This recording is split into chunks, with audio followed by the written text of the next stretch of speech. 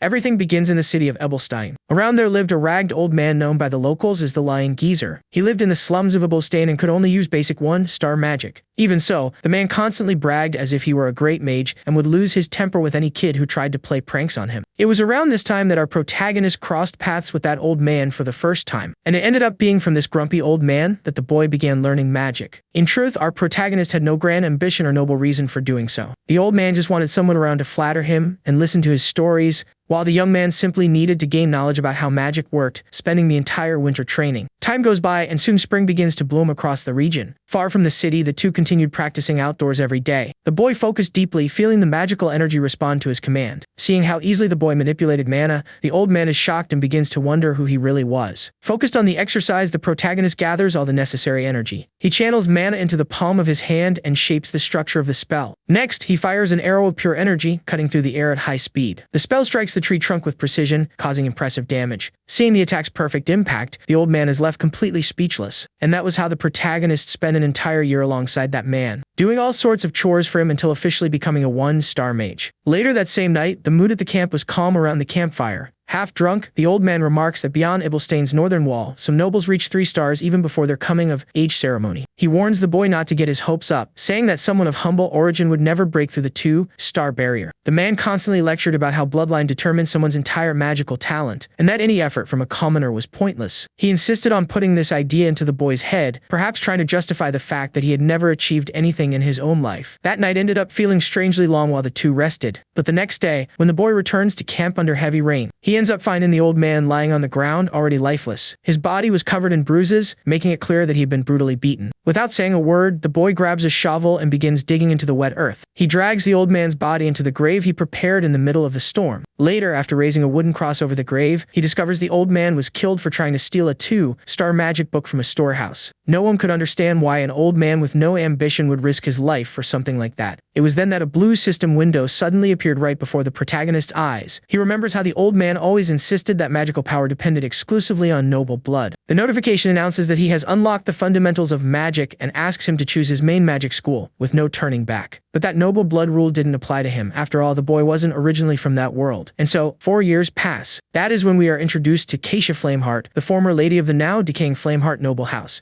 As a noble and a talented 3-star mage, Keisha was sought after by several mercenary groups. During the time she spent in Ebelstein, she took on contracts through the Belden Band and ended up teaching our protagonist, who had joined the group young, only knowing 1-star magic. That was how the boy began learning everything from Keisha, a talented 3-star mage. A short time later, the two meet at the Belden's Tier Tavern at dusk. While talking, Keisha says it's natural to want to grow stronger and acknowledges that Derek truly possesses immense talent. However, she also warns him that rushing with excessive ambition might end up slowing his progress. The young man calmly agrees and assures her he will take the advice seriously. She then asks him to close his eyes and begin sensing the flow of his own magical energy. Keisha guides him observe where power originates and use mana to turn imagination into reality. The boy concentrates deeply, releasing a powerful blue aura around himself. Seeing the scene, Keisha notes that he has abundant innate mana and extremely stable control thanks to his combat experience. Derek intensifies his focus, and the energy begins to resonate even stronger. The mage's eyes widen immediately, stunned by what the young man is managing to do. Suddenly, a colossal boom echoes outside the tavern, startling everyone. The patrons panic completely, unable to understand where that deafening noise came from. Amidst the chaos, Derek snaps out of his trance, confused by all the commotion. Before he can do anything, Keisha firmly grabs his hand across the table. The woman tells him not to say a single word and simply follow her immediately. While armed mercenaries rush outside looking for the source of the blast, the two discreetly slip away from the place. Keisha quickly leads him into a deserted alley, far from the crowd. Still confused by all the rush, Derek asks what just happened.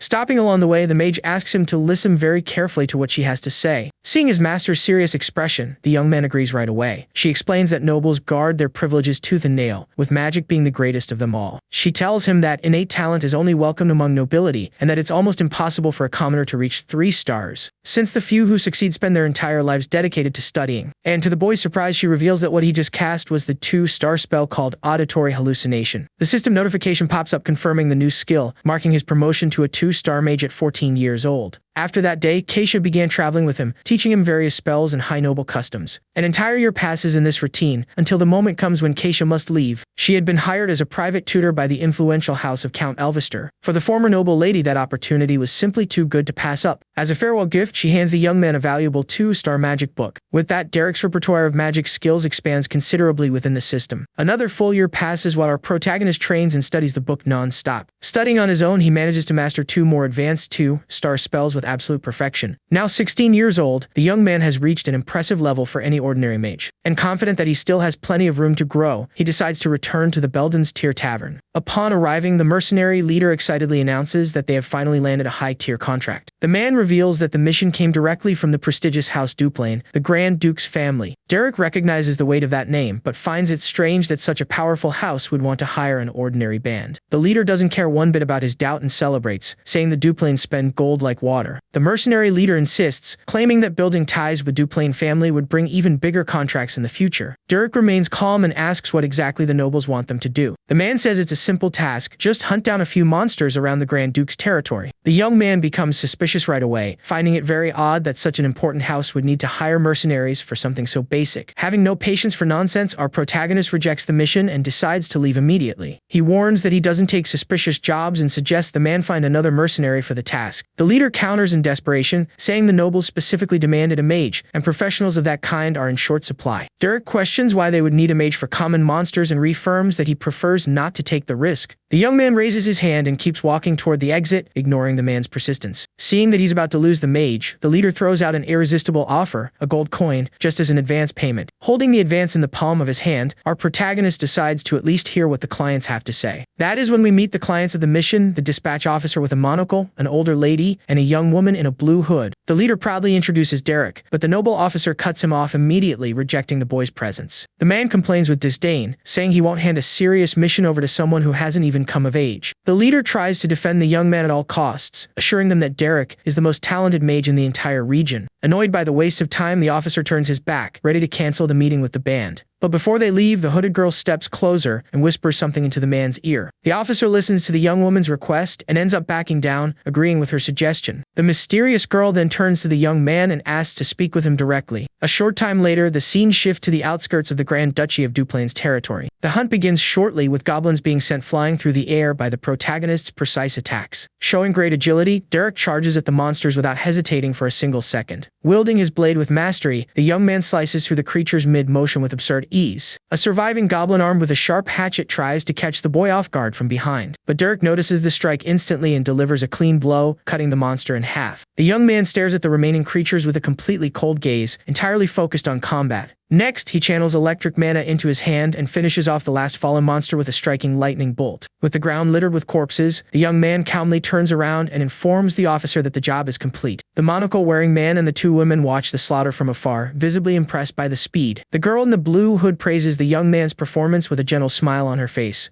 Later, the scene returns to the Belden's Tier Tavern during the night. Furious, a blonde mercenary named Pelin begins shouting, accusing Derek of turning into a noble lapdog. The girl climbs onto the counter in a rage, while the tavern owner tries to restrain her in front of all the patrons. The leader tries to explain the situation, while she asks how much they offered him to crawl at the feet of nobles. With a mocking smirk, the man raises 5 fingers and asks if she really thinks it was just a silver coin. He merely closes his eyes with a sarcastic smile, leaving the true value of the reward hanging in the air. Pauline's eyes light up immediately upon realizing the payment was an entire gold coin. Changing her mind in a split second, the girl begs to let her crawl at the feet of nobles too. The atmosphere in the tavern grows rowdy as the night presses on outside under dark clouds. Slumped over the table and completely drunk, another member of the band slurs out a question about how the job went. Jaden remarks that the mission was easy and that, despite the bad first impression, the clients seemed loaded with money. Derek agrees about the money, but states seriously that the 3 of them had been lying from the very beginning. The mercenary captain grows curious and asks how the young man is so sure about that. The young man explains that the supposed officer claimed to be looking for youth and vigor, yet had none of it, and the supposed washerwoman was far too suspicious. He noticed that the woman's hands were far too soft and clean for someone who supposedly did heavy manual labor. When Derek begins talking about the the hooded girl. Jaden cuts him off instantly. The young man looks at the captain, paying close attention to the man's serious tone. Jaden advises him not to pry into the client's lives, reminding him that a mercenary's only job is to fulfill the contract and get paid. Derek gets the message and decides to drop the subject for now. After all, our protagonist knows Jaden is right, and that in a mercenary's life, surviving and making money is what truly matters. The following day, they return to the lands of the Grand Duchy of Duplain to carry out the agreed task. Derek exterminates every monster in the area with ease and informs the group that the goblins won't be bothering them for a long time. Satisfied with the job's outcome, Jaden steps forward with a broad smile to collect the rest of the payment. The nobleman extends his hand immediately and hands over gleaming gold coins for the flawless work. Thrilled by the hefty sum, the captain ruffles the boy's hair, who calmly asks to put the money away before talking. The man with the monocle clears his throat in a solemn tone, drawing the attention of everyone present. He praises Derek's talent and asks if the young man would be willing to accept another mission with them. Surprised by the unexpected offer, both mercenaries look at the man, slightly confused. The nobleman then reveals an irresistible proposal. The Grand Duchy will pay no less than 15 gold coins for the new job. With a focused gaze, he asks whether Derek is ready to close the deal. Facing such a massive reward, our protagonist accepts the offer without hesitation.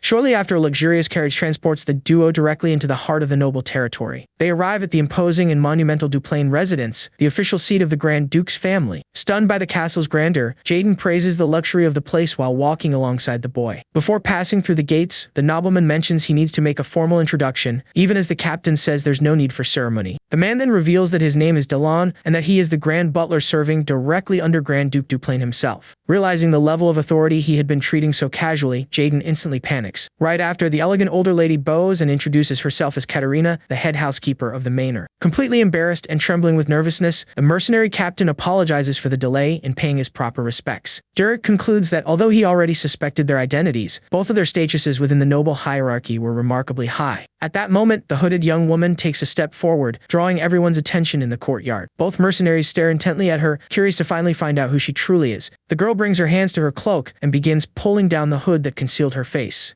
Her long dark hair flows gently loose, revealing her full aristocratic presence. Derek fixes his gaze on the young woman, awaiting her words with undivided attention. She introduces herself as Aislinn Eleanor Duplain, the eldest daughter of the house, and announces that she wants to hire him as a magic tutor for her younger sister, Diala. Our protagonist is stunned by the revelation, unable to believe he was given the task of becoming a personal tutor to a noble. Meanwhile, life flows elegantly through the corridors and gardens of the massive ducal estate. Suddenly, the main office doors are pushed open with force, shattering the manor's silence. A young officer rushes in and urgently asks his father and Valerian to look at the document he is holding. The patriarch reprimands Reg immediately, telling the young man to control his behavior and act with the dignity the family demands. Furious, Reg fires back, saying that the one who needs composure is Diala, who crossed the line by even assaulting the staff he hired. The blonde brother quickly steps into the argument, ordering Reg to lower his voice since they are interrupting a conversation with their father. But Reg won't stay quiet and rants that over 10 servants quit in the past month due to the girl's destructive tantrums. Overcome with outrage, he leans over the desk and demands to know from his father how long the family will keep coddling that delinquent. The insolent attitude deeply angers the eldest brother, who stands up from his chair, shouting at Reg. With a stern look, he firmly orders the youngest son to stop making a scene and leave the office at once. Feeling the pressure, Reg grits his teeth in silence, but he is still not willing to let the matter go. He insists that even if Diala is useless, the family still has Aislinn's brilliant talent to maintain their prestige.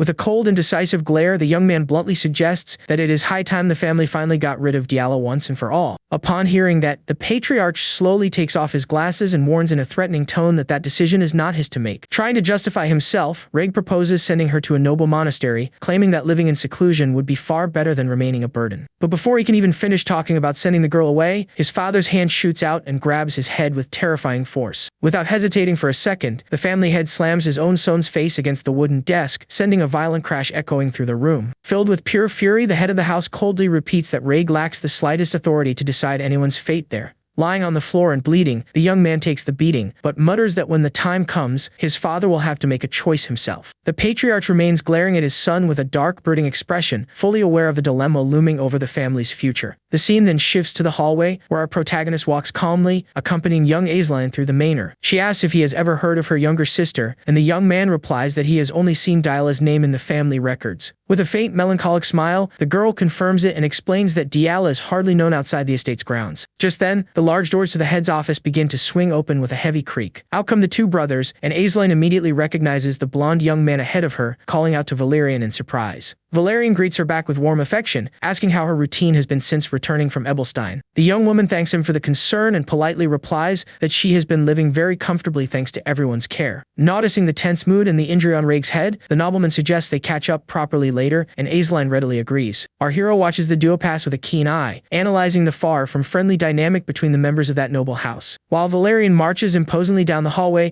Raig keeps pressing a handkerchief against his wound to stop the bleeding. Right behind them, the silver-haired young man also notices a maid sobbing bitterly in the hallway after the earlier commotion. The protagonist mentally pieces together the chaotic situation he just witnessed within the Duplain household. Shortly after, the two enter the study, where the family head expresses relief at seeing Aisline well after her time away. The girl thanks her father for his warmth and takes the opportunity to introduce our protagonist as the magic tutor who will look after Yahello. The patriarch adjusts his glasses and analyzes the visitor with great caution, taking in the information brought by the young woman. Assuming the head of the house is busy with his duties, Aisline asks for permission to leave along with her guest. But before they can exit, the leader calls out to the young man and orders him to stay alone in the room to speak. Our hero then calmly turns around, prepared to handle whatever demand comes from the estate's highest authority. The doors close and the room takes on a formal tone under the light filtering through the grand office windows. The patriarch rests his quill on the paper and calmly jots down some notes before beginning his questioning of the new hire. Looking the boy up and down, the nobleman remarks that he looks very young and asks if he really is only 16 years old. Sitting comfortably on the sofa in front of the desk, the protagonist simply confirms his age with total ease. The patriarch then questions the level of his magic skills, and the boy modestly replies that he can use 1-star magic. The Grand Duke lets out a mocking chuckle upon hearing the answer and adjusts his glasses, amused by such false modesty. He warns that the young man doesn't need to pretend, adding that displaying excessive humility isn't always seen as a virtue. Facing the imposing demeanor of the head of the house, our protagonist remains calm and shows not the slightest bit of intimidation. The patriarch releases a heavy wave of mana pressure into the air, making the young man realize that cheap tricks wouldn't work against a 5-star mage. Derek politely apologizes, and the nobleman brushes off the comment, saying he knows full well how excessive talent can go to someone's head. Sizing up the young man, the noble notes that his age and clothes don't fit the profile expected of a traditional tutor at all. The boy doesn't hide the truth and directly admits to the highest authority in the room that he makes a living as a mercenary. Since he was Aisline's choice, the leader decides not to ask any more questions and authorizes his entry into Diala's annex. The Grand Duke orders a maid to accompany him, but before leaving, the young man asks for permission to ask one last question. Intrigued by the boy's boldness, the patriarch allows the mercenary to proceed with what he has to say. Derek emphasizes that, as a mercenary, his duty is to fulfill the contract to the end to ensure Diala's magical learning. He explains that the mission given by Aisline is to prepare the youngest sister so she can carry herself in high society like a true noble. The head of the Duplain family is unimpressed by the speech and coldly asks why the young man is stating the obvious. With a steady, determined look, our hero reveals that he has a sincere request to make of the patriarch before getting started. The head of the house merely stares at the young man in silence with a suspicious look, waiting to see where he's going with this. Meanwhile, in the property's annex, dishware is violently hurled through the air toward the hallway wall. The plate shatters into pieces near the maid, who lets out a terrified scream at the young lady's uncontrolled outburst. The servant apologizes through tears, but Diala replies with pure contempt, saying that a servant's apology is worthless. Furious, the noble demands the worker get out of her sight immediately, threatening to throw another plate at her face if she persists. The scene cuts to a steaming cup of tea as the Grand Duke questions why his daughter chose Derek of all people for the task. He argues that many renowned mages would line up for the position, and that a commoner would have immense difficulty teaching a noble. Looking down, Aisline confesses that almost every famous master gave up on Diala, leaving them with no choice but to turn to desperate individuals. She explains that the young man learned etiquette from a former ruined noble and showed a deep understanding of aristocratic culture. With a hopeful smile, the young woman says she found the mercenary gentle and refined, believing he could manage her younger sister. Her father lets out an ironic chuckle upon noticing the girl's naivety, warning that she needs to learn to see people for who they truly are. He reminds her that Derek grew up on the streets and fought as a mercenary from a young age, pointing out that no one survives that life on kindness alone. Aisline falls into deep, silent thought, taking in the patriarch's heavy warning about the hired tutor's real background. Back in the annex hallways, our protagonist walks with firm steps, escorted by the butler and a housemaid. He finally arrives before Diala's quarters and stops in front of the large wooden door to begin his work. Maintaining a professional composure, the mercenary raises his gloved right hand before entering the room. He knocks on the door calmly twice, formally announcing his arrival to the feared second daughter of the Duplains. Receiving no immediate answer from inside the room, the young man waits a few moments while keeping a focused, serene expression. He then grabs the doorknob firmly and begins turning it to open the room himself. Stepping through the door, the silver-haired tutor offers a formal greeting to the girl inside the room. He introduces himself as Derek and excuses himself as he spots the young woman sitting on a chair with her back to the entrance.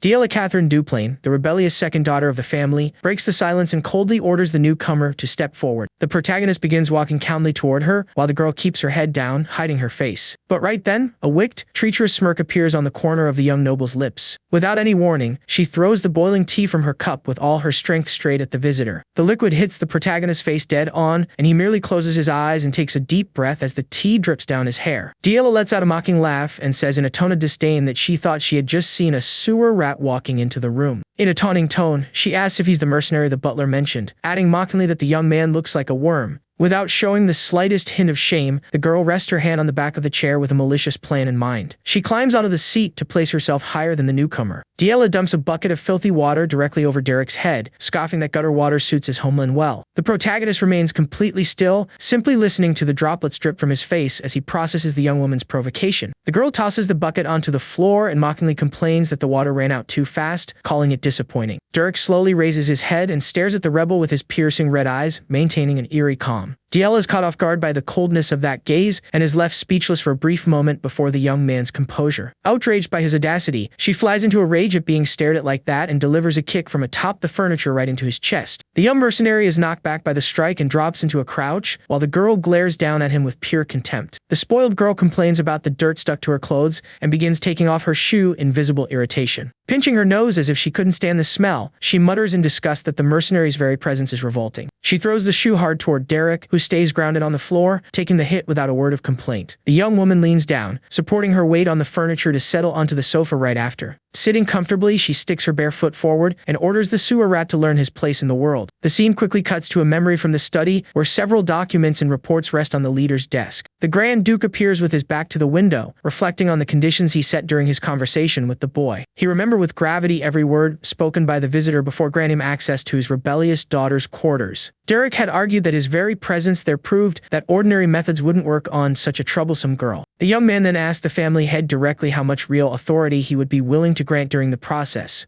The nobleman listened intently to the request for total permission to enforce whatever discipline was needed for the second daughter's upbringing. Back in the present, the loud crack of a slap echoes through the room, turning Diela's cheek instantly red. The girl crashes to the floor from the force of the blow, while our hero calmly shakes out his hand, showing he didn't come to play around. The young man glares down at her on the floor with a cold, stern expression, taking total control of the situation, just as he promised her father. In complete shock, the noble touches her burning face, unable to believe that anyone actually had the guts to hit her. Without any hesitation, the tutor dryly orders the spoiled brat to get up off the floor immediately. The narrative cuts to 3 years ago, showing a small wagon moving along a dirt road under a clear sky. Back then, Derek was asking his master how to handle teaching a stubborn student who rejects any form of kindness. The woman calmly reflected, saying that the first step would be trying to understand, embrace, and accept the student's struggles. The boy found that approach far too idealistic and asked what to do if the student was simply impossible to reason with. The tutor explained that teaching is about guiding the student, and if conversation fails, one must take a completely different starting point. With a sinister, ruthless look, she revealed that in extreme cases, the only remaining path is to etch fear deep into the person's soul. Back in the present, Diela remains on the floor with her eyes wide in pure horror, feeling the sting of the lesson she just received. Derek reinforces the order in a firm tone, warning that she must treat others with respect and that he won't tell her to stand up twice. Consumed by rage and wounded pride, the noble places her hands on the ground and pushes herself up, thirsty for revenge. She lunges recklessly, trying to strike the mercenary's face with a furious slap to return the humiliation in kind. Diela screams in fury, shouting how a piece of trash like him had the audacity to lay hands on someone of noble birth. But before her arm can reach its target, our hero lands another devastating slap, cracking squarely across the brat's face. Glaring at the young woman with an icy gaze, Derek warns that he won't repeat himself either, and demands she learn what real respect means. With her cheek burning, Diela lets out a disbelieving laugh, unable to accept that she was slapped like that. She turns toward the door screaming, demanding the head butler take action against the insolent commoner who dared assault her. The head steward and the maids rush into the room, desperate to see if the young lady is hurt. The butler steps in front of Derek and scolds him furiously, threatening that the Grand Duke will punish any violence. Completely unfazed by the uproar, our protagonist simply pulls out a rolled-up document attached to his belt. He presents the official order bearing the Patriarch's seal, proving that he was granted full authority to use whatever method he sees fit. The veteran adjusts his monocle and widens his eyes upon checking the signature, left completely speechless by the document. Seeing that the servant cannot defend her, Diela swallows hard, realizing she has lost all support inside that house. Night falls over the noble estate, shrouding the grand towers of the main manor under the light of the full moon. In one of the hallways, Valerian marches along enraged while Reg tries to hold him back by the arm, urging him to stay calm. The eldest son throws the door open with force and shouts angrily, demanding answers from the newly arrived mercenary. Derek remains sitting with complete composure in the room, showing zero concern over the sudden intrusion. Blinded by anger, the blonde charges forward and grabs the young man by the collar, while the youngest brother rushes in to break it up. Even while being grabbed, the boy keeps his gaze steady and dryly states that everything he did was with the patriarch's permission. Reg intervenes, reminding him that the tutor is a guest brought by Aisline and that confronting him would hurt both their sister and their father. Valerian lets go of the protagonist and orders the mercenary to follow him, telling his brother to stop interfering and get out of there. The youngest brother places a hand on Derek's shoulder with a mocking smirk, approving of the beating given to Yahello and telling him not to worry. Our protagonist merely glances at the young man from the corner of his eye, taking note of that brother's cold attitude toward the girl. As the two walk away, Reg watches from a distance and grumbles,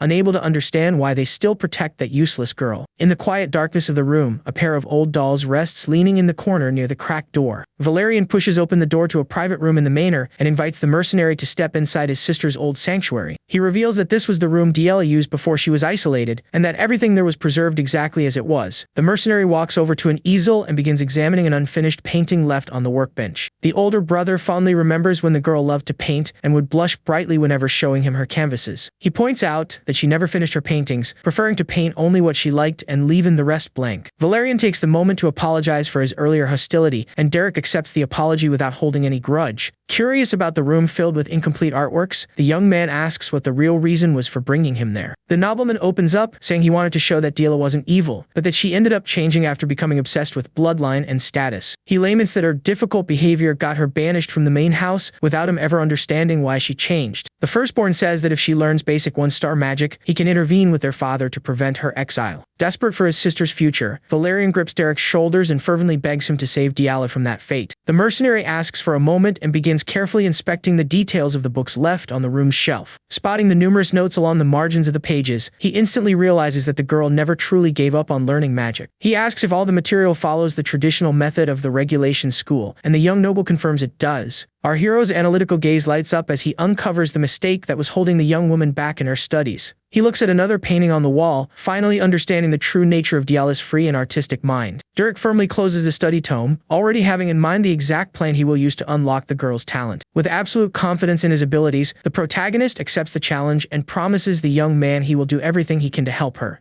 The peaceful night blankets the window of the isolated annex, where a gentle breeze sways the curtains of the quiet room. Oblivious to everything that was planned for her future, Yahello sleeps soundly in bed, bathed in the bluish light of the moon. In the dead of night, a bucket of cold water is ruthlessly dumped directly onto the bed where Yahello was resting. The girl jolts awake with a shrill scream, completely soaked and with no idea what just happened. Holding the empty bucket, Derek asks with utter coldness if she really thought she'd have time to sleep. Shivering from rage and cold, the young noble stammers, asking if the tutor has completely lost his mind to act like this. Paying no mind to her outrage, the mercenary firmly grabs her by the arm and tells her they need to go somewhere. Yahello thrashes and screams through the hallways, begging the maids to stop that insolent commoner at all costs. Under the cold light of the full moon, the night remains quiet and still around the secluded edges of the family's vast estate. The protagonist drags the rebel far from the manor, leading the girl into the darkness of an open field. Reaching the destination, Derek lets go of the young woman abruptly, sending the spoiled girl tumbling awkwardly onto the damp grass. Lying on the ground, Yahello yells in fury, telling the boy to snap out of his delusion and asking who he thinks he is to lecture her. The young man realizes talking won't get through to her and calmly asks if she would like to hear an interesting truth about him. With a terrifying smile and eyes glowing in the dark, Derek confesses that he never had any intention of teaching her how to use magic. The girl freezes from head to toe upon hearing that bizarre revelation, feeling a shiver run down her entire spine. The mercenary explains that the tutor role is merely an excuse, since someone in his position has no reason to like nobles. He leans in with a terrifying expression and bluntly states that he only wanted an opportunity to punish spoiled nobles. Letting the metal of the blade ring out, the boy slowly draws his sword and asks if she knows how beautiful the cries of nobles sound. In utter panic, Yahello crawls backward along the ground and stammers, asking if he truly thinks he can get away with such a crime. The mercenary mocks her, saying no one would believe a troublesome girl already condemned to be banished to a monastery. He adds that if anything serious happens, he might pay with his life, since the nobility a commoner's life is worthless anyway. With a sadistic smirk, Derek concludes that he could simply flee, since killing her would actually be doing the Duplain family a favor. Pure despair grips Yahello's mind, and the only thought racing through the noble's head is the absolute certainty that she is going to be murdered. Fully believing the threat, the girl scrambles to her feet and bolts in a desperate sprint to save her own life. She realizes that running across the open field field will make her an easy catch, deciding that her best bet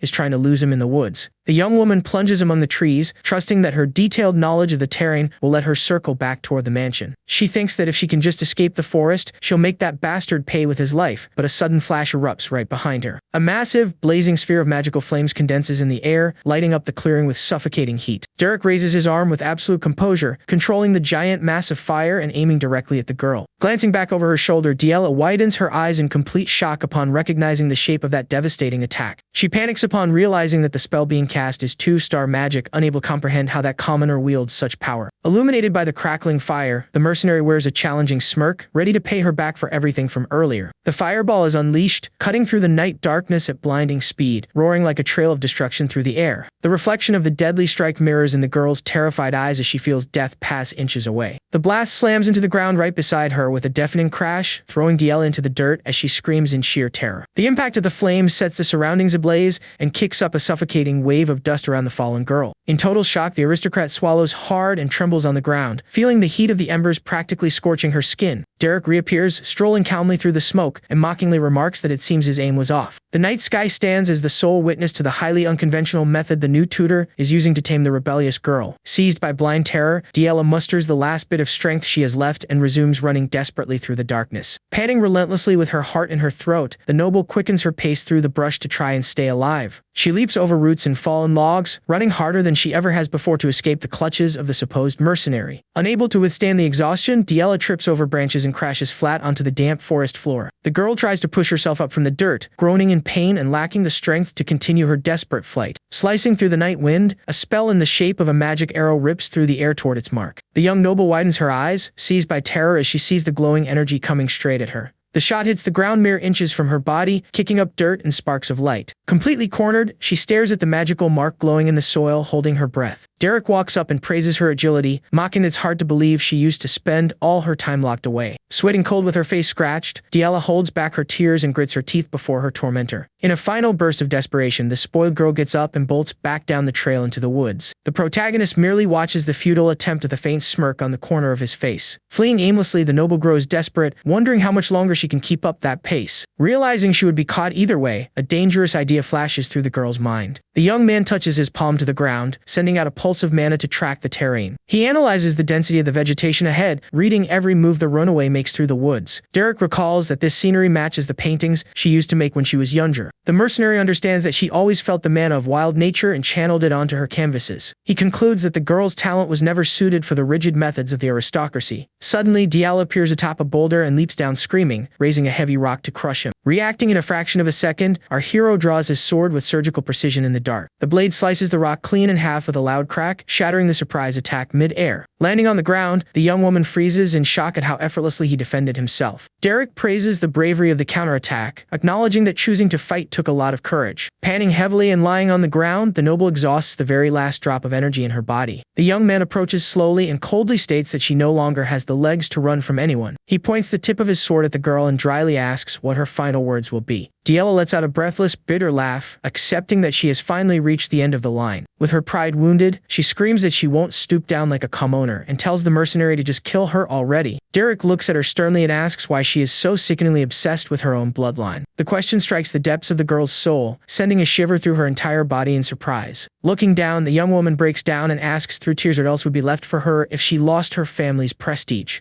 She punches the ground in pure despair, screaming with hatred about the relentless pressure for magical talent. Bathed in tears under the moonlight, she yells with a choked voice, asking if he thinks she never tried. Our protagonist remains calm in the shadows, listening to the full weight of the trauma bottled up inside the young woman. Distraught, Diella weeps, saying that if she is shut out from magic and art, she will fall behind in absolutely everything. She pours her heart out, saying noble blood is the only thing left keeping her from being seen as useless trash. Kneeling and defeated in the clearing, the girl asks with a broken heart what she truly is. Derek holds his silence for a few moments, processing the real pain hidden behind so much rebellion. The mercenary grips the hilt of his sword and begins channeling a soft, bluish magic aura along the blade. Diella lifts her tearful gaze, waiting for the final blow that would end her miserable life. Raising the imposing blade against the night sky, our hero firmly declares that he has heard enough. Kneeling in tears, Yahello stares at her executioner and whispers a final, resigned goodbye before dying. He delivers a swift, powerful strike with the sword, making the blade slice through the air in an instant. The girl shuts her eyes tightly, squeezing her eyelids shut as she waits for the cold steel to pierce through her. But instead of pain, what erupts is an immense wall of jagged ice bursting from the ground around her. Yahello slowly opens her eyes and finds herself completely enclosed by the magical barrier. The mercenary stands tall with his sword planted into the ground, responsible for the massive ice formation. The noble stares at her own hands glowing with blue energy and wonders if that is real magic. Derek sheathes his weapon with a quick, precise motion, concluding his first intense lesson. The boy bows formally, congratulating the girl on a job well done and apologizing for his harshness. Still in shock from everything that happened, Yahello remains silent, processing the sudden turn of events. He explains that it was merely a manifestation of mana, but emphasizes that even so, she was capable of doing it. Unable to handle the emotional pressure, the young woman begins to sob, releasing all the anguish she had bottled up inside. The ice barrier begins to melt away as the noble's desperate crying echoes across the entire clearing. She breaks down in tears in the middle of the woods, letting out years and years of frustration all at once. The full moon illuminates the dawn sky, blessing the young aristocrat's new beginning. Calmer now and seated on a log, Derek reveals that she belongs to the magic school of wild nature. He explains that each school has its own way of learning, even if the foundation of magic is the same. Our hero concludes that she was trying to force a method that didn't match her natural talent. Surprised by the revelation, Yahello asks how he managed to identify which school she belonged to. With a slight smile, the mercenary replies that he saw her drawings and noticed how she captured the mana of nature. He explains that mages with her temperament often sense the environment's energy from a young age. The girl looks at him in silence, impressed by the sharp perception of her new teacher. The tutor lets her know the test is over, and that with that level of power, she can easily walk back on her own. Derek says that despite the initial success, the road ahead is still long, and that he will teach her to manifest mana naturally. The young woman calls him by name, catching the boy's attention just as he prepared to leave. Blushing with her arms crossed, Yahello mutters a shy but sincere thank you. The mercenary simply gives a brief nod, accepting the gratitude without needing words. He invites her to head back, and the girl hurries to follow him, ready to start a new routine. On the way back, Derek compliments her painting, and the girl, feeling embarrassed, reveals that it was her masterpiece. The first rays of sunlight begin to peek through the window, announcing the arrival of a new day. Already on her feet and wearing a fresh uniform, Yahello prepares for another morning of intense training. The young woman raises her hand and begins gathering ambient mana with her fingertips. With a focused gaze, she directs the energy toward a fixed point, trying to master the flow. After some effort, the spell dissipates, and the girl sighs, admitting to herself how difficult the task is. In the manor hallways, a maid approaches Yahellow's bedroom door carrying a wooden bucket. But before she can knock, the noble swings the door open abruptly, giving the maid a huge scare. The bucket slips from the maid's hands, threatening to spill all the cold water onto the hallway floor. With swift reflexes, Yahello reaches her hand out and uses her new power to save the day. The maid freezes in fear, desperately apologizing to the young lady. But instead of anger, Yahello simply looks at her with a confident smile, proud of her own progress. Terrified for having dropped the water bucket, the maid immediately drops to her knees and begs for mercy, fearing severe punishment. But instead of exploding in rage like she always did, Yahello simply walks right past and calmly tells her to watch where she's going. The maid is left completely shocked on the floor, unable to understand why the girl simply walked away without raising a hand against her. Soon, other workers show up concerned, whispering among themselves about how drastically the young lady's behavior changed overnight. Meanwhile, in the next room over, Derek takes advantage of the early morning to rest peacefully in his bed. His peace doesn't last long, as someone begins banging loudly on the door and calling his name non-stop, waking the boy up grumbling. Still half asleep, the young man rubs his eyes while opening the door to see who is making such a scene so early. Yahello walks in accompanied by the butler and immediately demands that he teach her how to control the mana she awakened, since she couldn't do it alone. Hearing that come directly from the noble girl, the head butler's jaw drops, unable to believe that she actually manifested magic power. Confident, the young lady holds him to his promise and insists that Derek begin training her this very second. But our protagonist simply slams the door in her face and tells the girl to only come back in the afternoon. The butler is moved to tears by the young mistress's progress, while Yahello fumes with rage at the boy's dismissive attitude. Outraged by his behavior, she begins pounding on the door, screaming at the top of her lungs for him to open up and teach her right now. But Derek pays no attention to the shouting outside, lying back down to continue his peaceful sleep. The hours pass quietly in the manor, and news of the young lady's feat begins spreading through all the hallways. While walking through the estate, one of the noble youths notices an unusual buzz among the staff. The maids gossip and about how Yahello didn't break a single plate this morning and didn't even hit anyone who made a mistake. When they mention that the noble girl finally managed to manifest magic, the young man passing through the hall overhears the conversation. Intrigued by what he just heard, the youth stops in his tracks immediately. With a stern look, he turns toward the maids and demands to know exactly what they just said. The scene then shifts to the manor's study, where the family patriarch tends to his documents with his quill. The man questions the report about his daughter, and Ray confirms that he personally verified the rumor with the butler and the servants. Hearing the long-awaited news about the young girl, the family head sighs with a faint smile and says that is a great relief. Ray tries to curb his father's enthusiasm, warning that they shouldn't jump to conclusions over just a minor breakthrough. The older brother gets irritated by the remark encounters that Yahello awakened magic and that he should be praising their sister. Ray maintains a rigid posture and firms up his expression. He reminds everyone present of everything she did in the past, arguing that this isn't enough reason to cancel sending her to the convent. The patriarch falls into absolute silence, weighing the gravity of that decision amidst the clash between his sons. Time passes and afternoon finally arrives at the estate. In the room, Yahello appears huddled on the bed, pouting with her back turned to the entrance. Derek shows up keeping his end of the deal and asks, in a relaxed tone, if she's sitting like that throwing a tantrum. The girl replies angrily, making it clear that it's not a tantrum and that she is genuinely mad at him. The protagonist runs a hand through his hair and warns that acting out of spite won't change the situation at all. Stubborn, the young lady insists that she is furious over how she was treated earlier. Derek stays calm and points out that pouting is useless, because everything has to follow a proper order. Yahello shoots up in an impulse, exploding in frustration as she repeats that she isn't throwing a tantrum, but is completely furious. The boy simply hardens his face and casts a heavy, intimidating glare in her direction, cutting the mood instantly. Feeling the overwhelming pressure from the young man, the girl swallows her pride, backs down right away, and agrees to pretend she was only pouting. Pleased with her obedience, Derek pulls up a chair to begin the conversation with proper seriousness. Sitting down with a book in hand, the boy warns that manifesting mana doesn't give her the right to use it recklessly, speaking from his own experience. Derek reminds her that resting is just as vital as studying and warns that her break is over, while Yahello grumbles about the boy's strict tone. The protagonist then scowls and asks, with an intimidating air, if she prefers a lesson without rules that is far more aggressive. Instantly recalling the terrifying power from the night before, the young lady turns pale and feels a chill run down her spine. Completely lacking the courage to talk back to the boy, she swallows her pride, turns her head, and says to forget what she said. Derek begins the practical lesson by stating they will work on mana manifestation until she masters 1-star spells. Creating a flame in his hand, he explains that the wild school pursues freedom of flow and doesn't have such rigid rules. The boy looks straight at her and genuinely admits that this method suits her personality well. He adds that her free-spirited temperament meshes very well with this magic, paired with the strong talent of the Duplain bloodline. His kind words and recognition make the girl's cheeks and ears burn with embarrassment. With her heart racing and eyes shining, Yahello gets completely flustered hearing that she truly has talent. He confirms that creating an ice wall out of nowhere is rare, and she immediately gets hyped, thinking she's a born genius. Derek ruins the mood right away, saying that talent and genius are very different, sparking another silly argument between them. Outside the manor, Ray watches their conversation through the window and overhears about his sister's magical progress. Clearly annoyed by the bond that has formed there, the young man clicks his tongue and walks away, bothered by the situation. The next morning, the routine of intensive training continues at full speed throughout the manor's quarters. Yahello bursts into the room in a hurry, announcing that she managed to release mana, but still can't control the firing direction. The following day, she pops up in the middle of Derek's meal, showing her frozen hand to ask questions about the sensation of ice. The intrusions never stop, and the girl starts chasing the boy down the hallways whenever she feels something different in her magical flow. Late in the afternoon, while the boy rests calmly under a tree reading,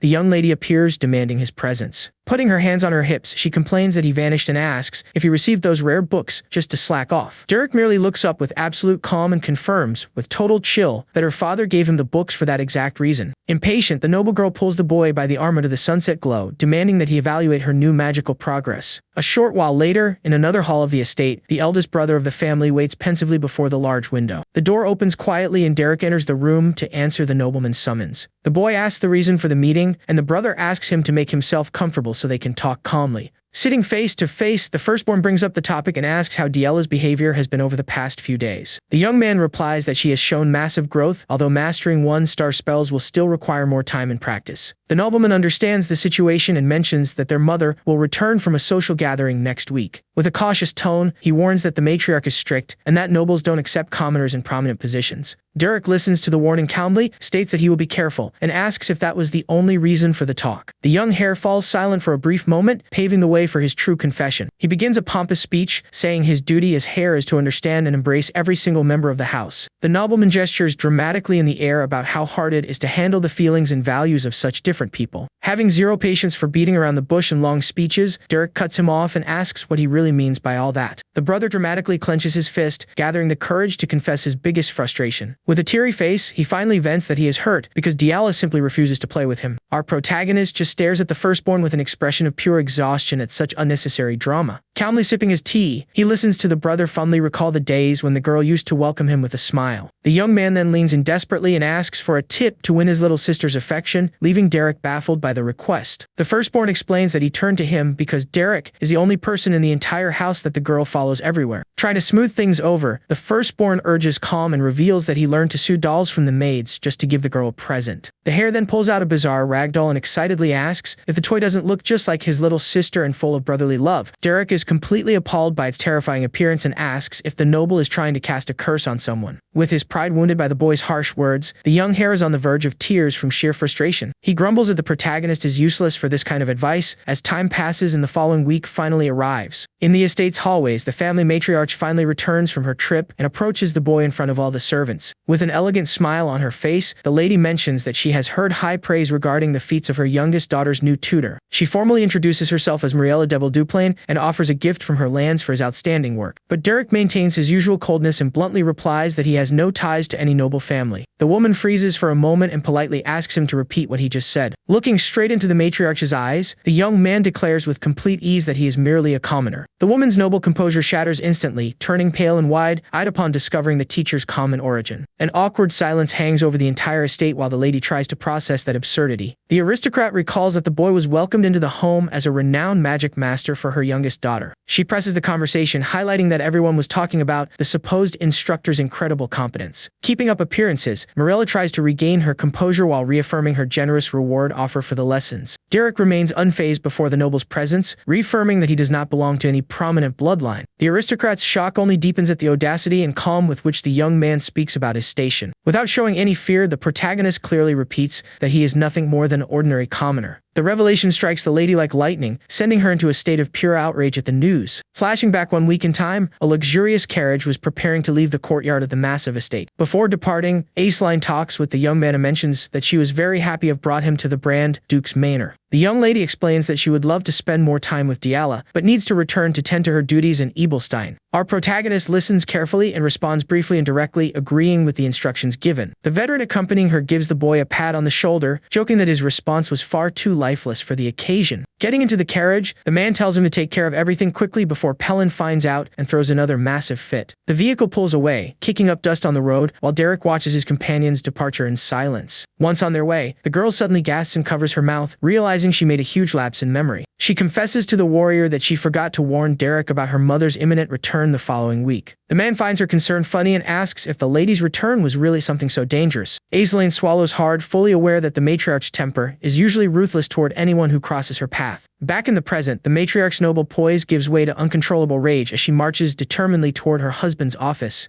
Barging into the room with full force, Mariella slams her hand on the desk and demands to know how they allowed a commoner to teach their youngest daughter. The patriarch is unfazed by the scene and merely asks his wife calmly to lower her voice. The woman fires back, saying the matter is far too serious as it involves the future and honor of their youngest daughter. The head of the house removes his glasses and agrees that he usually doesn't approve of commoners in roles of such importance either. But he quickly counters by reminding her that all the noble tutors gave up on Diala, while she criticizes the boy's mercenary past. Firmly, the Grand Duke defends the choice, stating that good mages are rare and that Derek came recommended by Aislinn. Even backed into a corner by his arguments, the matriarch refuses to back down and insists that certain class boundaries must be respected. She then suggests calling her husband's younger brother, Flam, arguing that he would now gladly agree to train the girl. The head of the house warns his wife that it would be irresponsible to pull his brother away from managing the territory just to teach the girl. Enraged by the refusal, Mariella counters, saying that the social circle is also a true battlefield of appearances. The noblewoman gestures indignantly, claiming that the tutor's lineage matters greatly and that their daughter would become the laughingstock of high society. Suddenly, the study doors open, cutting off the heated argument between the family heads. The firstborn Valerian steps forward, urging his mother to stay calm and reminding her that this wasn't the time for fighting. The matriarch tells her son to step aside, making it clear that she will not overlook the choice of a commoner for a noble role. A steady voice comes from behind them, pointing out that the main issue is whether the young man is actually capable of instructing the girl. Noticing the presence of the other hair, both Valeria and their mother turn in surprise to hear his opinion. Reg enters the office arguing that the mage's origin doesn't matter if he truly demonstrates real competence. The young noble then proposes a direct test to his father, offering to face Derek in a formal magic duel. The Grand Duke cuts his son off with authority and puts an end to the matter, assuring him that the tutor is a genuine mage. Frustrated that his proposal was shut down immediately, the young man stays silent while hatching another plan. Reg changes his strategy and suggests testing his little sister's progress instead to evaluate the effectiveness of the lessons. The unexpected proposal catches the older brother completely off guard. Confident, Reg declares that if the tutor is as good as they say, he will fight Yahello himself to verify her level. The patriarch closes his eyes pensively before the challenge laid down by his son. The young man walks out of the room with firm strides, while Valerian hurries to catch up with him in the hallway. Valerian confronts his brother immediately, appalled by the idea of challenging their own sister to a magic duel. Reg looks at the firstborn seriously and asks if he truly believes in the spoiled girl's fake redemption. The heir firmly defends the girl, saying that because they are family, their duty is to protect and embrace the youngest. The young man lets out a bitter, mocking laugh upon hearing talk of blood ties. He explodes in anger, accusing the girl's selfish behavior of putting the entire duchy's reputation at risk. Valerian is devastated to realize the sheer amount of resentment his brother still holds in his chest. Ignoring the heir's pleas, Reg declares that the best thing for everyone is to keep the rebel locked in the annex forever. The firstborn is left speechless before the noble's unwavering coldness. Determined to go through with the challenge, Reg walks down the hallways without looking back. A new day dawns over the estate to the sound of birds singing in the gardens. The bedroom door is violently kicked open by Yahello, who looks for the young man in the early hours of the morning. Derek looks up from his magic book and asks with complete calm what all the fuss is about. Without saying a word at first, the young noble tosses an official scroll on top of the book he was reading. With her arms crossed, she warns in a threatening tone that the protagonist will be fired if she ends up defeated in the duel. The boy unrolls the document and calmly points out that Reg is an experienced mage, making her victory very difficult. Outraged by her tutor's lack of reaction, the girl yells, appalled by the real risk of him losing his job. Derek explains coldly that he is merely a mercenary hired to perform a service and get paid for it. The boy adds that the advance payment he received was already more than enough to cover his expenses. The girl is left stunned upon realizing the boy's detachment and asks, shaken, if he is truly serious about that. A full week flies by while the Duplain family crest flutters under the arena sky. The noble entourage moves across the courtyard toward the open area reserved for the duchy's combats.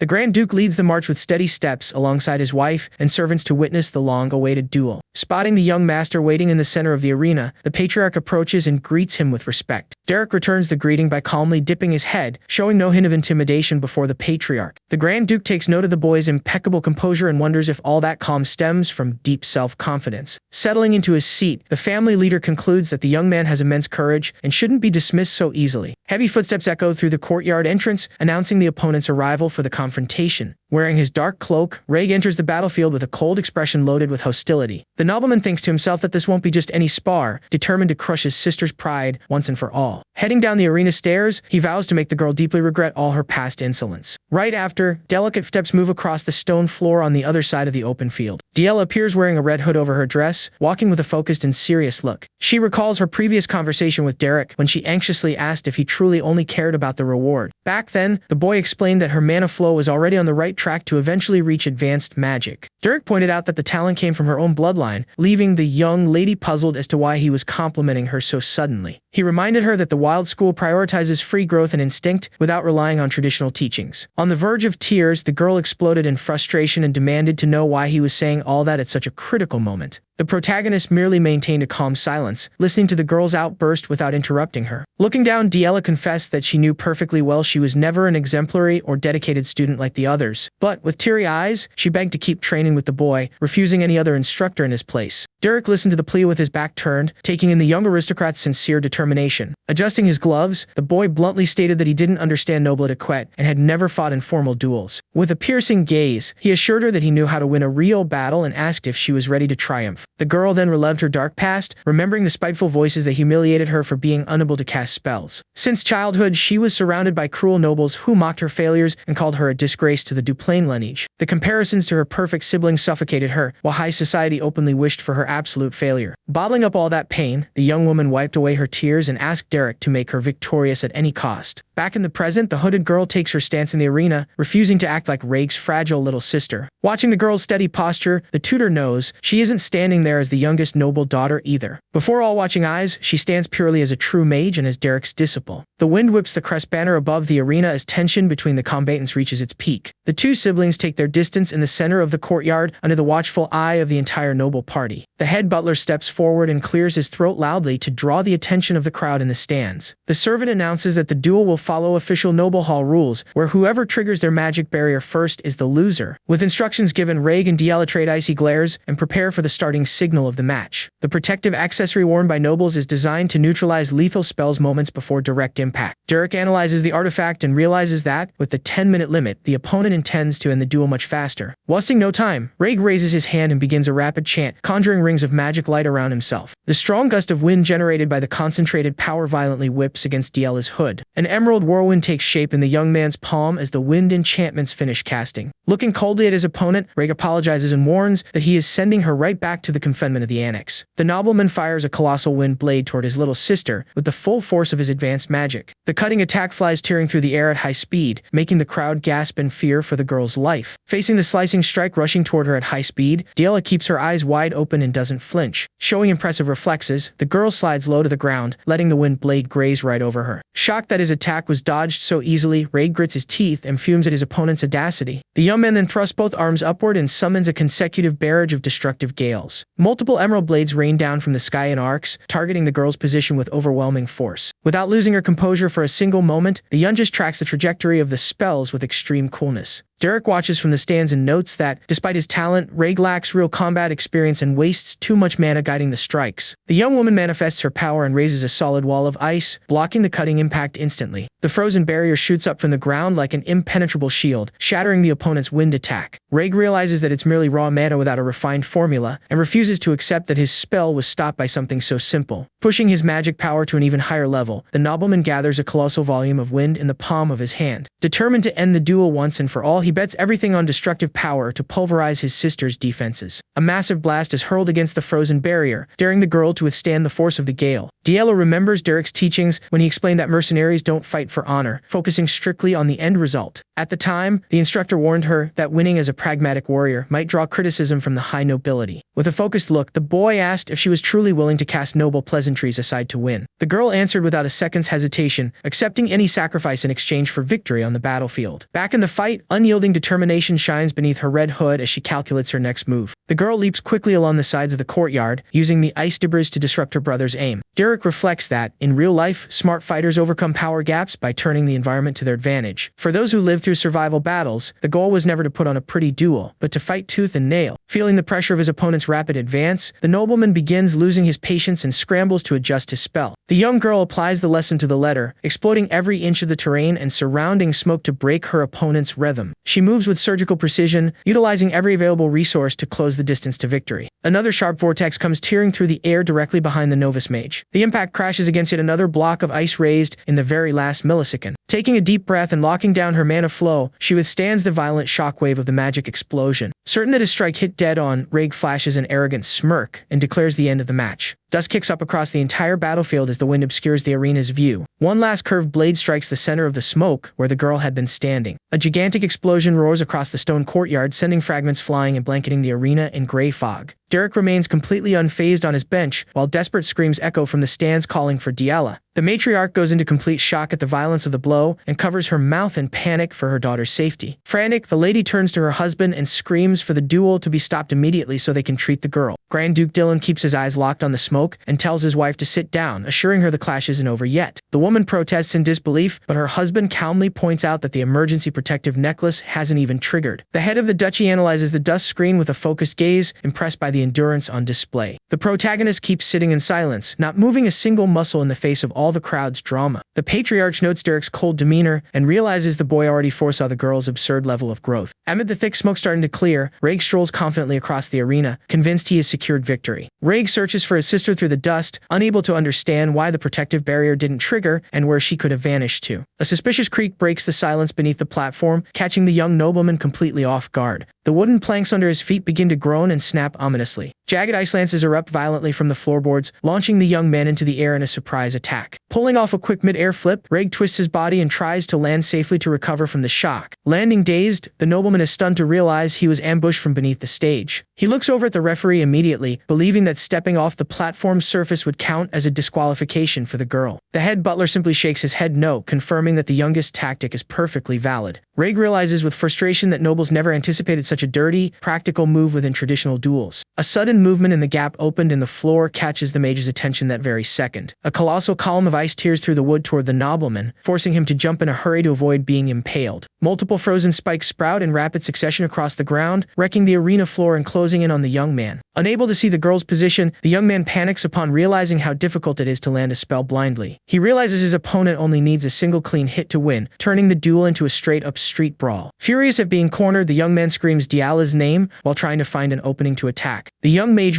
emerges from inside the wrecked crater, glaring at her brother with chilling composure beneath her hood. The girl's eyes glow intensely, radiating a level of concentration that had never been seen on her face before. Reg recognizes that exact same calm, dangerous look Derek displayed when he was challenged earlier. The nobleman immediately whips his head toward the guest stands. Seeing the protagonist sitting with his arms crossed, Reg concludes with hatred that such a sly strategy could only be his doing. Determined not to let himself be shaken, the hare undoes the clasp of his cloak with a sharp tug. He tosses the mantle away across the arena to gain more agility and lightness in his movements. Taking up a combat stance, the young man accepts, playing the duo's dirty game to avoid being publicly humiliated. The young man leaps deftly across the courtyard, searching for a new attack angle before the stunned audience. In the stands, Mariella panics seeing her youngest daughter crawling across the broken, dusty floor. The matriarch begs her husband to call off the fight, but Delon calmly insists that no rules have been broken. The Grand Duke rests his hand on his chin in thought, admiring his daughter's pragmatism and grit in combat. Hidden under the wooden framework, Diala remains crouched among the ice blocks, waiting for the right moment. With her eyes locked on the darkness, the girl realizes she has finally learned to see the surrounding magical currents. Glowing mana trails rise through the ground, pinpointing the exact location of her opponent with precision. On the upper floor, Reg begins chanting his wind spells, having no clue his position has already been figured out. A sharp spike explodes from the ground right under his feet, forcing the nobleman to cut off his casting in shock. Annoyed to see his attacks cancelled before they even begin, the boy refuses to accept such a shameful defeat. Searching for a quick fix to his disadvantage, Reg scans for a blind spot on the battlefield. He surveys the terrain completely wrecked by S and tries to devise a way to escape her underground range. Beneath the arena, the girl notices the energy flow halt and deduces immediately that her brother is planning something different. Trusting in her tutor's teachings, Diala decides she will catch him the moment his next spell begins. The butler widens his eyes in shock at the risky, unpredictable maneuver the young noble decides to pull off. With an acrobatic leap, Reg quickly scrambles up the pole and balances atop the flagpole under the sun. From up high, he knows the girl won't sense his mana at this distance, but realizes he can't attack from there either. With no other choice, Reg decides to focus raw power into his fingertips to destroy the entire stage without long incantations. A devastating bolt of pure energy rains down from the pole, blowing up the wooden structure with a thunderous crash. From the observation balcony, Derek follows the destruction with his usual calm and unshakable gaze. The floorboards can't withstand the crushing blow and split from end to end, releasing magical sparks into the air.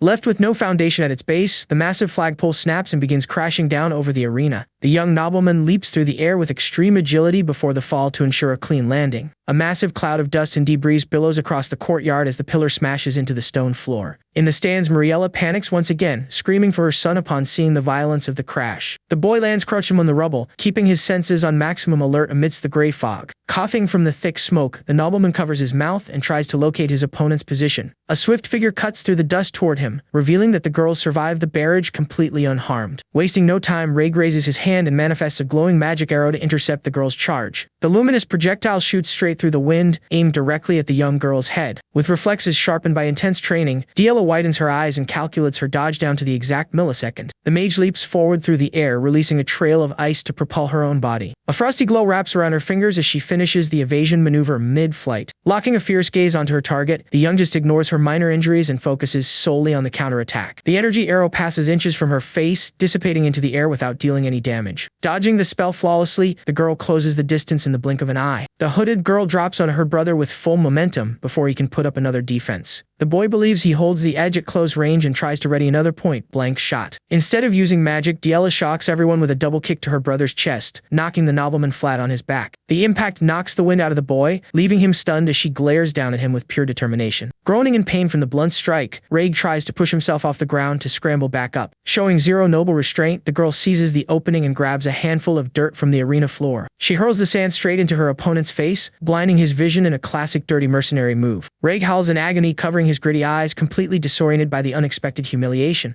Enraged by the cheap tactic, the nobleman screams as the girl backs away, climbing onto the debris. The boy realizes that even without mana, she is fighting tooth and nail to seize victory at any cost. Struggling to his feet, Reg acknowledges his little sister's effort to prove her worth to the family. The young man decides to honor his sister's courage and vows to fight with everything he has, embracing his role as an older brother. The sun shines brightly in the sky as the tension reaches its definitive climax in the dueling arena. Yahello keeps her guard high on the stone steps, watching her opponent recover for the final clash. Wiping sweat from her forehead with her hands, the girl recalls the most valuable lesson she received from her master. Derek taught that casting is like creating art, where every stroke must flow with harmony and purpose. The young man explained that mana is the mind's pure paint, while a spell acts as the caster's brush. Gathering the scattered energy in the air allows one to paint a complete, vivid picture onto the fabric of reality. Under the starry night, the protagonist raised his fingers and demonstrated the sublime beauty of the wild school. With a focused look, the veteran revealed to the noble the true meaning behind the power of magic. The memory of the blue flow dancing under the night sky fuels the girl's heart for the final blow. Gathering what remains of her strength, Yahello takes a deep breath and focuses her entire mind on the flow of power around her. She remembers the core concept: mana works as the paint, while spells are the brush shaping reality. Feeling the magical energy pulse intensely at her fingertips, the girl begins channeling her spell with total clarity. The mystic current answers her call with extreme precision, glowing brightly around her hand. Determined to give everything she has in that decisive instant, she resolves to use this mana to draw her own magic. A remarkably solid and sharp ice spike begins to materialize, confirming the flawless execution of her spell. In the audience, the examiner's eyes widen, left completely ape upon recognizing the spell the girl just cast. The noblewoman also panics immediately, screaming for her husband upon noticing that Yahello has mastered a one-star circle spell. Seeing the ice lance appear before him, the boy tenses up, realizing his rival has finally pulled off the complete spell. Without hesitating for a single second, Yahello aims straight at her opponent to end the duel once and for all. Reacting quickly, the opponent wastes no time and readies his own attack to try and cancel out her strike. He charges forward, believing he still holds the advantage in the clash, confident that his casting speed remains superior. Driven to win the match at any cost, he plans to hit her dead on before the ice lance can even reach him. Standing firm in her stance, the girl locks her aim and fires her frozen spike with maximum force. At the same time, multiple magic projectiles launched by the boy slice through the air at high speed toward her.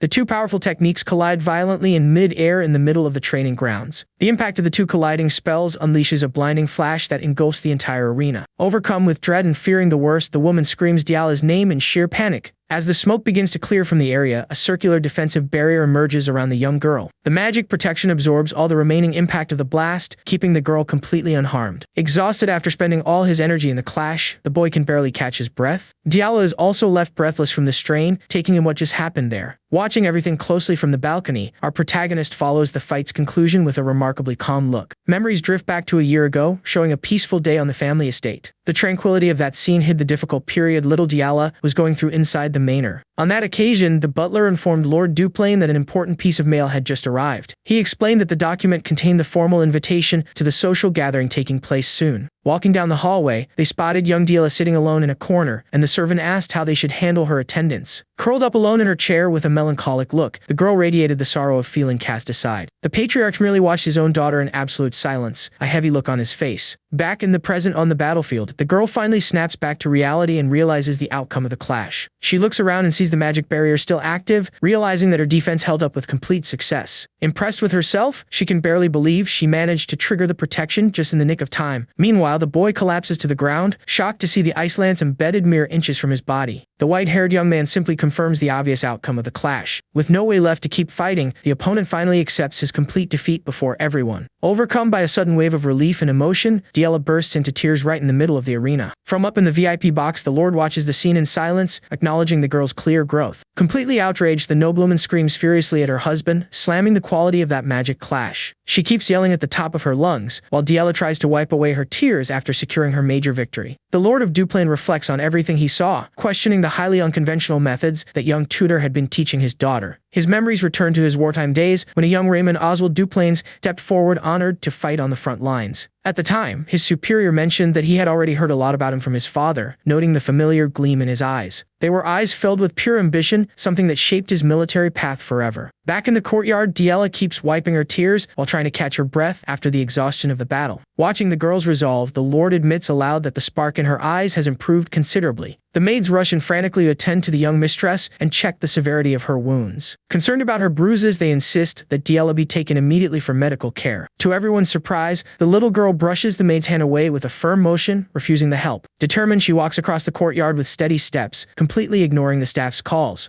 The young man who just fought her tries to step forward to say something, feeling awkward about the situation. Scratching his head, he congratulates Diella on a solid performance, and she returns the gesture by bowing her head in mutual respect. One of the maids mentions she will escort her to her quarters, but the girl keeps moving forward with another goal in mind. Diella walks right past, making it clear she has a far more important matter to attend to before resting. She walks over to the garden bench where her true master had been sitting watching everything from the start. Our protagonist looks at his student with a composed posture, waiting for what she has to say. Standing before him, the girl bows her head, overcome by a deep sense of shame and sadness. The little girl tries to hold back her tears, but her lips begin to quiver as she faces the harsh reality of the result. Clenching the fabric of her dress tightly, she finally confesses in a quiet voice that she ended up losing the match. Breaking down in tears once more, Diella offers a heartfelt apology for failing to achieve the victory she wanted so badly. The white-haired boy stares at her intently, understanding the full weight she was carrying on her shoulders. Without hesitation, he stands up from the bench to comfort his dedicated student during that tough moment. He calmly says there is no problem at all in being defeated, embracing the girl with kindness. Our hero advises her to use this frustration as fuel to climb even higher and grow even stronger. Hearing those words of genuine support, Diella is washed over by an overwhelming wave of relief and emotion. She can no longer contain herself and weeps aloud, letting out all the pain that was buried in her chest. From afar, the staff watches the touching scene between the young noble and her master. Soon after, hurried, purposeful footsteps break the silence of the courtyard. Diella's mother appears sprinting toward her daughter with a look of pure distress on her face. The noblewoman drops to her knees before the girl, lamenting all the suffering and hardship her precious daughter went through. Hugging the girl tenderly, she tells Diella not to worry and to go treat her injuries immediately. Still shaken by it all, the little noble softly agrees while being held by her mother. The maids step in to guide Diella toward the main chambers of the manor. Dabbing her own tears with a handkerchief, the noblewoman's expression shifts completely in a matter of seconds. Realizing the training session was over, the protagonist calmly turns on to leave the area. But the woman begins marching swiftly across the grass toward him, consumed by obvious fury. Noticing the sudden presence right behind him, the young man turns around curiously to see what's going on. The noblewoman lashes out furiously with harsh words, asking what right he has to act so high and mighty just for teaching basic tricks. With an indifferent look, our hero listens to the insults without showing the slightest hint of fear or distress. Completely out of control, the woman accuses the young man of tarnishing a noble's honor by forcing a Grand Duke's daughter to act so vulgarly. Without any warning, the noblewoman lands a hard slap across the protagonist's face, venting all her pent-up rage. Screaming, she rants that there is a world of noble values that a worthless commoner like him could never understand. She demands dignity and appeals to her husband, claiming that this was nothing more than an outrage that ruined Diella's reputation. Unexpectedly, the Grand Duke delivers a sharp slap across his own wife's face, leaving the woman in total shock. Calmly straightening his jacket, the patriarch coldly asks if she truly fails to see who is being vulgar here. Holding her cheek in shock, she stammers, trying to understand why her husband is defending a worthless commoner. The Lord firmly counters, stating that regardless of social class, that young man is their daughter's master. He questions what kind of parents would treat their own child's teacher in such a disrespectful manner. The Grand Duke then offers a sincere apology on behalf of the family, explaining that everyone has their own way of loving their children. Our hero watches the nobleman's actions in absolute silence, taking in all the diplomacy behind that response. Bowing his head respectfully, the young man says it's quite alright and accepts the invitation to speak in the audience chamber. As the two walk together toward the interior of the manor, the Duchess remains in the courtyard, silent and humiliated. Furious at her husband's disdain, the woman seethes with anger watching the young kimono receive such respectful treatment. Inside the private office, the patriarch dips his quill into the inkwell and acknowledges the excellent work done in Diella's education. As the ruler of those lands, he states that he intends to grant a fitting reward, up to the limit allowed for a commoner. The Grand Duke gets straight to the point and asks if he would like to gain access to the secrets of 3-star magic. Our protagonist realizes instantly that the man pinpointed with surgical accuracy the very thing he desired most. He notes how deeply the nobleman understands him, acting with the insight befitting a powerful 5-star mage. Knowing that opportunities like this are rare, the young man doesn't hesitate and firmly answers that he accepts the offer. The Lord considers that although Diella has mastered basic magic, that milestone still isn't enough enough for Ebelstein's high society. Our hero points out that the manor has plenty of instructors capable of guiding her now that she has found her path. The patriarch counters immediately, explaining that his daughter doesn't need mere instructors, but a true teacher. He dips his quill into the inkwell once more to continue drafting the official document for that agreement. The man remarks that the young man's ambition is far too bold for the commoner class, something most nobles would see as an insult. He makes it clear that he only tolerates such boldness solely because of the undisputed talent the boy has demonstrated. Our protagonist knows the Lord has already noticed his true goal of reaching far beyond the 3-star circle. While writing out an authorization, the nobleman warns that anyone carrying such ambition won't be able to stay tied down there for long. Looking the young man in the eye with extreme gravity, the Duke asks if he wasn't already planning to leave soon. The boy confirms his intention, but the noble asks him to stay on as Yahello's tutor for at least a while longer. Our hero reflects on the chance to finally reach the peak of magical knowledge permitted to commoners. The offer of receiving 3-star magic books echoes in his mind as a crucial step toward his evolution. He holds to his unshakable resolve, accepting the proposed condition to get his hands on that valuable knowledge. Shortly after, the doors to a massive private chamber in the manor open before the young mage. The boy steps alone into a magnificent private library lined with shelves guarding arcane secrets. Fascinated by the vast collection, our protagonist pulls a heavy, ancient tome from the shelf. Flipping through the worn pages, he is met with intricate diagrams and high-level magic formulas. He analyzes each drawn circle with heightened attention, confirming the authenticity of that valuable material. Impressed by the quality of the content, he cannot hide his satisfaction before such a discovery. Our hero reflects on how many people spend their entire lives dreaming of obtaining a single 2-star book. Yet right before his eyes sits an entire bookshelf filled exclusively with precious 3-star spells. Facing so much valuable knowledge gathered there, our protagonist realizes he has more than enough reasons to remain on the estate. Meanwhile, the girl's father reflects with concern, knowing full well the fit Pelin would throw if she ever found out what happened. 3 days pass under a completely clear and sunny sky at the Duplain Manor. Full of herself, Yahello puts her hands on her hips and triumphantly declares that she is now a 1-star mage. Sitting at the table with his books, our hero calmly agrees, saying she could indeed be called that after casting that single spell. Outraged by her master's lack of enthusiasm, the little girl leans across the table demanding to know why he isn't jumping for joy. Sheepishly scratching her head, she sighs, while the boy notices that his student seems to have recovered very well over the past 3 days. He seizes the chance to tease the young lady, reminding her how she was desperately bawling right after the duel ended. Turning bright red instantly, Yahello scrambles to deny everything, pulling the classic excuse that she just had dust in her eyes. Pouting sullenly, the girl complains that her father should have told her earlier that the young tutor wouldn't be kicked out of the manor. The protagonist closes his supply kit and suggests starting the day's training, anticipating she will soon master other 1-star spells. Hearing the veiled compliment, the little girl perks up immediately and asks with a glowing smile what exactly was so fast. He praises his student's rate of growth, and Yahello brags on the spot, claiming she always follows through on everything she sets out to do. Excited, she asks if they will learn the magic arrow or the powerful wind blade Reg used during the previous clash. She gets lost in daydreams of practicing the ice bike to surpass Reg, but the tutor shuts down her hype by focusing on the fundamentals. The girl is completely indignant, questioning why she only needs to practice mana manifestation instead of new spells. With all the patience in the world, the young man explains that there are many reasons, but mastering a solid foundation is what truly counts. As he begins detailing mana theory, Yahello simply accepts defeat with a tired sigh and agrees to train. Disappointed at not learning flashy spells right away, she grumbles that she set false expectations out of pure excitement. The young mistress stands glaring at her master with an infantile pout, clearly annoyed. Noticing the stare, she asks suspiciously why he is looking at her like that, and if there is something on her face. The boy rests his chin in his hand and genuinely admits that it is quite a surprise to see her obey without making a scene. Offended by the implication, Yahello crosses her arms in a huff and insists that she has always respected his orders from the beginning. The protagonist's mind immediately flashes back to the day the girl gleefully dumped a bucket of filthy water over his head. Looking at the embarrassed girl, our hero makes sure to remind her that she threw dirty water on him not just once, but twice. Having nowhere to hide her shame, she asks how he still remembers that, and the boy counters, saying it would be impossible to forget. Desperate to change the subject, the girl lets out a forced laugh praising the weather and pretends to love the idea of training the basics. The protagonist merely smirks, amused by such a transparent attempt to fake enthusiasm for the training. Time passes and night falls over the Grand Duplain estate under the glow of the full moon. In the starlit garden, Yahello breathes heavily after spending hours on end training her mana to exhaustion. Our hero approaches calmly and mentions that he heard her routine will become much tougher starting in the coming days. He crouches next to the exhausted girl, who bitterly confirms that news of her new lessons has already spread throughout the entire manor. Holding her head in dismay, she shares that next week she will begin mandatory noble etiquette and general education classes. The boy asks if that isn't a good thing, since after learning magic, she will finally receive a proper noble education. Indignant, Diela rattles off endless subjects like Botniano and suing, unable to fathom how Aisline endured it all. The young man points out serenely that it was that exact dedication that earned Aisline the title of the Flower of Duplain and the center of high society. Under the starry sky, the girl confesses that she only wants to study magic with him, and our hero assures her there will be plenty of time for that.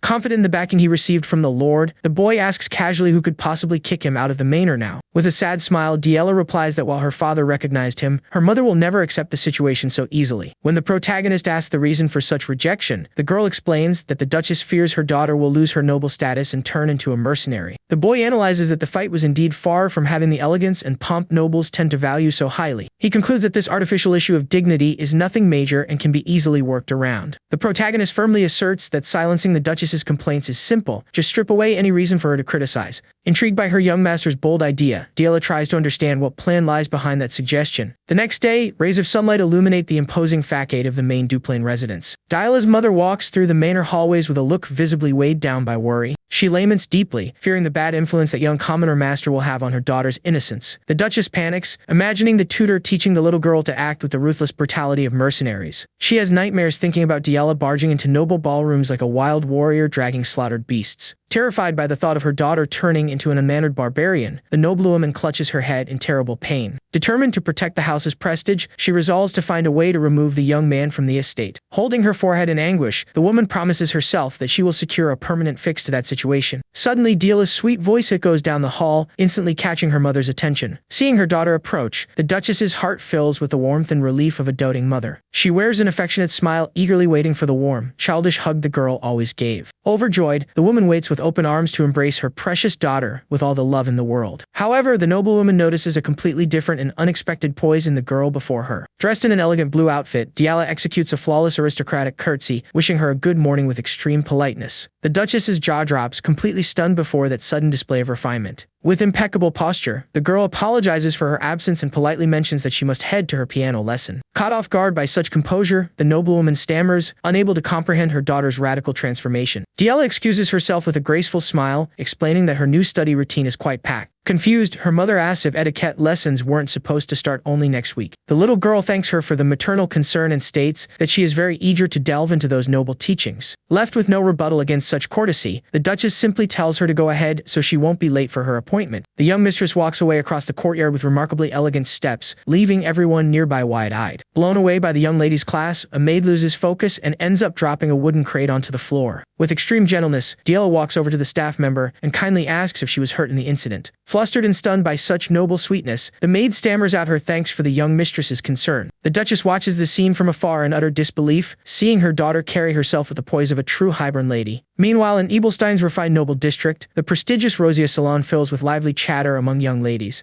Over tea, one of the young women remarks on how Aisline seemed burdened with worries during the last noble gathering. Covering her mouth with elegance, Aisline apologizes for making her friends worry over her personal matters. She explains with a light smile that the cause of her distress has been completely resolved and that she is now at peace. Introduced as the second daughter of House Belmeard, Elent expresses relief following the rumors that her friend had left the district. Aisline reveals that she went in person to find a suitable magic tutor to help her younger sister, Diela. Intrigued, Elent thinks about how impressive this teacher must be to make the Duplain heiress herself go search for him. The second daughter of House Veltus, Denise, joins the conversation by asking directly about young Diela's condition. Denise mentions that she saw Diela recently at the manor and could barely recognize her amidst so much noble composure and elegance. She praises the young girl for already manifesting one-star magic and maintaining manners, so refined that they serve as an inspiration to all. The girl finds it odd that Aisline brought up her sister, since the Duplain family used to hide Diela. As the conversation about the new teacher continues, the young woman confirms that, although the instructor has no noble status, he is very capable, making it well worth recruiting him from the Belden Mercenary Corps. Intrigued by this detail, the noblewoman mentally repeats the fact that the teacher is merely a mercenary. She then remembers that Diela was the exact reason why their manor's cook fled from the Duplain residence. In her memory comes the image of the cook in tears, feeling grateful for Lady Elent taking him in. Elena ponders how that man was capable not only of reforming such a troublesome girl, but also of turning her into a one-star mage. A subtle, intrigued smile forms on her face upon realizing the sheer capability of this instructor. Feigning casualness while sipping her tea, she asks Aisline directly what the young man's name is. She masks her interest by saying that, as Diala's tutor, he is bound to become famous in the future, so it would be good to know his name in advance. Her friend promptly smiles and reveals that his name is Derek. The scene shifts to show Diala mentioning to her governess that Derek has also been teaching her etiquette basics.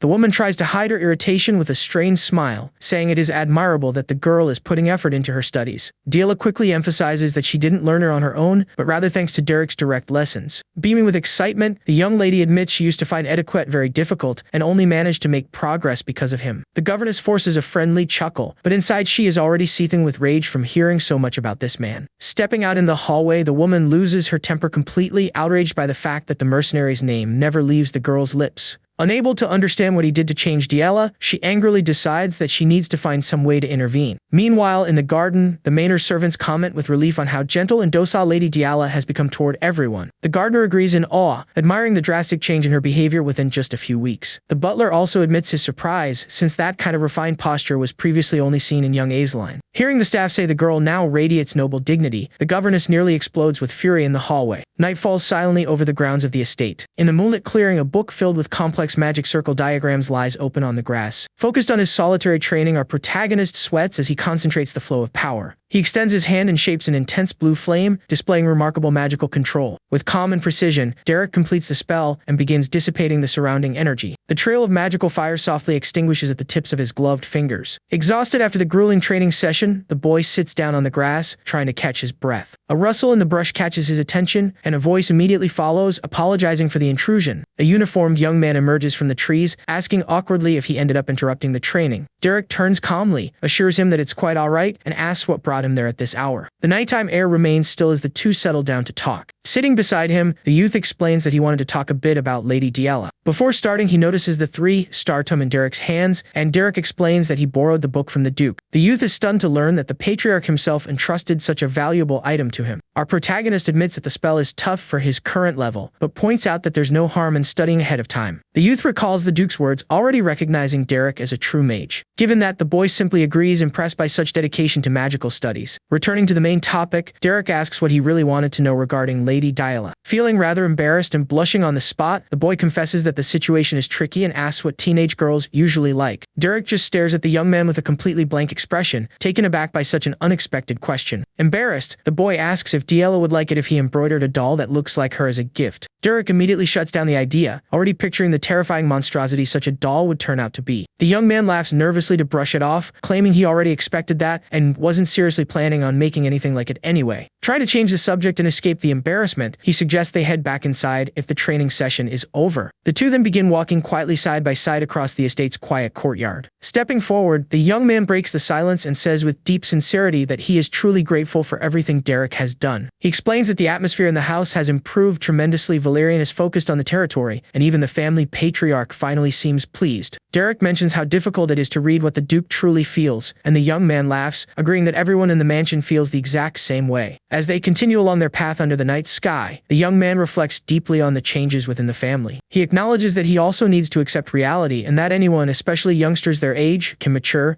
The boy admits he might have just been avoiding that truth before, but now he genuinely wants to change his own attitude as well. Stopping in his tracks, he turns to Derek and makes sure to thank him once more from the bottom of his heart. Our protagonist listens in silence, taking in the sincere gratitude of the moment. The young man then brings up another topic, mentioning that the magic Diala used seemed quite different, almost like painting a canvas. Derek notices his sharp eye, thinking about how the natural talent and intuition of the Duplang bloodline truly run through the boy's veins. Our hero confirms this and explains that Diala uses the mana control of the wild school, a concept the young man had already heard of before. He clarifies that every mage manipulates mana in their own unique way, and that once she finds her own path, she will learn entirely on her own. Derek further points out that at this stage of growth, direct interference from a tutor might actually get in the way instead of helping. The young man understands the point perfectly, fully aware that the time will soon come for his sister to walk her own path and truly shine. 2 months go by, and the peaceful warmth of spring seems to have finally settled over the entire estate. Inside the bedroom, the maid arranges Diala's hair with freshly picked flowers from the garden to make her look even more beautiful. Taking in the gentle fragrance, the girl remarks on how lively and welcoming the entire atmosphere has felt over the past few months. She reflects with deep satisfaction on how naturally she can now control one-star magic and how close she has grown to all the servants. With a radiant smile, the young lady acknowledges the time she wasted in the past and credits this wonderful turning point entirely to Derek. The maid teases her, saying she already guessed the reason for such high spirits, asking if today happens to be magic lesson day. Diela nods excitedly and asks for one of the remaining flowers so she can give it as a gift to her beloved tutor. But suddenly, the flower slips from her hands and drops to the floor in a moment of pure shock. Diela freezes completely at the entrance of the office, unable to believe what she just heard. With teary eyes and a trembling voice, the girl desperately asks what Derek meant by that statement. Derek remains steady without turning around, simply confirming in a grave tone what she just heard. Facing the reality head-on, the mercenary declares that there is absolutely nothing left for him to teach her. After all, life follows the flow of the seasons. Just as no winter lasts forever, spring must eventually come to an end as well. Just moments before, Derek had been explaining to the Duke that Diela belonged to the wild school and possessed an exceptionally strong instinctual affinity. He cut straight to the chase, warning that continuing to instruct her at this stage would only end up limiting the girl's potential. The patriarch understood the logic immediately, concluding that if that was the case, there was no longer any reason for Derek to remain at the mansion. The Duke went quiet for a moment, seriously taking in the mercenary's imminent departure. Then, the imposing figure of the nobleman stood up solemnly from behind his desk. He made sure to express his deep gratitude to Derek for the changes in the household, acknowledging that it was thanks to him that his daughter managed to grow. Glancing toward the window, the father expresses regret for having been so distant while overly focused on the territory, but confesses the immense relief he feels now. Next, the Duke asks Derek when exactly he plans to leave the residence. The young man explains that he heard of Lady Aeseline's upcoming visit and plans to hitch a ride on her carriage on her return trip to Ebelstein. The nobleman asks him to return the library key, and Derek mentions that he will hand over the books and the key directly to the head butler. The patriarch fires back firmly on the spot, demanding that the key be handed over to him right then and there. Derek simply observes in silence the authoritative and decisive demeanor of the family head. Without prolonging the conversation any further, the Duke considers the matter settled and dismisses the young man from the office. Our protagonist accepts the command with complete calm, maintaining his usual composure. He offers a respectful, formal farewell bow before exiting the nobleman's quarters. Derek calmly walks down the long, quiet hallway of the mansion. That is when Diela appears in his path, furious that he showed up out of nowhere only to decide to leave just as suddenly. Derek faces her calmly, addressing her strictly by her formal title. He states that his departure is unavoidable, but the girl insists on speaking her mind, even knowing he won't change his decision. With tear-filled eyes and a trembling voice, the young lady pleads with him, asking if he really can't stay. Our hero lowers his gaze for a second, standing firm so as not to waver before the girl's pain. He then takes a step forward, determined to see his choice through. Derek explains that he will return to life as a mercenary to advance his magic, reminding her that she will soon head to Ebelstein for her debutante ball. Diela lowers her head and tries to hold back her tears as she listens to her tutor's earnest explanation. With a warm smile, the young man promises they will meet again there, and that he can teach her new things once he grows even stronger. Still with tears in her eyes, the girl grumbles that he is terribly annoying for always knowing exactly what to say. Under the moonlight, she admits to herself that she can never find a way to counter his flawless words. Later that night, Diela tosses and turns restlessly in bed, suffocated by a terrifying nightmare. The voices of the past return to haunt her dreams, branding her as incompetent, useless, and devoid of any talent. The pain of old trauma resurfaces in full force, reminding her of the days when she was treated as the family's disgrace. Panicking from the dark memories, the girl's eyes snap wide open in the middle of the darkness. She wakes up screaming in sheer terror, clutching the bedsheets as she desperately tries to break free from the agony. Panting heavily and trembling with fear, the young lady sits up in bed trying to catch her breath. Placing a hand on her forehead, Diela realizes with immense relief that it was all just a bad dream. Alarmed by the screams from the room, the maid rushes the door open to come to her aid. The servant anxiously asks what happened to leave her in such a frantic state. Looking at the maid, a dangerous and dark thought begins creeping into Diela's mind. She contemplates creating an excuse, wondering if she should go back to slapping the servants and throwing tantrums, just like she used to. After all, in her naivety, she believes that if she becomes an uncontrollable monster once more, Derek will be forced to stay behind to keep her in line. Completely unaware of the girl's internal struggle, the maid approaches, showing genuine concern for her well-being. Witnessing the woman's sincere warmth, Diela freezes on the spot and comes back to her senses. She instantly banishes that dark thought, firmly resolving never to resort to that kind of cruelty again. With a gentle smile, the girl reassures the maid, realizing that acting out of spite will never grant her true worth. The morning sun rises over the horizon, marking the day of departure at the Grand Duplain estate. With the luggage ready in front of the carriage, the noblewoman agrees to drop him off at the commercial district, and Derek thanks her for the hospitality. Smiling warmly, she advises the young man to make the most of his final moments to say his goodbyes before they set off. Derek looks out at the mansion in silence, ready to wrap up his mission here and resume his personal journey. The nobility and household staff gather outside the estate to bid Derek farewell. The young boy asks if he is truly leaving, and Derek confirms that he must return to where he belongs. Valerian expresses gratitude for all his hard work and makes it clear that the mercenary can always count on him, no matter what happens. Derek offers a polite bow, sincerely thanking the heir of the house for his unwavering support. Next, our hero's attention turns to young Yahello. With crossed arms and a visible pout, the girl attempts to mask her sorrow behind a sulky attitude. Seeing the mercenary continue to stare at her quietly, she quickly snaps at him, asking why he keeps looking at her like that. Yahello barks at him not to assume she will beg him to stay, stating firmly that she is not a child anymore. Derek smiles with serene warmth and states that it was an immense honor to teach her, hoping she never forgets the lessons they shared together. The young lady flashes a confident grin, declaring that she will proudly proclaim him as the great Yahello Duplain's tutor across the entire kingdom. The two share a quiet gaze, and the girl's tough facade begins to crack as tears threaten to spill over.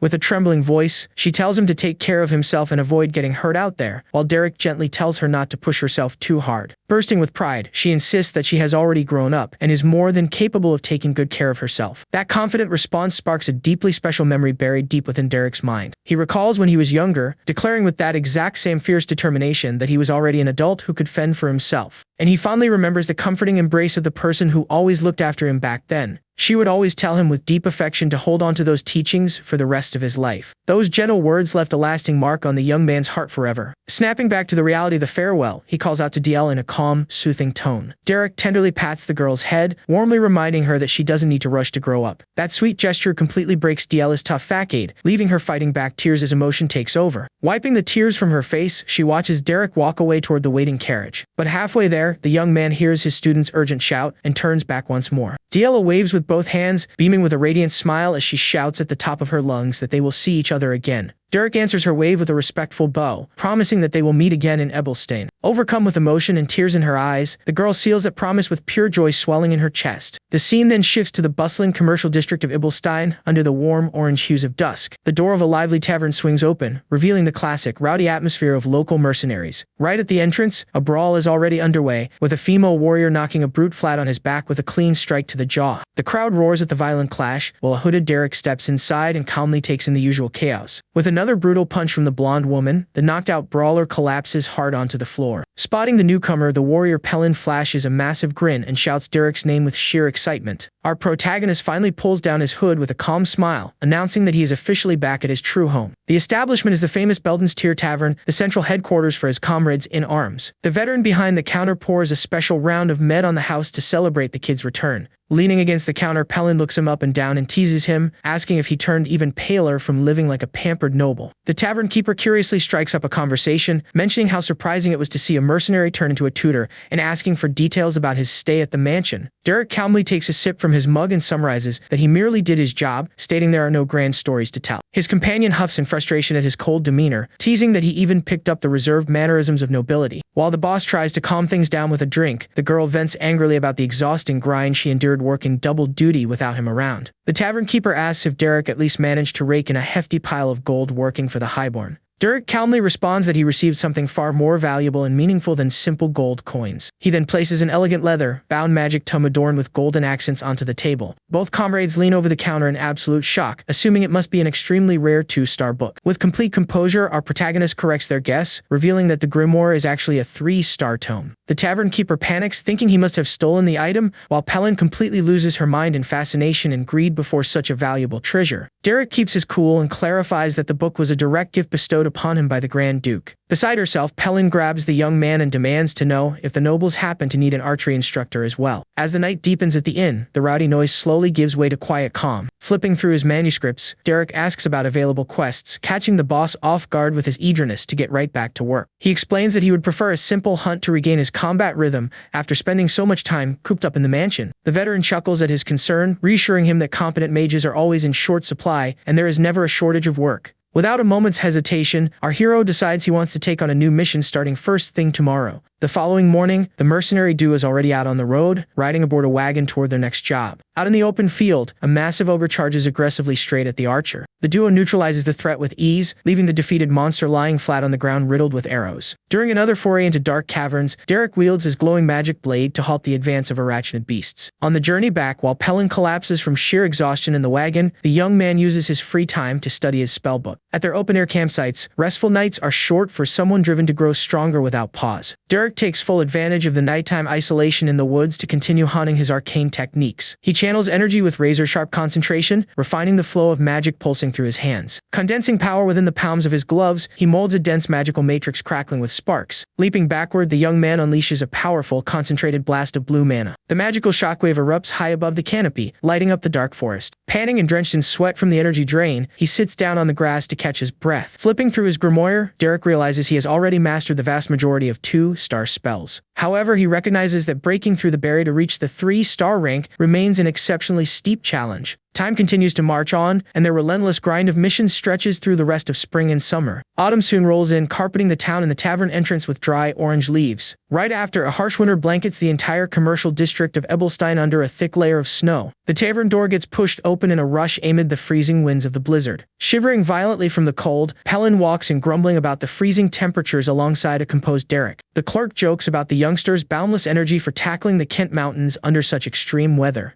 Accepting the blood-stained bundle, the owner remarks that only madmen would hunt down a harpy's head in the dead of winter. Derek thanks him for the warm towel to clean himself up, while his companion breathes a sigh of relief in the welcoming warmth of the tavern. The man then mentions that if he isn't looking to rest just yet, a request tailored perfectly to his skill set just came in. He adds that the job pays exceptionally well and is relatively simple, though it might prove to be a bit bothersome. It is a request handed down from another mercenary outfit operating on the west side of the city. The contract comes from none other than the influential household of Count Belmere. The nobility is searching for a commoner for magical combat sparing, which in reality means serving as a glorified punching bag. Arriving at the magical training grounds of the noble district, our protagonist thinks to himself that all he has to do is take a few hits and walk away with the payout. Meanwhile, on the estate's stone path, the young red-haired noblewoman strolls beside her personal tutor. The girl asks who today's sparring partner will be, and the instructor explains that to practice offensive magic, they hired a commoner. The response immediately offends her, as she questions if they are genuinely suggesting she simply beat up an ordinary person. The old master clarifies that this is an essential part of learning, assuring her that the young man is being paid handsomely so she can practice without holding back. She simply mocks the notion, remarking on how typical it is for nobles to label beating on a titleless commoner as mere training. The tutor reminds her that the hire is capable of casting or magic, but she fires back that she will soon reach the 2-star rank, representing a massive power gap. Unaware of their conversation, Derek sits on a bench in the changing room, finishing tying his boots to prepare for the job. Hearing someone clear their throat right in front of him, our hero looks up with absolute composure. With crossed arms and an imposing stance, the red-haired noblewoman asks directly if he is the one serving as her sparring partner. Offering a formal and polite greeting, the young man confirms and introduces himself as Derek. The young lady introduces herself as Ellen, but quickly falls into thought, feeling certain she has heard that name somewhere before. The instructor suggests they all head out to the arena, while Ellen eyes him with suspicion, finding the young man far too youthful to be a true mage. Once inside the open training ground, she begins stretching while Derek quietly follows right behind her. Turning toward the young man, she asks in an authoritative tone if he is at least familiar with basic magical duel etiquette. Showing no sign of intimidation, the boy calmly confirms that he understands the fundamental procedures perfectly well. Ellen then tells him to hold out as long as he can, as she plans to wrap up the clash as quickly as possible. She intends to knock him out of bounds with a single shockwave and be done with this bothersome setup. But instead of showing fear, Derek calmly asks what exact level of resistance she would like him to put up. Utterly baffled by his tone, the red-haired girl knits her brows, unable to understand the point of such a pointless question. With the utmost composure, our protagonist explains that he needs to know how much he should hold back to actually make this useful for her training. Witnessing the young man's nerve, the old tutor shakes his head in disapproval at such blatant insolence. Ellen, on the other hand, lets out a brief laugh, finding the sheer audacity of this supposed punching bag unbelievable. Amused by the situation, the noblewoman orders the boy to give it everything he has and resist with every drop of power he possesses. Derek remains silent for a brief moment, taking in the order he just received. He then begins gathering his own energy within his hands and accepts the challenge with absolute serenity, stating he will do precisely as she wishes.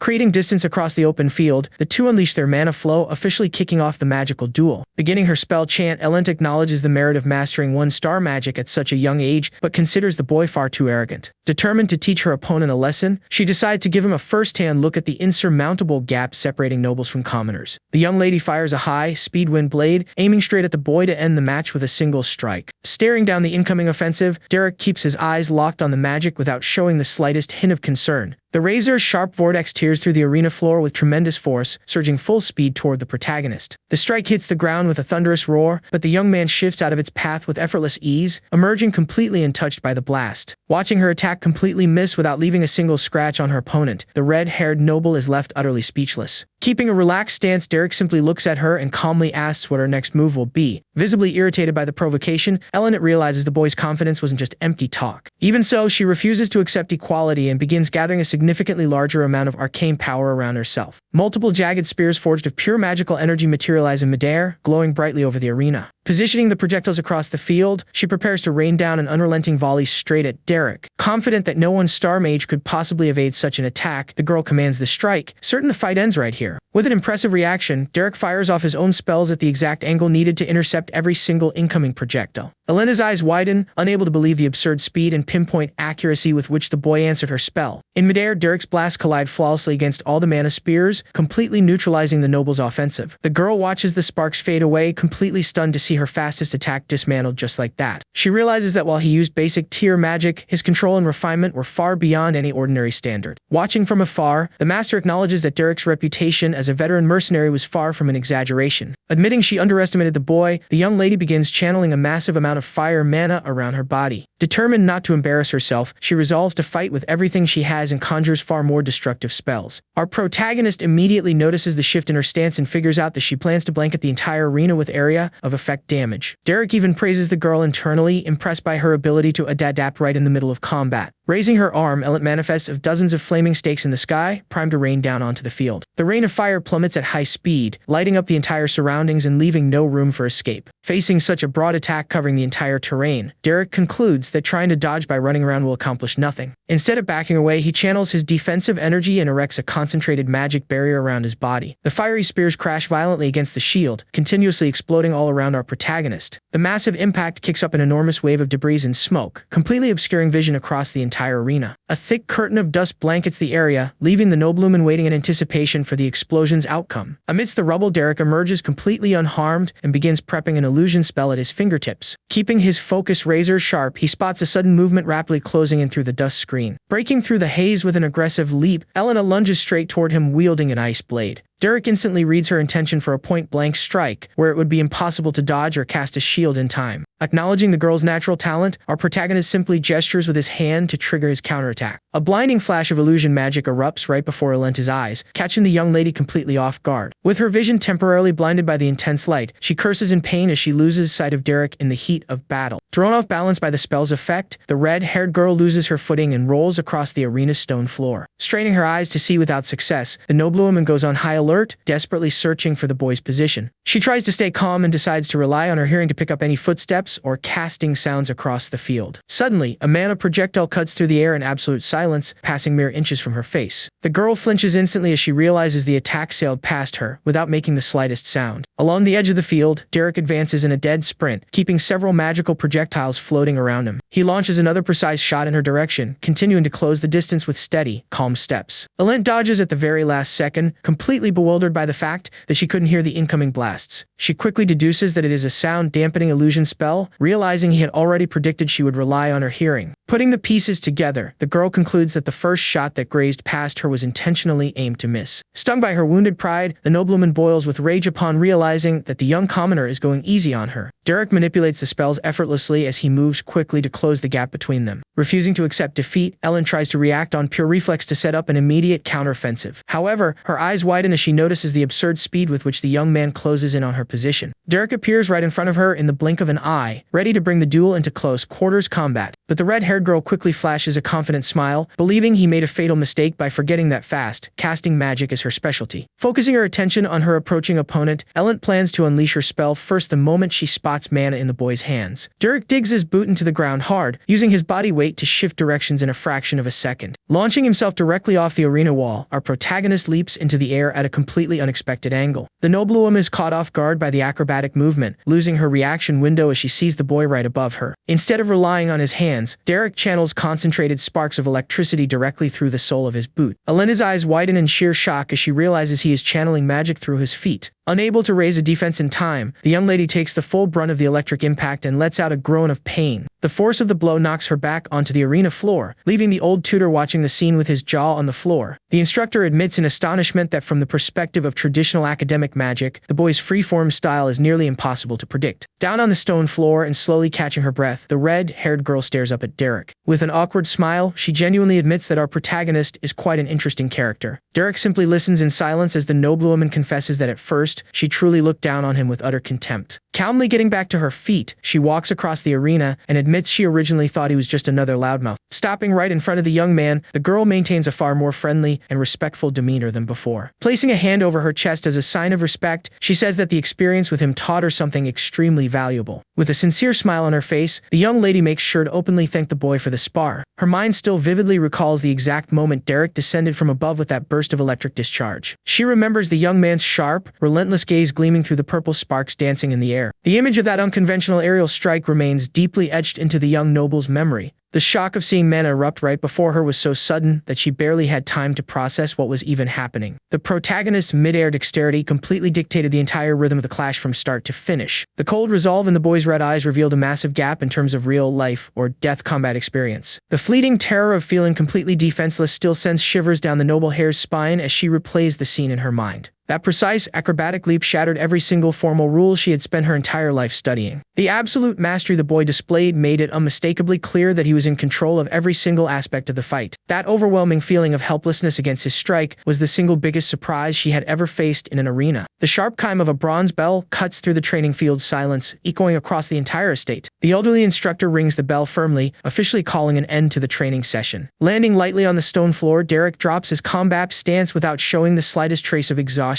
Offering a bow of flawless courtesy, our protagonist simply expresses gratitude for the opportunity to duel. Alent watches the young man's steady composure, still somewhat taken aback by his incredible natural ease. The scene then transitions to an elegant garden gazebo, where the young lady rests, sipping tea alongside her maid. Derek compliments her, calling her an excellent mage, but Alent counters by stating that his reflexes are on an entirely different level. She remarks that he seems quite skilled at flattering nobles, but acknowledges that all of his prowess clearly stems from raw, hard work. With a calm and focused gaze, Derek simply replies that he has to be that way if he wants to survive as a mercenary. Alenta appreciates the young man's candidness, but subtly points toward the old magic instructor standing right behind them. She warns him that the instructor is deeply devoted to traditional rules and likely won't take kindly to him, advising caution. Taking a sip of tea, the red-haired girl mentions that she has another duel coming up at the Rosia Hall, and now feels fully prepared to win. With absolute calm, our hero states that given her immense talent, she has no reason to worry about victory. Elena places her cup down on the table and declares that ordinary opponents don't interest her, because the one she truly wants to defeat is someone else entirely. Revealing the true goal driving her, the girl utters the name of Aisline Eleanor Duplain. Alenta's expression turns melancholic and pensive as she mentions the rival she longs so desperately to surpass. Hearing that familiar name, Derek merely looks at her in silence, keeping his thoughts to himself. Shifting away from the topic, the red-haired noble dismisses our protagonist, stating she ended up rambling too much. Derek turns around and calmly begins walking across the courtyard, leaving the young lady alone with her thoughts.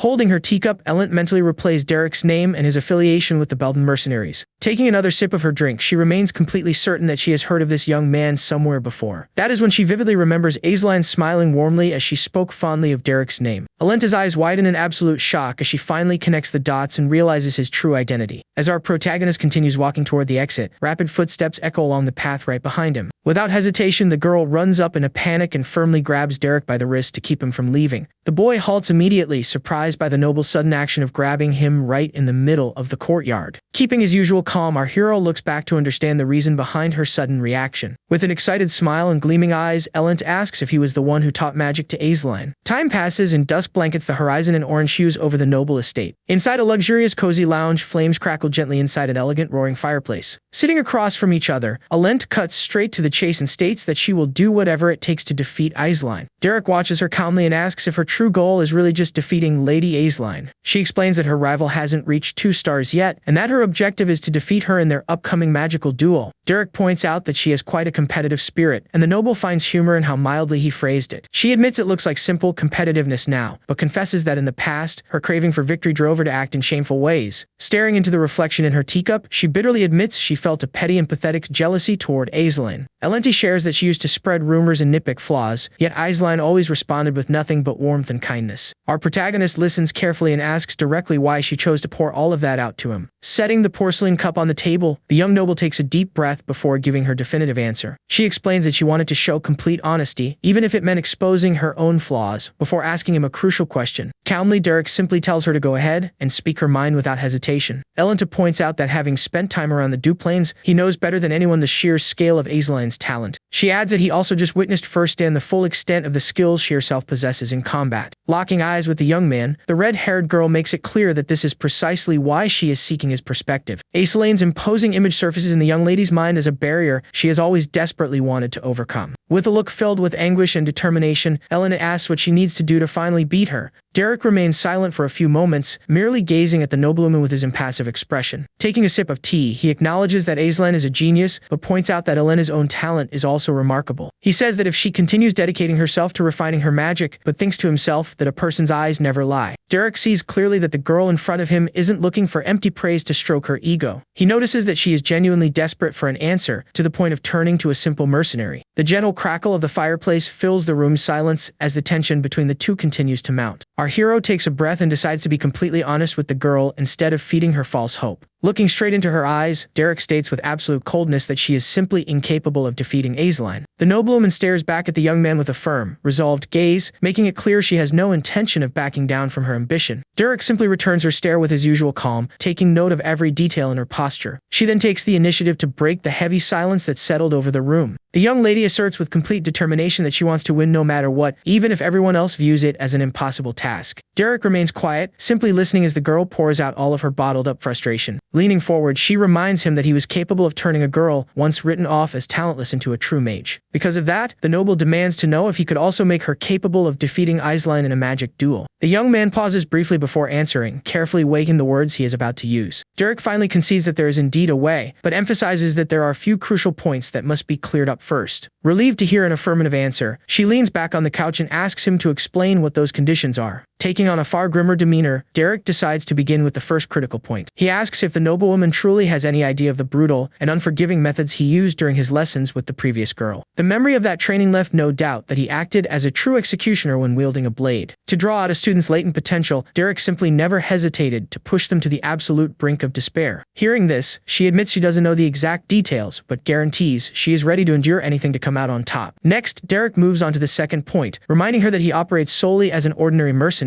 Assuming he is concerned about social prejudice, she scoffs at the idea of anyone talking behind her back just because a noble trained under a mercenary. The girl declares vehemently that she is completely serious and plans to make her own name echo across the entire empire. To her, it would be utterly absurd and unacceptable to fall short of claiming first place within Ebelstain's social circle. Placing a hand over her chest, she tells him not to doubt her sincerity, assuring him that she knows very well when to set her pride aside. Derek simply watches her deliver her passionate speech with all that dramatic intensity. Once she finishes, he plainly clarifies that he meant nothing of the sort, and was merely stating that he would charge for the work since he is a mercenary. The noble freezes instantly as she realizes the colossal embarrassment she just walked right into. Her entire face turns beet red as she tries to process the sheer scale of the misunderstanding. Dying of embarrassment, she stammers in agreement that she will pay whatever he asks for the training. While the noble tries to hide her fluster by fanning her face, Derek decides he will use rigorous methods since she is so dedicated. Sometime later, the scene shifts to the sunlit gardens where high society gatherings take place. Holding her book, young Azeline talks with other noble ladies about the upcoming magic contest, mentioning she will need to practice hard. That is when Elent steps forward with confident strides, announcing loud and clear that she would never miss out on such an event. The nobles around them praise Azeline's modesty given the high expectations surrounding the upcoming clash. Noticing her rival's presence, Azeline greets her in a warm and friendly manner. The dark-haired young lady mentions that she was just talking about her, and the red-haired girl counters saying she could already hear the conversation from afar. The other girls pick up on the veiled tension in the air and quickly decide it's best not to butt into their conversation. Elent then teases her rival with a smirk, reminding her that she hasn't lost a single match recently and is hailed as the flower of the Duplain household. Azeline gracefully accepts the compliment, but emphasizes that she cannot afford to lower her guard against such a formidable opponent. Seizing the opportunity, Elent brags that she hired a new commoner magic instructor who possesses exceptional qualifications. She adds with a mocking tone that, in truth, the one who fully trusts this instructor's abilities is her rival herself. Wasting no time, the red-haired girl finally reveals with a triumphant grin that the name of her new master is Derek. On the inside, she celebrates wildly, imagining the other girl's frustration over managing to hire the very man she wanted so badly. Aisling is left in utter shock upon hearing that name, barely able to conceal her disbelief at the situation. Aisling holds her rival's hands and congratulates her with a genuine smile, stating that Derek is someone truly reliable. Her reaction is so warm and sincere that it looks as though she is genuinely thrilled by the news. Elenta feels awkward about the whole thing, having expected to see the girl writhing with envy and frustration. At that moment, Aisling recalls a conversation she had in the recent past. She had mentioned to Yahello whether she should also take lessons from the mercenary to speed up her progress. But the young girl panicked on the spot, tearfully begging her friend never to do something so insane. Back in the present, Aisling places a hand on her chin and carefully mulls over the matter. Seeing her rival deep in thought, Ellen believes she finally managed to strike a blow to the girl's pride. The red-haired girl gloats on the inside, certain she caused a massive bout of jealousy by hiring the tutor the other wanted. Aisling tries to warn her about his methods, but the red-haired girl quickly cuts her off, saying the time simply flew by. Bidding farewell with forced friendliness, she notes that she must leave early because today marks her first day of lessons. Ellen walks off holding back a victorious chuckle, while Aisling watches her from afar with a deeply concerned look. The young lady hopes nothing goes wrong, reassuring herself by remembering that the young man isn't a bad person. A bit further away in the gardens, a silver-haired girl observes the commotion while enjoying her afternoon tea. Sipping her drink in silence, she simply reflects on just how dedicated the other girls are to their training. Sometime later, the scene shifts to the bustling tavern in the city of Ebelstein. At the counter, Derek speaks with the innkeeper about focusing solely on work for the noble household for the time being. The young man finds it very convenient not having to travel to another city to fulfill his contract. The man rests his arms on the counter and questions whether it's truly possible to overcome the prodigy Aisling in a duel. Maintaining his usual calm, the protagonist firmly replies that it is by no means an impossible task. He explains that if the red-haired girl reaches the 2-star rank, the sheer gap in raw power will decide the match in her favor. Hauling a heavy barrel, the tavern keeper fires back, saying he needs a practical solution instead of empty words.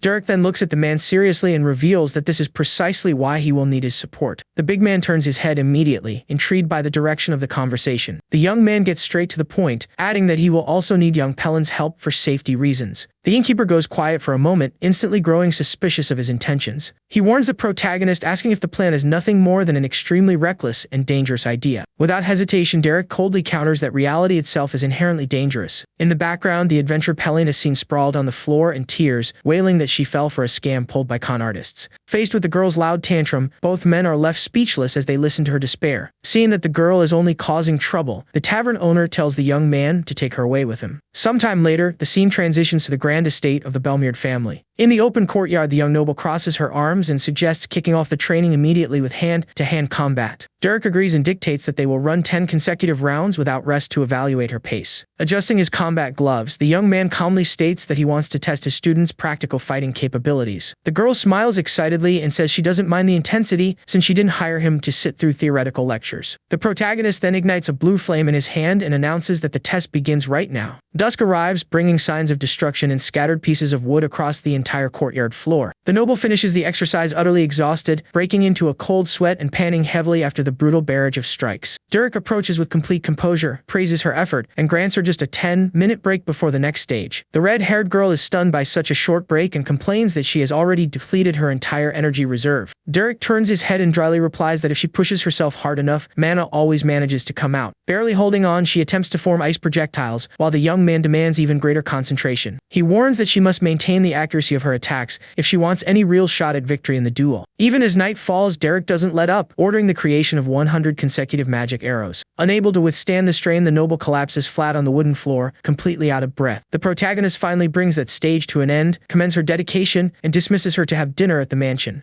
Seeing his student's miserable state, he asks if she is alright, reminding her that giving up is always an option. Her wounded pride gets the better of her, and the young lady springs right back up so as not to show weakness in front of him. She scoffs, saying she would never quit over something so minor, and that this is nothing more than simple physical fatigue. The girl claims she has faced far harsher challenges just to stand out in the city's high society. Derek simply nods, admitting in a neutral tone that he may have underestimated her willpower. Trying to keep up her tough act, the red-haired girl says she will be back tomorrow with her energy fully restored to train. She even brags that the instructor can ramp up the workload, claiming that this pace barely felt like real training. The young man gives her a strange look and questions why she is only talking about tomorrow. The noble blinks in confusion, not quite understanding where the young man is going with that question. He explains with the utmost calm that they were only at the beginning of the night training session. The girl realizes too late that she will be spending the entire night under the command of this merciless tutor. She tries to laugh it off, thinking it's a joke, but Derek immediately warns her that he was never hired to tell jokes. The following day, under a scorching sun, the crushing routine continues with the young man clapping his hands to set the pace. Shaking from head to toe, the young lady pushes her body to the limit to keep firing off her spells across the courtyard. The mercenary notices she still has energy left and doubles the target, making the girl scream in pure despair. Without giving her a breather, he starts an intense sprint and warns that if she stops, they will immediately go right back to magic training. Hours later, the noble collapses into a garden armchair, completely broken and struggling to breathe. Derek asks if she can still take it, and the girl stammers out a forced smile to pretend she is enjoying herself. The young man seriously reinforces that she doesn't need to continue if she feels the task is impossible for her. Stubborn as ever, the red-haired girl insists that the word surrender simply does not exist in her vocabulary. Derek watches her in absolute silence, analyzing just how far his student's unyielding resolve truly goes. Seeing that she won't give in, the young man stands up and announces that the break is over and it's time for the next round of combat. 2 weeks pass in a flash amid this grueling routine of daily training. In the tea garden, Ellen rests her head on the table from sheer exhaustion and asks young Denise to wake her up later. The red-haired girl thanks her in a faint voice, venting about how brutally demanding the past few days of training have been. Curious about such intense suffering, the silver-haired noble asks why her friend pushes herself to such an extreme. The red-haired girl remains quiet for a few moments, taking in the weight of all the effort she has put in up to this point. Raising her gaze with a fierce fire burning in her eyes, she answers with conviction that she does all of this simply to win. Denise is deeply impressed upon witnessing the seriousness and unshakable focus of her companion. Closing the book she was reading, the silver-haired noble offers her sincere support and says she will be rooting for her. She then lifts her head and begins observing the usual activity taking place around the courtyard. In the distance, Denise quickly spots the elegant arrival of the talented rival, accompanied by other girls from their group. As soon as her friend warns her of Azeline's approach, Ellen leaps to her feet, ready for the big moment. Azeline looks around the garden searching for a rival, but quickly notices she doesn't appear to be anywhere nearby. Hiding behind her chair, the red-haired girl covers her ears and curls up completely to avoid being discovered in such a pathetic state. The other nobles invite the dark-haired girl to check out a new boutique, and the group soon walks off down the path. Still embarrassed, Ellen remains huddled in her chair while Denise calmly watches her from across the table. The red-haired girl timidly asks if her rival is gone, and her silver-haired friend confirms that the coast is clear. Relieved, she lets out a sigh, hoping she wasn't seen slumped over the table in such an ungraceful manner. Earlier that same day, the talented dark-haired young lady had noticed the extreme fatigue plaguing her opponent. Azeline felt genuinely worried, wondering if her companion was truly doing alright after pushing herself so hard. Night soon settles over the city, blanketing the grand estate of the Belmere family under a dark, overcast sky. In the bedroom, the maid steps inside and announces that a delivery sent directly from the Duplain household has just arrived. It is an elegant box containing top-tier mana potions, beautiful flowers, and a thoughtful letter. The maid explains that the items were sent by the young rival to help restore her depleted energy. Instead of being pleased by the gesture, Ellen feels deeply humiliated and coldly orders everything to be thrown out. Turning her face away in bitterness, the noble demands they discard the gifts so she never has to lay eyes on them again. Changing the subject, she asks about the tutor, and the maid replies that he arrived at dawn to prepare the training session. The letter sent by her rival contains sweet words about the arrival of the cold winter and the impending fall of pure snow. While the maid brushes her red hair, the gentle message only seems to fuel the young lady's resentment even more. The note explained that the Duplain family had produced fine goods and that she wished to share them with her peers. Unlike the other young ladies who celebrated the gifts they received, to the red-haired girl, it felt like a direct blow to her pride. The rival's peaceful wishes served only to wound the Belmere-hair's bruised ego even further. In the mansion's outer courtyard, the protagonist waits patiently for the lesson to begin while reading a book beneath the cloudy sky. Derek looks up attentively upon hearing steady footsteps approaching the open combat area. The young man notices his student arrived well ahead of time, but she immediately states that she has no time to waste on pleasantries. Stretching her arms, the young lady curiously asks for his honest assessment of her performance. She asks for complete honesty regarding the progress she has made throughout all these weeks of brutal training. The protagonist pauses briefly and stares at her in silence, coldly evaluating the girl's situation. Without beating around the bush, the mercenary calmly replies that forfeiting the duel would also be an excellent strategy. The red-haired girl freezes instantly, feeling as though she had just been hit with a bucket of ice water right to the chest. Outraged by the discouraging answer, she demands to know why he insists on insulting her in such a blunt manner. Derek simply keeps his composure and apologizes if his comment sounded disrespectful to her ears. She explodes in indignation, demanding to know how on earth she is supposed to defeat her rival if her own master is telling her to give up. Overcome with rage, the young lady snaps that she paid for his services specifically to find a path to the top. The girl screams at the top of her lungs that she never hired him to hear cowardly advice about throwing in the towel. Losing her patience, she tells the young man to leave if he plans to keep that attitude, since he would only be wasting her time. Derek then counters by calmly asking what terrible thing would actually happen if she ended up being defeated. He explains that a blind obsession with victory hinders progress, and that sometimes one must accept defeat with humility. The young lady can't bear the weight of his words, covering her face with her hand as she vents that she would feel utterly pathetic. The young man continues watching her closely as the girl begins to emotionally break down right before him. She confesses through tears that she has always been a petty, envious person, completely incapable of acting as the pillar of her family. Weeping and clutching her own clothes, the noble admits with deep sorrow that she was never anything more than a bitter, resentful girl. In tears, the young lady screams in despair that she accepts all of it, admitting just how weak and pathetic she feels. She clenches her teeth tightly, feeling the unbearable weight of tears streaming endlessly down her face. The red-haired girl confesses that she knows perfectly well there is no real reason to harbor so much resentment toward her talented rival. Clutching her chest in anguish, she wonders why this feeling of inferiority refuses to go away. At that moment, Derek realizes that the noble's intensity had always been fueled by a deep self-hatred. Behind all the pride and arrogant posturing, the young lady had always carried immense contempt for her own shortcomings. The unhealthy obsession with surpassing Aceline was never anything more than a desperate attempt to prove her own self-worth. The mercenary had thought it was just childish jealousy or simple noble competitive drive. But looking at the girl crying in the courtyard, he realizes the person she despised most was never her rival. Deep down in her wounded soul, the one the young lady truly couldn't stand was herself and her own weaknesses. The young man takes firm steps toward her, understanding that this personal battle goes far beyond mere envy. Winning that confrontation is the only path left for the girl to free herself from her terrible inferiority complex. Derek stops right in front of her and states with absolute resolve that they will chase that victory together in the magic duel. With a focused and resolute gaze, the young man guarantees he will do everything in his power to ensure she wins. Wiping away her tears, Ellen regains her noble composure and nods with her head held high at her master's words. Meanwhile, a luxurious carriage speeds across vast golden fields under the radiant sunlight. The driver pulls the reins firmly, bringing the horses to a gentle stop before the gates of a massive estate. The vehicle's door opens, and an elderly man in a brown cloak and spectacles steps down carefully after the long journey. The man straightens his clothes and takes a deep breath, gazing at the imposing castle rising before him. That place is none other than the magnificent Main Manor located at the heart of the Belmere territory. The family patriarch, Count Tristan, appears in the hall and greets the visitor with warm enthusiasm. The nobleman, sporting red hair and an elegant demeanor, welcomes the gentleman with a broad smile and invites him to sit. Longing for his daughter, the Count asks how his precious child has been doing during her studies in the neighboring city. The doting father boasts proudly, declaring with full conviction that his heir will undoubtedly surpass his own skills.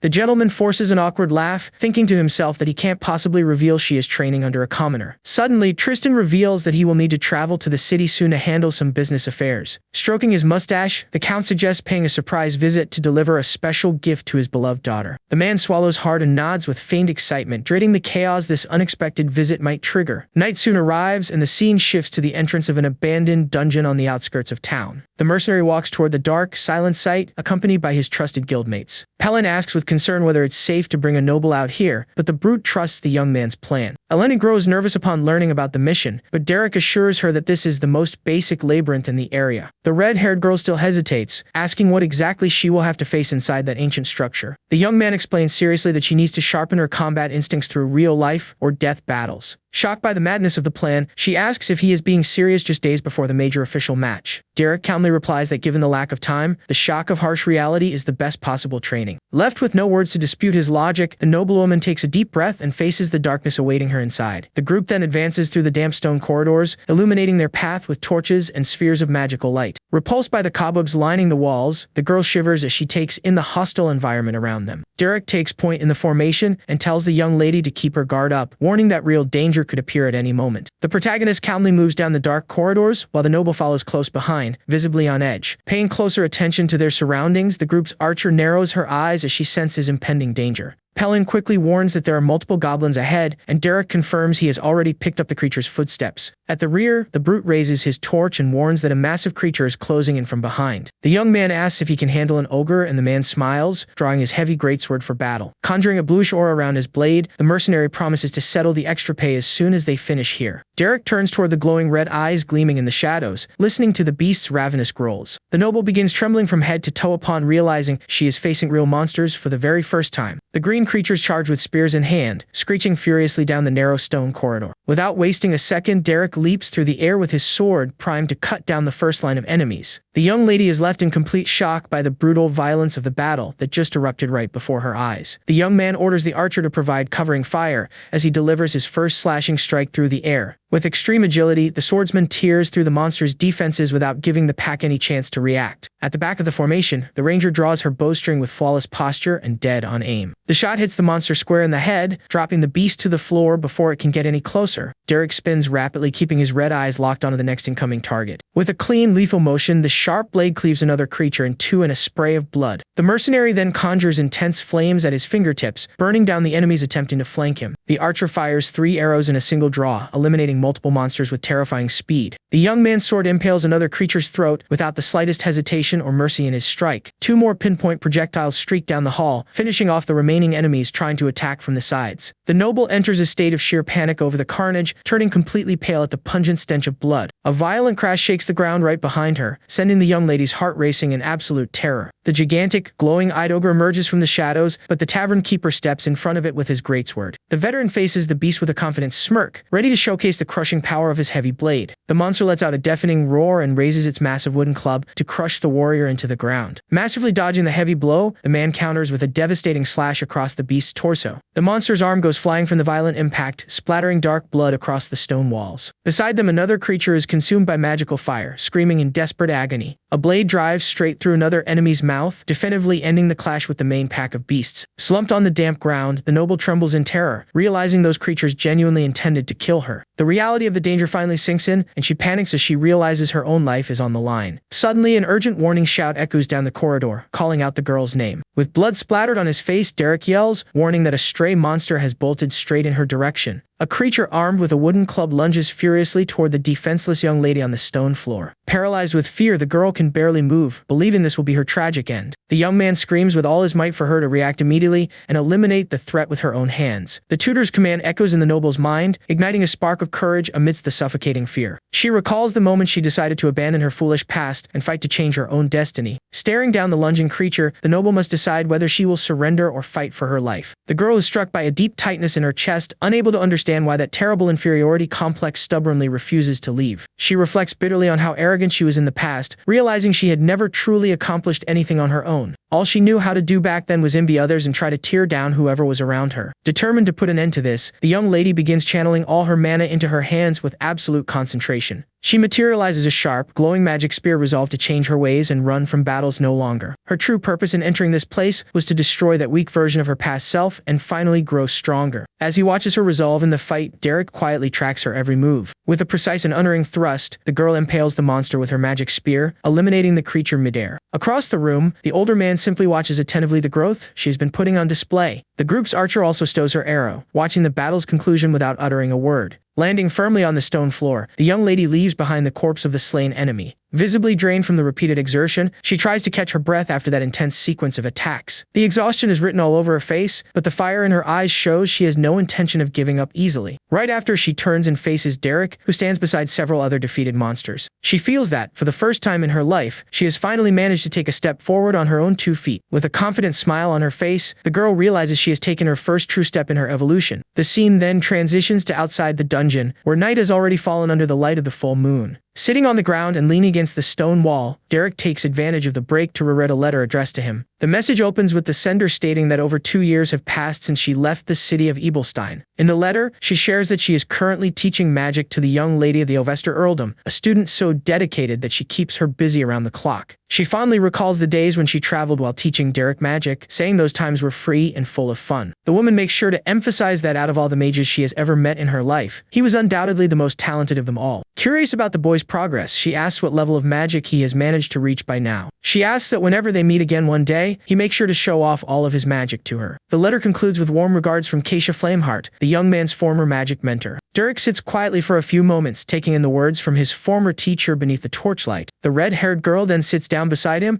remarking that she has seen him rereading that paper whenever he had free time over the past 2 weeks. Calmly folding the sheet away, Derek plainly explains that it's simply a letter sent by his master. Teasingly, she jokes that the woman must be incredible to have the patience to teach someone like him. The young man merely looks at her with a serious expression, unfazed by the jab. With complete composure, Derek honestly replies that she is indeed an extraordinary teacher. Disarmed by his calm and mature reaction, the girl is left feeling completely awkward for a moment. Slightly embarrassed, she confesses she was just trying to get under his skin, but quickly changes the subject after seeing her joke had no effect. Shifting topics, Derek reminds her that there are only 2 days left until the duel and asks how she feels about the match. The young lady hesitates for a second, admitting she isn't entirely sure of her feelings at the moment. But right after, a smile filled with firm resolve takes over her expression. Looking straight at him, the girl states with absolute conviction that she will emerge victorious from the clash. 2 days later, the scene moves to the magic training arena located in the city's noble district, packed with spectators. In the outer courtyard, several noblemen chat excitedly around a dark-haired girl who smiles warmly. That is the young lady of the county, the opponent standing in the way of the magic duel that is about to begin. As he walks through the arena grounds, Derek quietly slips past the crowd of nobles gathering for the event. Noticing the young man from afar, the dark-haired girl politely excuses herself from the other ladies. With an eager smile, she calls out to Derek immediately, delighted to run into him here. The girl mentions how happy she is to see him, and Derek greets her in return with proper formal courtesy. She then brings up hearing that he was helping young Lady Ellen with her magic training. Derek calmly confirms it, stating that he has indeed been working with her over the past few days. The two share a brief, silent look before continuing their conversation. She chuckles softly, commenting that he hasn't changed one bit, and asks if he didn't end up being too harsh on his student. The noblewoman shares that Yahello had already mentioned he was an unusual instructor, given that Ellen looked thoroughly exhausted lately. Derek picks up on her tone and remarks that she seems confident enough to be worrying about her opponent. With a firm, serious look, the young man advises her to never let her guard down, regardless of who her opponent is. The young lady takes the warning seriously, understanding the weight behind his words. Soon after, the murmurs of the crowd fill the arena beneath the sunny sky. In the stands, the nobles debate over the favorite to win, placing all their bets on young Lady Azeline. They mock Elena's physical condition, commenting that the girl looks like she lost weight from training so hard for the match. Elegant footsteps echo down the entrance tunnel leading to the dueling grounds. Azeline steps to the arena holding her dress with grace, drawing the attention and praise of everyone in attendance. Her flawless poise and natural elegance draw instant gasps of admiration from the audience in the stands. On the other side of the arena, heavy, deliberate footsteps make their way toward the center of the field. Focusing with absolute intensity, Ellen repeats to herself over and over that she will walk away victorious. The young red-haired girl steps out before the crowd with a firm posture, wearing practical combat attire. With eyes gleaming with pure resolve, she enters with the absolute certainty that she will not accept defeat. As she passes the entrance, Derek watches her closely, fully aware of the effort she poured into this moment. The two duelists finally stand face to face in the center of the wide arena beneath the watchful eyes of all. Curtsying politely, Azeline wishes her opponent well for the confrontation. Ellen returns the greeting, stating that Azeline's flawless composure has always served as a great example to her. To her surprise, the dark-haired girl denies it on the spot. Placing a hand over her chest, Azeline honestly admits that she has never felt this nervous before a duel in her life. Flashing a confident smirk, the red-haired girl asks if they can officially get the match started. Azeline nods firmly, steeling herself for the imminent battle. Right away, Ellen activates her mana, manifesting blazing flames around her hand. In response, a powerful bluish magic aura erupts around Azeline, stirring her hair into the air. The clash of both energies fills the entire arena with an astonishing magical pressure. Ellen conjures several magic circles in the air, forming a massive cluster of fiery projectiles all at once. Azeline is genuinely taken aback to witness the sheer scale and intensity of that spell. The glowing golden tips align in midair, ready to be launched straight at their target. A veritable rain of incandescent arrows plummets at blistering speed toward the young lady. Maintaining complete control over the technique, Ellen displays an impressive mastery over the flames. The scene then flashes back briefly to their training in the dungeon, where the girl could barely stand from pure exhaustion. Back then, Derek had bluntly warned her that if she relied solely on raw magical skill, she would never defeat her rival. During their training, Derek states without hesitation that the real key to victory is pure willpower. He explains that he trained her to scrape out every single drop of mana, prompting the girl to ask if his strictness was just cruelty. The young man calmly denies it, teaching that once both fighters exhaust their mana, the battle is decided by determination rather than technique. He instructs her to expend her mana in the grandest way possible to force a battle of attrition at all costs. Derek adds that the winner will be whoever can squeeze out one last drop of power in the end, though she worries her rival might have larger reserves. The young man coldly replies that if her opponent truly possesses more pooled energy, her defeat will be inevitable. However, he reminds her that one's mana capacity is set at birth, and that Ellen carries the noble blood of the Belmeard family. The girl listens intently to every detail of that advice, taking in the full weight of her coach's words. Concluding with a vote of confidence, he tells her to believe in herself as the fiery barrage blankets the arena in the present. On the other side, Azeline is stunned to witness the sheer level of strength her opponent is putting on display. Raising her hand with determination, the young red-haired girl expands the summoning of her glowing magic projectiles. A heavy storm of blazing streaks rains straight down, illuminating the entire expanse of the arena. The tips of fire hammer down relentlessly on Azeline's position, creating overwhelming pressure across the field. Determined not to give an inch, the young lady of the county concentrates her magical energy to raise an absolute defense. An immense dome of bluish mana envelops Azeline, holding out bravely against the barrage of fire arrows. The two duelists lock intense gazes across the distance, both convinced they will walk away with the win. Elenta keeps up the continuous bombardment without giving her rival any room to breathe or counterattack. The red-haired girl maintains the spell coldly, focusing entirely on executing the plan she drew up with Derek. Azeline then unleashes her wind barrier at full power, blowing away the thick smoke gathered around her. With a focused gaze, she analyzes her opponent's aggressive stance from behind her defense. The final magical blasts slam into the shield with a roar, kicking up dust across the entire dueling area. In the stands, the nobles are left wide-eyed as they realize the absurd leap in Elenta's mana reserves. The bluish barrier stands intact at the center of the smoke, shielding the mage from any direct damage. Azeline calculates that with such wild power consumption, Elenta's mana will run out in no time. Suddenly, the young aristocrat's eyes catch a swift movement darting through the haze on the field. Spotting the red-haired girl's silhouette charging straight at her, she believes she has found the perfect opening to counter.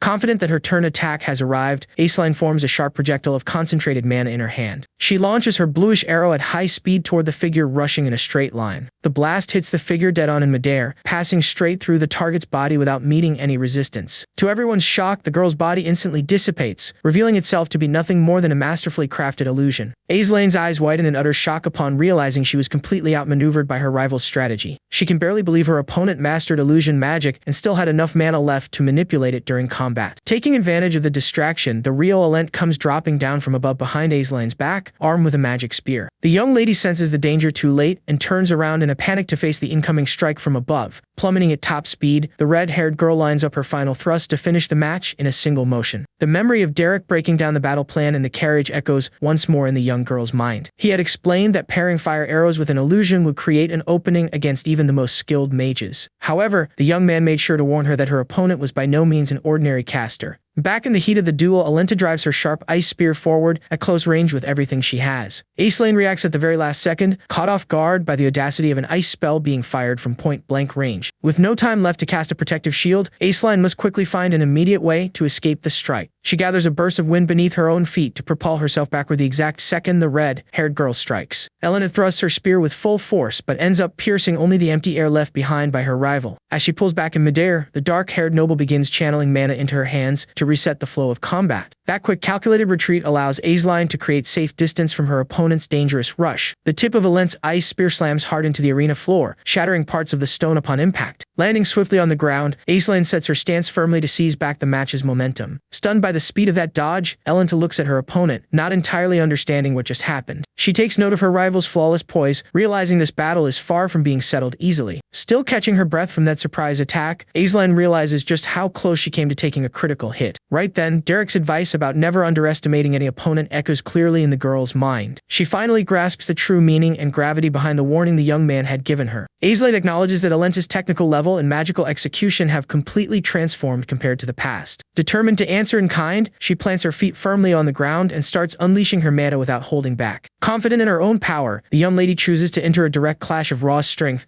against the red-haired girl. Countless gleaming ice spears begin materializing around her body at a terrifying pace. Within seconds, dozens of frozen projectiles cover the entire airspace above the young mage. The audience in the stands watches in awe, amazed by her ability to conjure so many spears without an incantation. Leaning against a pillar on the outskirts of the field, Derek watches the noble's extreme reaction closely. With a sharp, calculating gaze, the young man notes with satisfaction that Azeline walked straight into the trap. Across the arena, Elent goes on high alert as she takes in the sheer scale of the incoming counteroffensive. Admiring her opponent's growth, Azeline raises her arms to command the mass volley of her ice spears. Without her rival noticing, the red-haired girl discreetly positions a concentrated spark of fire behind her back. The massive formation of frozen projectiles surges high into the sky, blotting out the light of the sun itself. Azeline unleashes the blizzard barrage with everything she has, challenging her opponent to try and block such overwhelming power. Keeping her focus unbroken, Ellen keeps her eyes glued to the falling spears, waiting for the precise moment to act. With a swift flick of her fingers, the girl activates the mana she had quietly hidden across the battlefield beforehand. A concealed fire arrow traces a sharp curve through the air, cutting across the trajectory of the freezing spells at breakneck speed. The flaming projectile grazes past Azeline's head, taking the mage completely by surprise from her blind spot. The dark-haired young lady's eyes widen in shock as she notices that sudden flame appearing out of nowhere. In a chain reaction, the fire arrow intercepts and detonates the ice formation in midair before it can hit the ground. Azeline panics, having felt no flow of mana and heard no incantation whatsoever for that shot. She then remembers the initial bombardment of fire arrows that rained down at the start of the duel. The girl realizes that Elen had camouflaged an arrow in the air ever since then, saving it specifically for this counterattack. The burning projectile plants itself into the stone floor right behind Azeline, validating the red-haired girl's brilliant plan. Elen maintains total control over the arena, showcasing a commanding presence packed with magical authority. Under heavy psychological pressure, Aceline realizes she can no longer predict what her opponent's next move will be. Up in the stands, the nobles begin whispering in astonishment as they watch the two fight on completely equal footing. Tasting the advantage, Elenta flashes a confident grin upon seeing that she is finally outplaying the noble in the duel. Faced with such unpredictability, Aceline is gripped by the grim realization that she might end up defeated if things continue this way. Aceline acknowledges that her opponent is a step ahead in both boldness and tactical planning. Taking a deep breath to clear her mind, the noblewoman decides to completely shift her approach to the fight. She resolves to rewrite the rules of the engagement and take the duel to an entirely different level. With arms crossed along the sidelines, Derek watches the young lady's shift in posture with utter seriousness. The young man mutters to himself that the true, decisive battle is only just beginning right now. Aceline closes her eyes for a second and lets out a soft smile, gathering a colossal amount of energy. A massive release of mana begins enveloping the mage's body, causing the surrounding air to vibrate violently. Elenta is left completely confused, caught off guard by the sudden shift in the atmosphere across the entire battlefield. A powerful blast of wind carrying pure magical energy surges at high speed straight toward the red-haired girl. Shielding her face for protection, Elenta notices that this isn't an ordinary spell, but rather a wave of raw mana. The red-haired girl's eyes widen as she senses something completely anomalous taking place in the area. To her horror, she realizes that all the mana present in the surroundings has simply vanished into thin air. That phenomenon causes the ambient mana to briefly disappear, absorbed entirely by her rival's sheer power. This happens due to mana alignment, when an absurd quantity of power completely dominates the surrounding energy. When a caster pushes their capacity beyond the extreme, the environment is forced to align with their very own mana. A gigantic flaming sphere materializes overhead, lighting up the sky with a terrifying golden glow. Simply put, the noble was pushed to her absolute limit and ended up surpassing her own capabilities in the middle of the fight.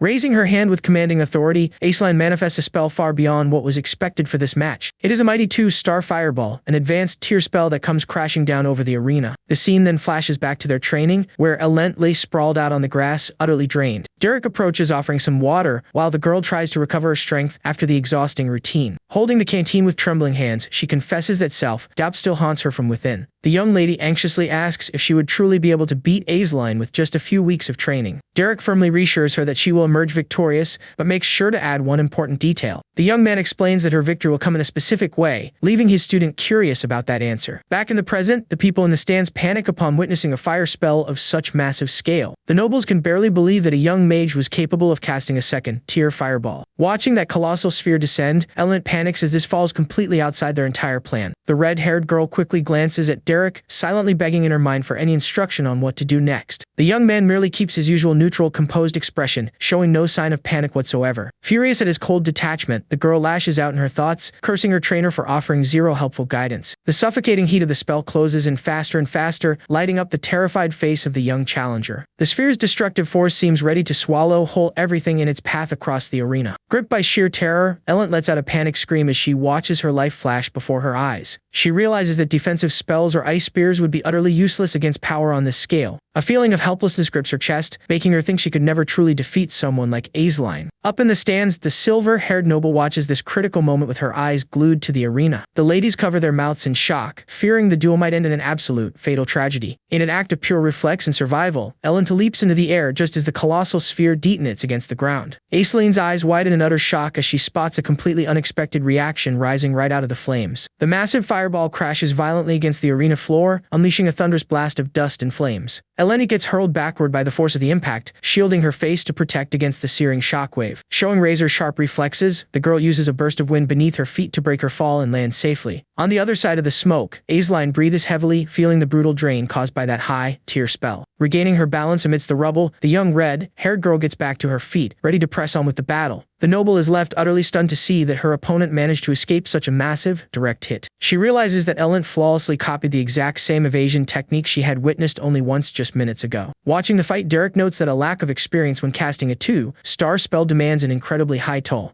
The young man knows all too well that an advanced spell of that nature is nothing more than an insatiable monster that devours its caster's mana whole. Noticing the involuntary tremble in her own fingers, Aceline clenches her fist in a desperate bid to keep steady. Derek realizes the young lady recognized Elenta's talent and chose to fight with everything she had right from the start. The protagonist understands that this choice was Aceline's way of showing genuine respect for her opponent. It was a tribute to the tireless dedication of someone who trained relentlessly just to challenge her on equal terms. Grasping her mentor's plan, Elenta smiles with confidence realizing that all she has to do is endure a bit longer to win. Refusing to accept defeat, Azeline raises her arm once more and gathers the final reserves of her mana for another attack. Shouting with all her resolve, the girl conjures a second fireball right in the middle of the battlefield. The extreme strain makes the noble groan in pain as she tries to stabilize that destructive spell with what little strength she has left. She launches the blazing sphere straight at Elent, staking everything on this final, decisive strike. In the stands, the nobles fall into absolute shock, seeing a second summoning of such overwhelming power in rapid succession. The new fireball tears through the air with even greater speed, leaving every spectator breathless. Without losing her cool, Elent sprints sideways and leaps at the exact moment needed to clear the projectile's path. The spell slams into the floor with a roar, while the red-haired girl rides the explosion itself to launch high into the sky. Pulling off a flawless aerial flip, she demonstrates impressive body control forged through her training. The young lady climbs even higher, strategically positioning herself right in front of the sun's radiant glare. The sunlight wraps around Alenta's body, completely blinding her opponent's field of vision down below. Trying to track her rival, Azeline is forced to shield her eyes with her arm, unable to see what is about to come down. Capitalizing on the noble's temporary blindness, the red-haired girl preps her aerial counterattack with surgical precision. Elenti knows that angle prevents her opponent from anticipating the direction of the strike that is about to drop. Fully aware that her rival has burned through almost everything, she forms a sharp ice spear to force even more energy drain. The young lady hurls the freezing spell straight toward Azeline, daring the mage to find a way out of that attack. Completely exhausted and lacking the energy to move, the dark-haired noble drops to her knees on the arena floor. The ice spear embeds itself violently mere inches from Azeline, establishing a clear checkmate in the duel. Elent realizes her rival couldn't even manage to raise a basic barrier, having completely run out of usable mana. The red-haired girl lands firmly and steps toward her defenseless opponent to declare the end of the clash. Struggling to catch her breath, Azeline remains without the strength to stand after pushing herself past her limits. Leaning in his corner, Derek watches the scene and coldly concludes that the fight is right on the verge of ending. Elent walks forward with a triumphant smirk, convinced she has backed her opponent into a corner exactly as planned. Feeling she still has enough juice to fire off 2 more spells, the red-haired girl is certain that victory is already hers.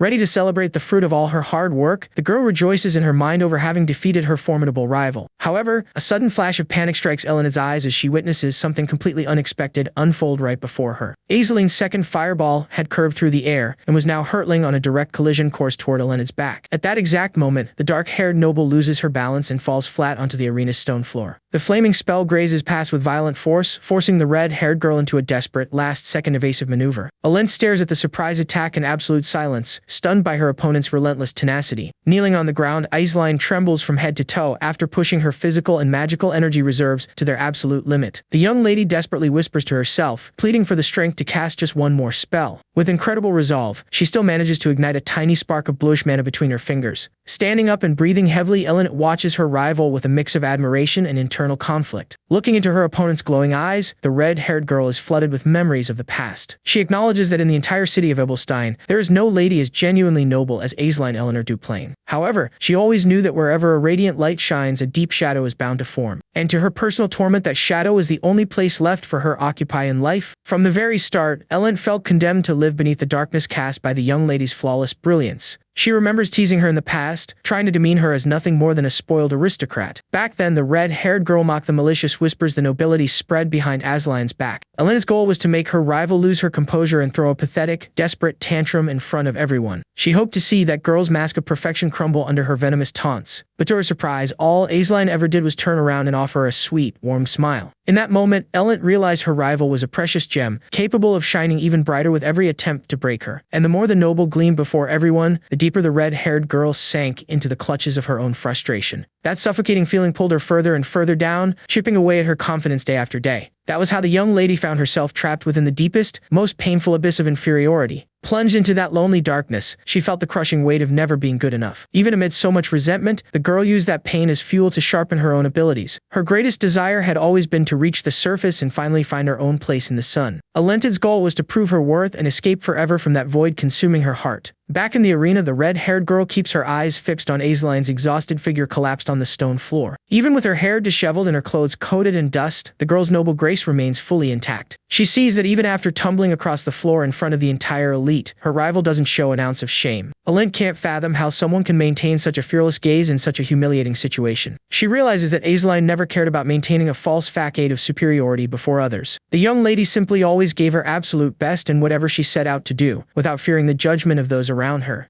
Up in the stands, the crowd begins chanting in unison, cheering on their favorite noble to get back up and fight. Channeling her final flames into the palm of her hand, Ellen prepares to put an end to the clash once and for all. The red-haired girl then glances for a brief second toward Derek, recalling her mentor's words. He had promised that she would win, but the girl now grasps the true weight behind that statement. She realizes that if she defeats her opponent using only dirty tricks or desperate gambits, nothing will truly change. Ellen understands that even if she walks away victorious from this physical duel, her soul will still remain defeated in the end. Winning merely to appease her complex will keep her forever trapped in the darkness of her own inferiority. Meanwhile, gathering the remainder of her life force, Aisling raises her mana-wrapped hand for one final stand. Aisling looks down at her own hand and sees that her final spark of mana is completely faded away into nothingness. To everyone's surprise, Ellen opens her arms and announces out loud that her own mana is completely gone as well. The dark-haired young lady is left speechless, unable to understand why her rival would simply forfeit the fight. Calmly turning her back, the red-haired girl admits that, just as expected, she is no match for Aisling's skills. Walking out of the ring, Ellen makes her own defeat official and praises the great sparring match they shared. In the stands, the young noble ladies cheer and applaud enthusiastically for Aisling's flawless performance. Wearing an expression of relief and serenity, Ellen heads toward the exit without carrying a shred of bitterness. Still sitting on the ground, Aisling watches her opponent walk away, deeply moved by the unexpected grace of her actions. Time passes, and the sunny afternoon begins to give way to the soft tones of dusk over the arena. Several noble ladies surround Aisling with warm praise, marveling her use of two-star magic during the duel. However, the young lady's pensive gaze drifts away from the crowd, focusing on something that truly touched her heart.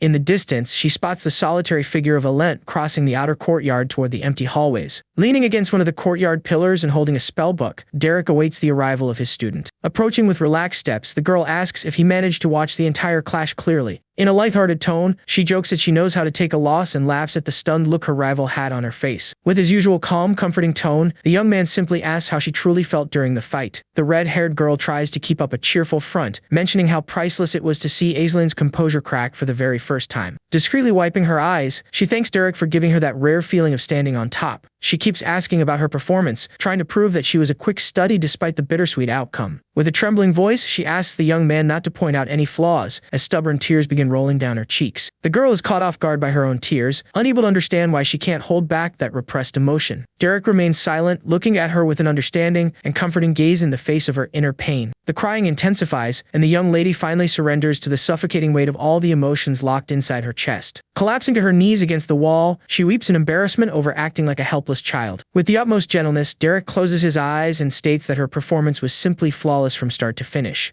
The young man stays by the girl's side while she buries her face in her hands, letting out all of her built-up tension. Through her sobs, Ellen opens up and honestly confesses that deep down, her greatest desire was to win. She explains that the moment she was about to end the duel, she realized an empty victory would leave her in the exact same place. That would have just been another way to chain herself forever to the shackles of her petty past. The red-haired girl feared slipping back into that miserable state of envy, bitterly acknowledging her own weakness of character. Under the gentle glow of dusk washing over the hallway, the two share that moment of deep reflection. Crying earnestly, she admits that Aisling remained noble the entire time, and that her only real excess was her own sense of inferiority. The young lady laments with her head down, believing she would never be capable of truly becoming someone different. Derek then steps in with quiet composure, asking what is so wrong with looking a little pathetic sometimes. Surprised by that unexpected question, Elena lifts her teary eyes toward her mentor. With a wise and direct look, the young man teaches that anyone who lacks the courage to look pathetic will never truly be able to grow. The young man's words echo down the palace's long corridor, bringing genuine comfort to his student's heart. The sensation of sinking into the dark abyss finally begins to dissolve like bubbles rising to the surface. For the first time in a long time, Elenta's feet touch calm, clear waters, freed from the grip of envy and guilt. Looking toward the illuminated horizon where her rival walks, the red-haired girl smiles in peace, realizing that today, she didn't remain trapped in the past. In the distance, the platinum-haired young lady watches the conversation between Derek and Elent with a thoughtful expression. That was the noble Lady Denise, who was following every detail of the post-duel scene with extreme discretion. The other nobles say their goodbyes to Aisling, thanking her for the thrilling spectacle she delivered in the arena. Denise then walks up with a warm smile, congratulating the young lady on yet another brilliant achievement. With a serious look, Aisling asks if her friend truly understood what actually took place on the field. The young lady confesses without hesitation that she knows perfectly well she wasn't the true victor of that magic clash. Denise keeps a calm, serene smile, patiently listening to her talented friend's honest venting. The noble of the county remains lost in thought under the golden light of dusk, taking in the lesson she just received. The white-haired girl points out that in terms of pure capacity and raw mana reserve, Azeline is still far superior. However, the noblewoman counters, saying that Alenta's technique and sheer audacity outmatched any advantage in raw power. A genuine smile forms on her face as she admires her rival's ability to have evolved so much in such a short amount of time. The image of the silver-haired instructor comes straight to her mind, revealing the true architect behind that transformation. Bathed in the light of the setting sun, the young aristocrat makes a definitive decision regarding her own magical future. She turns to her trusted maid named Daisy, who promptly answers her lady's call. With determination in her eyes, the girl orders an urgent message to be dispatched directly to the main household. Azeline is fully convinced that she needs Derek by her side as her new magic mentor. The scene shifts to the main family's grand estate, where the leaders of the nobility discuss matters of state. Reviewing a confidential report, the patriarch questions the appearance of a 6-star travel pass in Ebelstein. His eldest son informs him that the customs agreement was moved up in response to the suspicious movements of Sir Drest. The count suspects that the arrival of the head of the Belmeard family in the city is also tied directly to this case. He considers that, dealing with someone at the pinnacle of search arts and a master of clairvoyance, there must be a real underlying reason. The heir then hands over the newly arrived correspondence from Azeline, informing him that his sister has requested a new teacher. Adjusting his glasses, the nobleman suggests simply appointing one of the many available masters to fulfill his daughter's request. The young man explains that she specifically asked for Derek, who is currently employed at the Belmeard estate. The patriarch weighs the situation and considers sending the family butler to handle the negotiations with the rival house. The young heir firmly steps in, stating that sending an intermediary to the location will not be necessary. The count agrees and decides he will personally settle the matter himself when he heads to Ebelstein to handle the other affairs. Meanwhile, twilight settles softly over the quiet gardens of the estate in Ebelstein. Sitting at the gazebo table alongside Derek, Ellen mentions she will be taking some time off from the intense training. The young man listens to her with his usual calm, paying attention to his student's every word. Resting her chin on her hand, the red-haired girl remarks that she needs a break from her studies to clear her mind. She asks if he will continue working for the Belden mercenary group, and Derek confirms he is staying with them.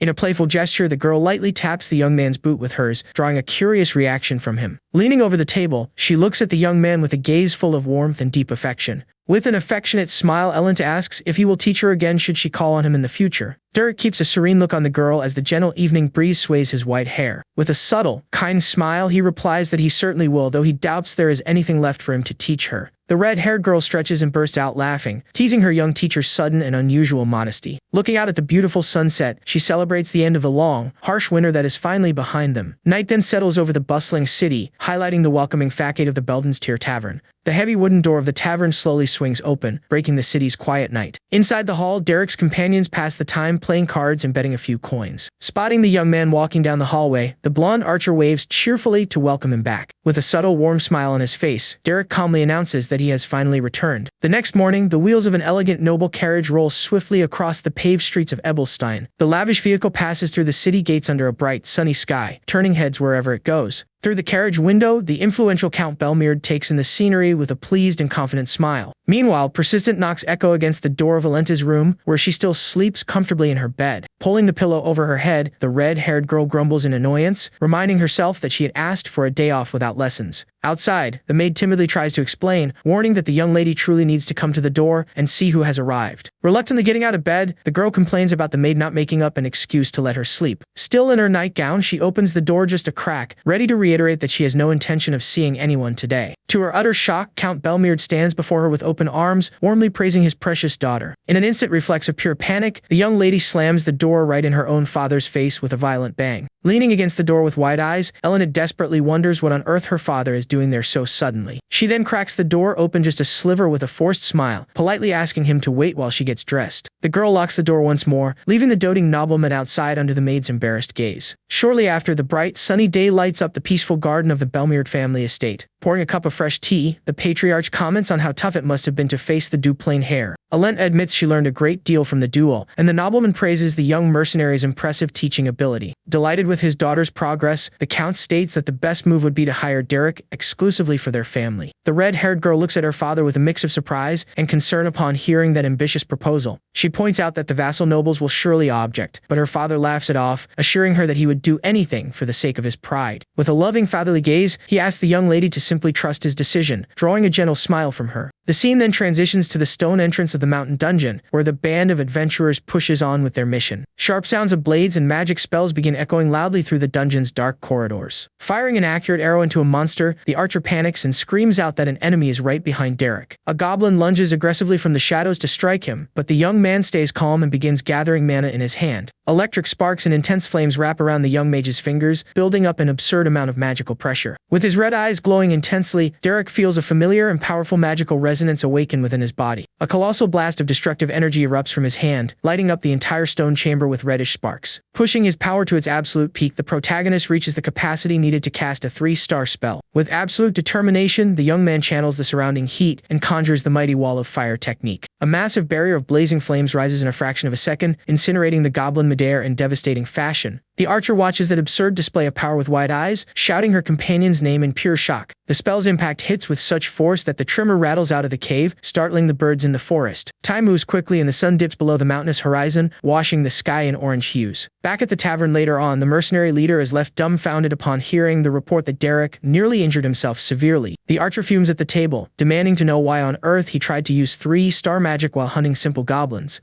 With bandages on his face and staring thoughtfully down at his own hand, Derek reflects on the strange sensation he felt as he broke past yet another limit. The man advises the young man not to lose his head over hitting a wall in his studies, telling him there is no reason for such anxiety. Taking calm steps across the room, he reminds him that the wild school has always been about following the natural flow of things. Walking toward the counter, the traveler continues tossing out casual remarks regarding magical training. He lets out a sigh, admitting that in the end, simple advice like this rarely gets through to stubborn mages like the boy. Shuro notices he cannot sense even a trace of mana coming from the man, yet instantly recognizes that he is standing before the legendary 6-star search mage. Revealing his aged face and asking for a drink to wash away the fatigue of the road, the wanderer dressed Wolftail finally introduces himself. Meanwhile, beneath the glow of the full moon, the scene shifts to the grand noble mansion where training stretches late into the night. On the estate's terrace, Amy Carmen concentrates with everything she has as she manipulates a massive amount of mana around herself. She shapes the energy with extreme precision, struggling to keep several magical blades stable and hovering in midair. With fixed eyes and controlled breathing, the girl pours all her focus into keeping the spell's framework from falling apart. The young lady strains to manifest a 5th glowing spear, demanding more and more from her own magical capacity. But holding such a heavy load begins taking its toll, and the mental strain forces the girl to clench her teeth against the pressure. Unable to sustain the continuous flow of power, the magical matrix loses its stability and begins cracking all at once. Amy is caught off guard by the magic's sudden collapse and barely has time to react before everything falls apart. In a fraction of a second, the energy projectiles shatter through the air, ruining the young mage's attempt. Overcome with rage, she drops to her knees on the floor and lets out a frustrated cry, utterly distraught over her failure. A young man from the family walks over, teasing that her difficult temper remains the exact same as always, catching the girl by surprise. He admits she did well by forming 5 spears, taking the opportunity to jab at her by asking if that progress came thanks to a good teacher. Pouting, she snaps back that the credit belongs entirely to her own talent, and that selfish guy named Derek had nothing to do with it. The young man mentions that Lady Azeline is planning to hire that very same Derek as a tutor, leaving Amy horrified over what the other girl might have to endure. He continues the conversation by revealing he heard at a recent ball that Lady Alent also plans to keep hiring the young man's services. Faced with all that, the girl is left baffled, unable to understand how such an annoying guy became such a sought-after figure. The young man jokes that it makes total sense he's famous, since he managed to turn a rebellious girl like her into someone decent, infuriating Amy even more. Looking down, she admits the truth to herself, suggesting that perhaps it would be far better if Derek ended up choosing to tutor Azeline. Spotting the opening, the young man grins and teases that this way she would have the perfect excuse to reunite with the Derek she misses so much. Bright red with embarrassment, the girl stammers and tries desperately to deny everything, while the young man simply pretends to buy the excuse. He then looks up at the starry sky, commenting on how the fame and rumors surrounding Derek's talent are already spreading throughout the entire region. In another chamber bathed in moonlight, a young nobleman reflects in silence, hoping the list of competitors vying for that tutor won't grow any larger. Meanwhile, the night remains quiet around the village near the tavern where our protagonist continues to work. Inside the establishment, the old mage enjoys his muggle with relish, while Sharon watches him closely without uttering a word. The young man is lost in thought, trying to understand what would bring a mage of such an unbelievable caliber to visit such a humble place.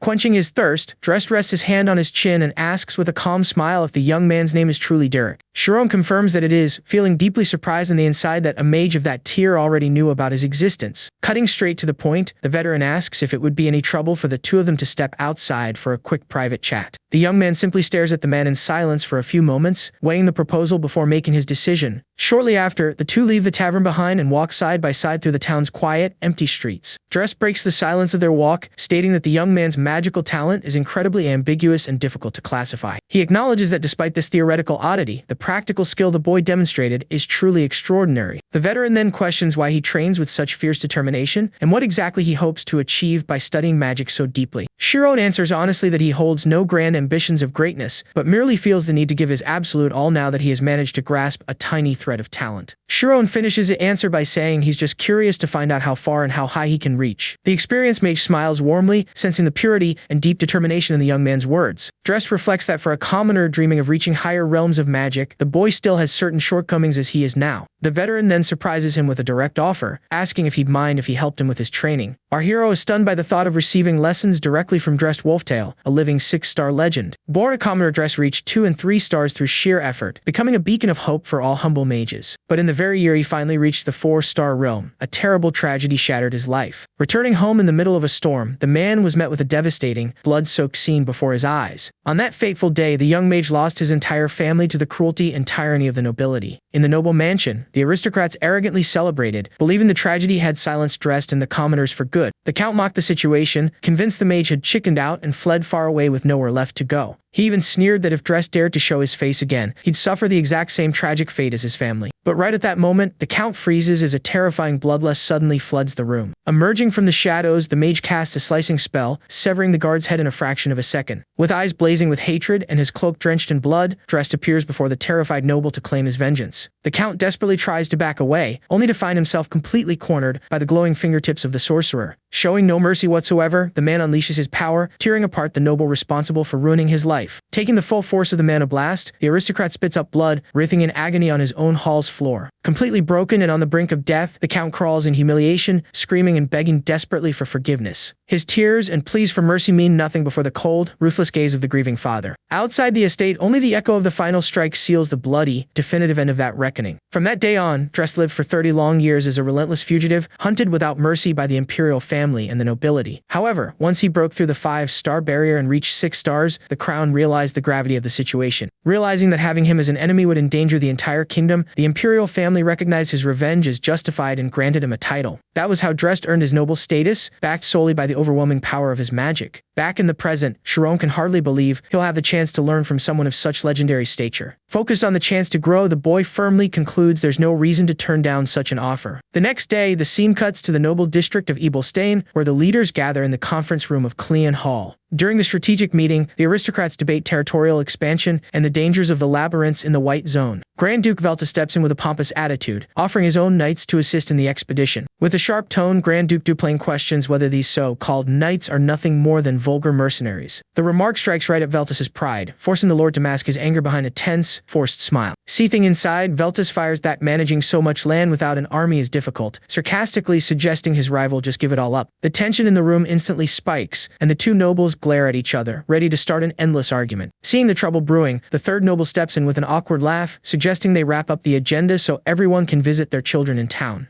Duplain then brings up the academy, mentioning he heard his colleague's daughter, Elent, fought on equal footing against Aisline. Elent's father proudly confirms it, emphasizing that despite her loss, his daughter's talent has finally begun to bloom. Duplain points out that with guidance from a good teacher, the young lady would have everything it takes to surpass Lady Aisline in no time. Calmly adjusting his glasses, he leaves it in the air who he's referring to, and the other lord quickly deduces he's talking about Derek. Duplain finishes the conversation gravely, stating that if Derek becomes Aisline's instructor, Elent will never be able to surpass her. Duplain's words hit the other noble's pride directly, and he makes no effort to hide his irritation at the taunt. He tries to argue that Derek's connection with his daughter runs deep, but Duplain counters that he doesn't know the boy at all if he thinks he's driven by personal bonds. Watching the heated debate, Grand Duke Veltas grows intrigued, wondering who this Derek person is to cause such a dispute. He then decides decides it's time to join the race and plans to order Denise to thoroughly investigate who this mysterious instructor is. Later, the scene cuts to the entrance of the village tavern during the day, where business continues as usual. The red mustachioed noble arrives accompanied by his servants and is greeted at the door by the man in charge. The establishment's owner is caught completely off guard by the commanding presence of such an aristocratic figure. With an imposing posture, the noble cuts straight to the chase and asks if he's the commander of that mercenary group. As drinks are served at the wooden table, a tense atmosphere settles over the room. The aristocrat complains that he came in person because he never received a reply to his letter, leaving the tavern owner struggling to explain himself. Scratching his head awkwardly, the commander confesses that Derek has been missing for days and that they've been searching for him too. He adds that a few days ago, the boy turned down every job request and vanished off the map without leaving a trace. The noble grows suspicious, wondering if Duplain or Veltus beat him to it and hired the young man behind his back. Determined not to fall behind, he decides he'll have to track him down himself as the scene shifts to the luxurious Veltus mansion. In her quarters, young Denise enjoys a moment of rest, eating an apple while analyzing the situation. Sitting comfortably with the letter in hand, the girl carefully reads the message she just received. When she asks when the mail arrived, the maid informs her that the patriarch sent it in the early morning hours with extreme urgency. The letter demands that she find Derek immediately to make him her tutor, taking advantage of the fact that his market value is supposedly low right now. The young lady lets out an exhausted sigh at the sudden order, finding the whole thing extremely inconvenient for her routine. After all, to her, this was one of the most special and long-awaited days of the entire year. Taking off her glasses with an expectant smile, she can barely contain her excitement for what's finally about to happen. It was the release day of her favorite author's new novel, promising a plot full of passion and aristocratic tropes. Curious and with a slight blush on her cheeks, all she wanted was to dive into the spicy secrets of that new story. But knowing her father wouldn't stop nagging if she disobeyed, she realizes there's no escaping this duty. Resigned to the task, the young lady calls her maid Bella to help her get dressed without wasting any more time. She orders her outfit prepared, as she must fulfill her duty of tracking down this instructor. The story then shifts to the mountains under the night sky, revealing the hidden entrance of a mysterious cave. Inside the rock formation surrounded by stalactites, moonlight barely penetrates the darkness. On a platform above the glowing waters of an underground lake, Sharon and veteran dressed begin their training alone. The master instructs the young man to close his eyes, release his mana like a thin mist, and feel the energy echo as it touches the surroundings. Our protagonist focuses with all his might, taking a deep breath as he begins projecting his magical presence across the area. Green waves of mana spread across the water and the cave walls, mapping every inch of the enclosed space. Drest explains that this is the foundation of detection magic, where at the 1-star level, a mage only learns to detect simple threats. He details that at 2 stars one can track locations, at 3 stars break disguises, and at 4 stars see right through an opponent. At the 5-star realm, minds can be read and the dead contacted, while the 6-star grants the incredible ability to foresee the future. Hearing about the power to see the future leaves Sharon deeply shocked and thoughtful about the reach of such power. The experienced mage confirms he used that very foresight to find him, revealing that he desperately needs the boy's help. Curious and apprehensive, our hero directly asks what exactly fate has in store for him. Drest then looks at him seriously and asks if he has ever heard of a man named Valerian. The master reveals that this man is none other than the eldest son of the powerful House Duplain, putting Sharon on high alert. The experienced mage reveals that before Sharon reaches adulthood, Valerian will corrupt himself with the dark arts of necromancy. The revelation hits the young man hard, making our hero stare back with a serious, tense expression given the gravity of the situation. Without mincing words, Drest is blunt and states that for this very reason, Sharon will have the duty to eliminate the eldest Duplain's son. The young man remains in absolute silence for a few moments, taking in the colossal weight of that responsibility on his shoulders. When questioned about what Valerian is planning, Drest sighs with regret, stating he isn't allowed to share further details. He explains that seeing the future requires extreme caution, as knowing everything beforehand can alter fate in dangerous and unpredictable ways. The master hesitates for a brief moment, but decides to add just one more crucial piece of information about the fate awaiting him. With a heavy expression, the veteran somberly warns that according to his visions of the future, Sharon is fated to die. Seeing the boy remain calm and composed, the man finds his lack of panic strange in the face of such grim news. Sharon firmly replies that he said, fated to die, not that his tragic end is an absolute and unchangeable certainty. The intelligence and courage of that response bring a subtle smile of pure admiration to the old sorcerer's face. Drest agrees with satisfaction, readily assuring him that he has no desire to see him lose his life on this journey either. The master states that he won't allow him to die, warning that to survive this fate, he will have to become truly strong. Raising his hand toward the cave opening, the legendary mage begins channeling a surreal amount of magical energy. Luminous beams of pure mana expand with grace and grandeur, tearing through the darkness of the night with a magnificent glow. With his eyes fixed on the released energy, Drest sternly warns that the boy will need to reach an overwhelming level of power. A colossal and terrifying magical presence takes shape in the sky, revealing the astounding heights a supreme mage is capable of reaching. Fascinated by that majestic display under the moonlight, Sharon gazes upon the true horizon of magic before him. Gripped by unshakable determination, the young man mentally prepares himself to break through any barrier and begin his training. The scene then shifts to the next day in the bustling streets of Ebelstein, where the city's daily routine is in full swing. An elegant aristocratic carriage halts its pace, pulling up smoothly alongside the cobblestone pavement. The coachman carefully pulls the reins, bringing the horses to a stop before the steady flow of locals.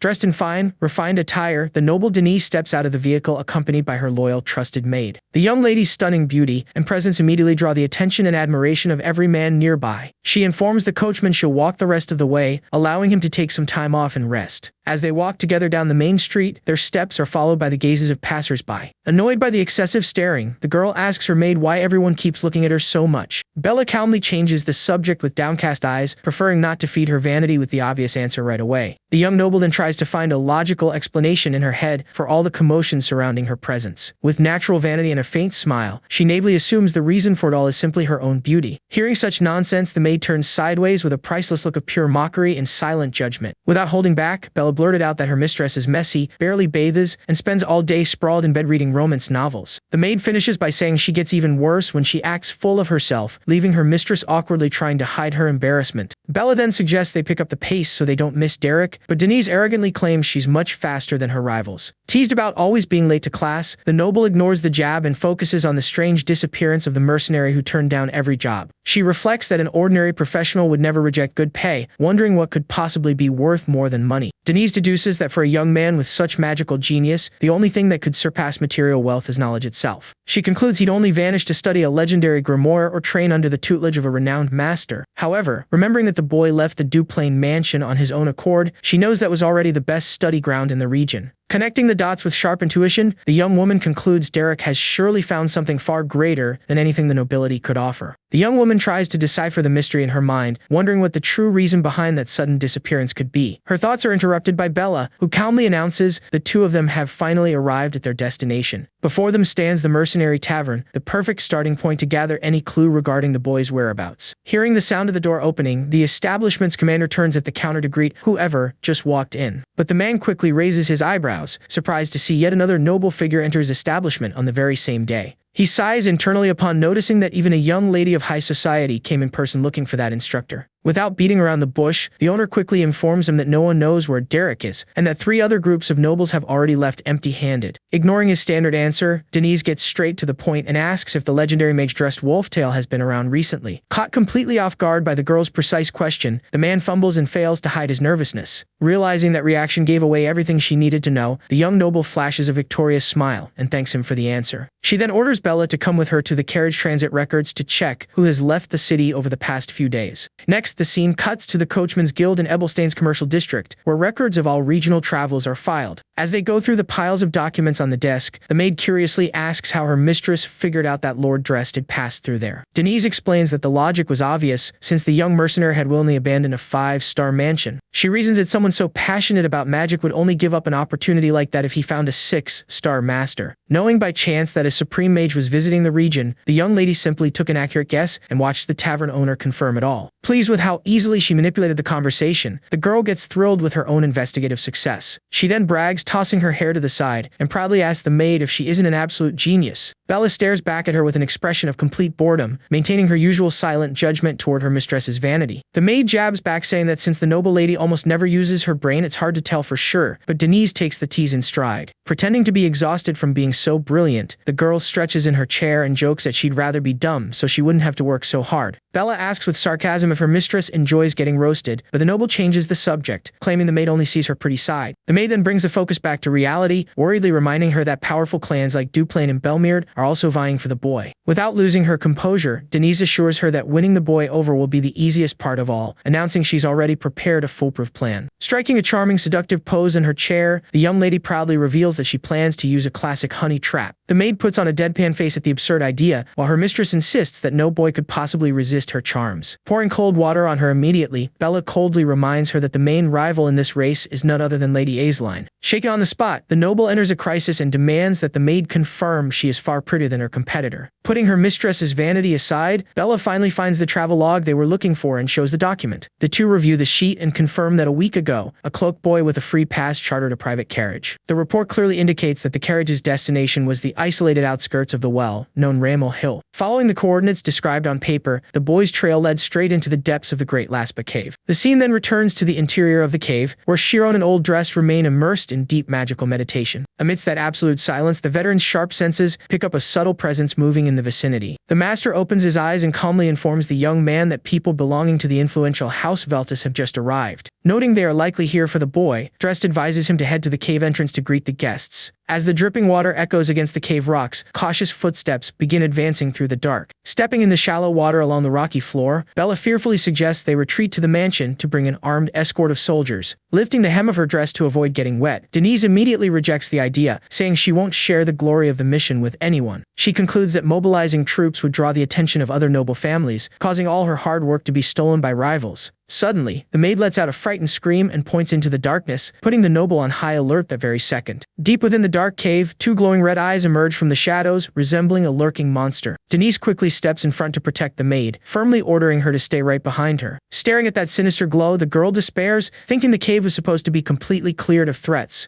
Aware that she hasn't mastered offensive magic very well, she realizes she has no other choice but to try and fight. As firm steps splash through the shallow cave water, the hidden presence calmly advances toward the two of them. Denise hurriedly begins chanting a magical incantation, gathering a blue flame of mana at her fingertips. But as the figure fully steps out of the darkness, the mysterious red-eyed being turns out to be just young Shiron. Our hero defuses the tension by greeting the girl and asking what brings her to such a humble place. Dispelling her magic on the spot, the noble stand's jaw dropped upon realizing the supposed monster was actually the mercenary she was looking for. The two then stare at each other in silence in the middle of the underground stream, with the maid still scared right behind her. A smug smile appears on the noble's face as she quickly remembers the foolproof seduction plan she had just come up with. Confident in her own charm, the girl decides this is the golden opportunity to win him over once and for all. She begins stepping delicately through the water, adjusting her dress to put on her best performance. Putting on a gentle expression and feigning shyness, the noble softly asks if he really is the famous Derek. Shiron simply confirms his identity calmly, maintaining a completely neutral posture toward her approach. The young woman flashes a radiant, seductive smile, setting the stage to unleash her charm at full power. She lets out a relieved sigh and says in an alluring tone that she came all the way here solely because she wanted so badly to meet him in person. With a melodramatic voice, she claims she dreamed of having at least one conversation with him, while the maid watches in pure second-hand embarrassment. But our protagonist simply stares back at her with a completely deadpan and bored expression. He replies bluntly and dryly that they've already had that conversation, killing the mood in an instant.